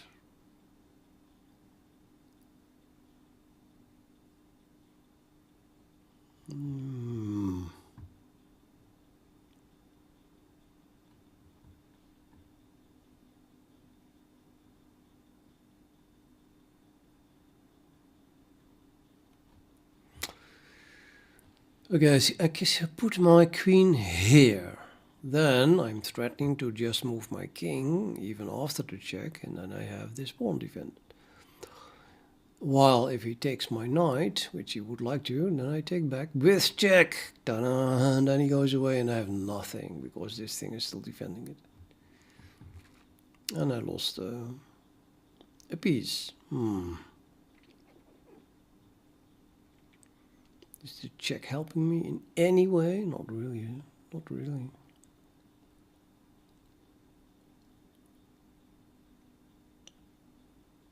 No, it's not helping me at all.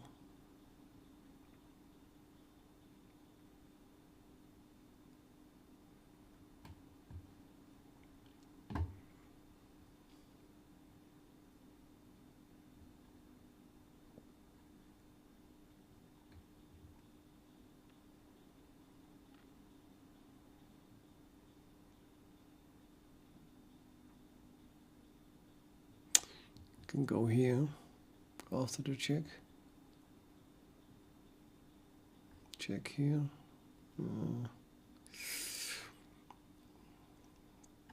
Like this and then this. Doesn't feel like it should work. But I lose this pawn as well then after that. No. Check, go here and then maybe check with this pawn and then I go here. I'm gonna check here. So now I do this, checking that one twice, check, I go here, and then he has nothing, right? Let's just do it.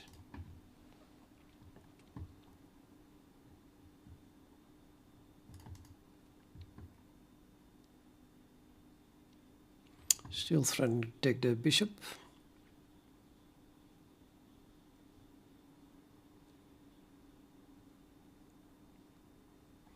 He doesn't have check and mate. If I go there,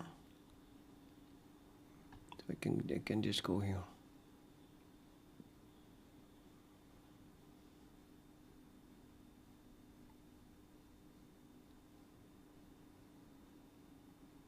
Yeah. This way I'm winning on time. Obviously, what is he trying to do now?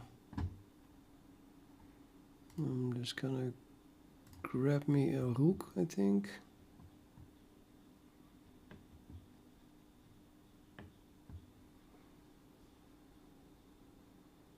No,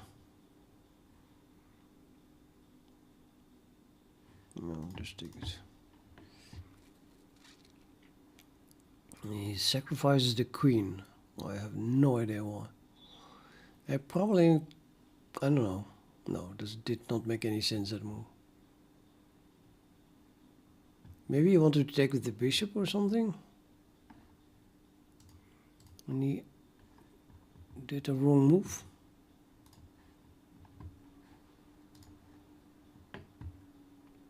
No, white is winning. Yeah. This is a good move now. So now I take it. Oh, you have check here. Or there. But okay, what is the problem with this? Why is this winning? All the way there. Yeah, and then the rook comes. Okay, that I don't want to see that. What if I just go here? Oh, then the rook comes also. Oh, the rook. Oh, the rook.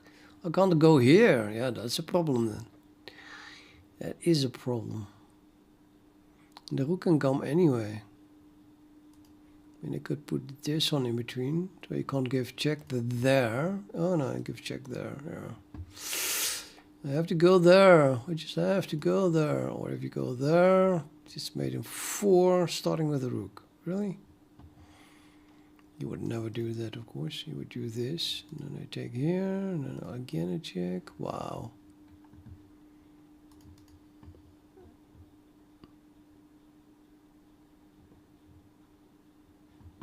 That's the most obvious moves.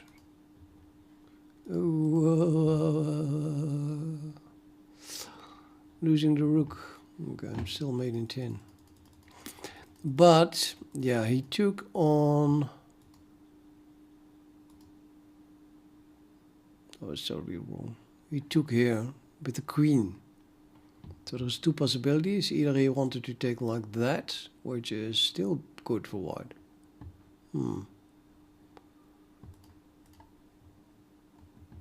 Yeah, and he would have to follow up with this. No, I can run away, maybe.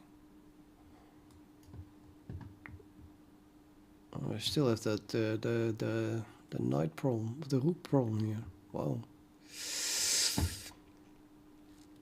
I have to give away my queen? You gotta be kidding me, right?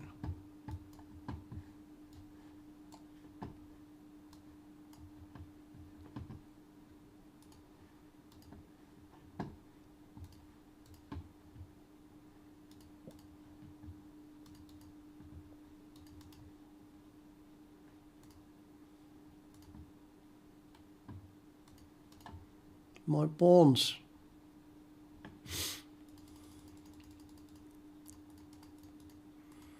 Or he slipped with the mouse and he wanted to take here. Also completely winning. How the hell am I losing this?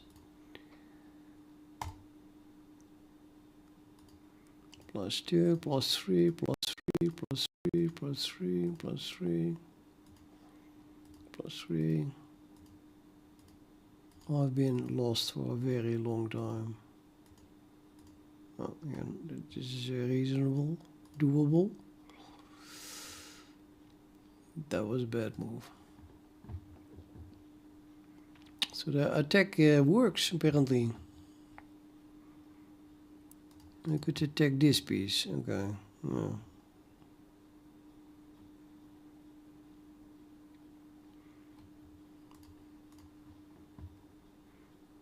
Again, I can attack it again. Now we're talking. It's the front of the queen. Okay, so that's why it goes here. Kick the bishop. Bishop retreats. Losing this pawn, so we defend it. Take it.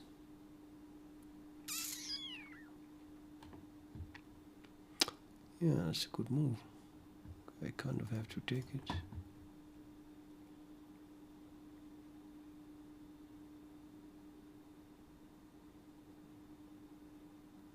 Oh, that opens up also this attack here.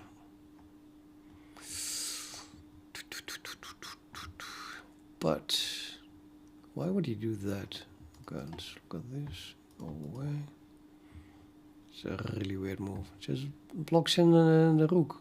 Why would that be a good move?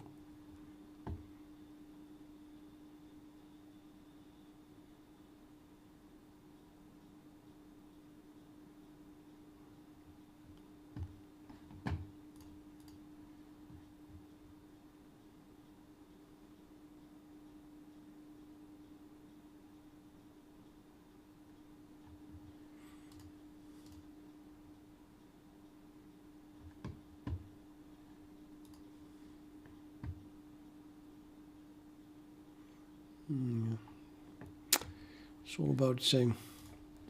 I'm going to bed. Bed.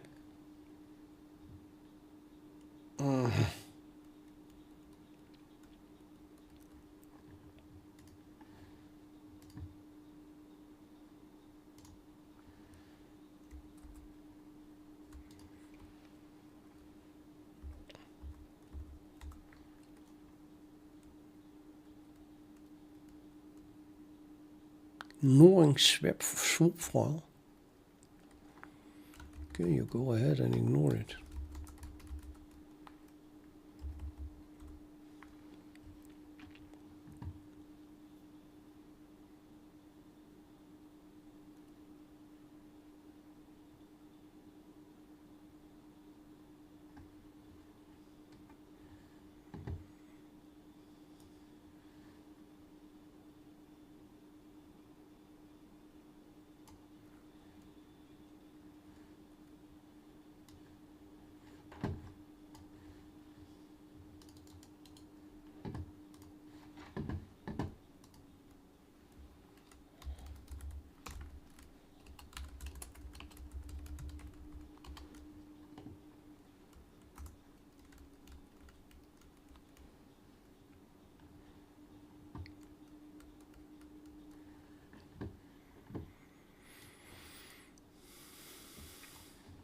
Okay. Good night.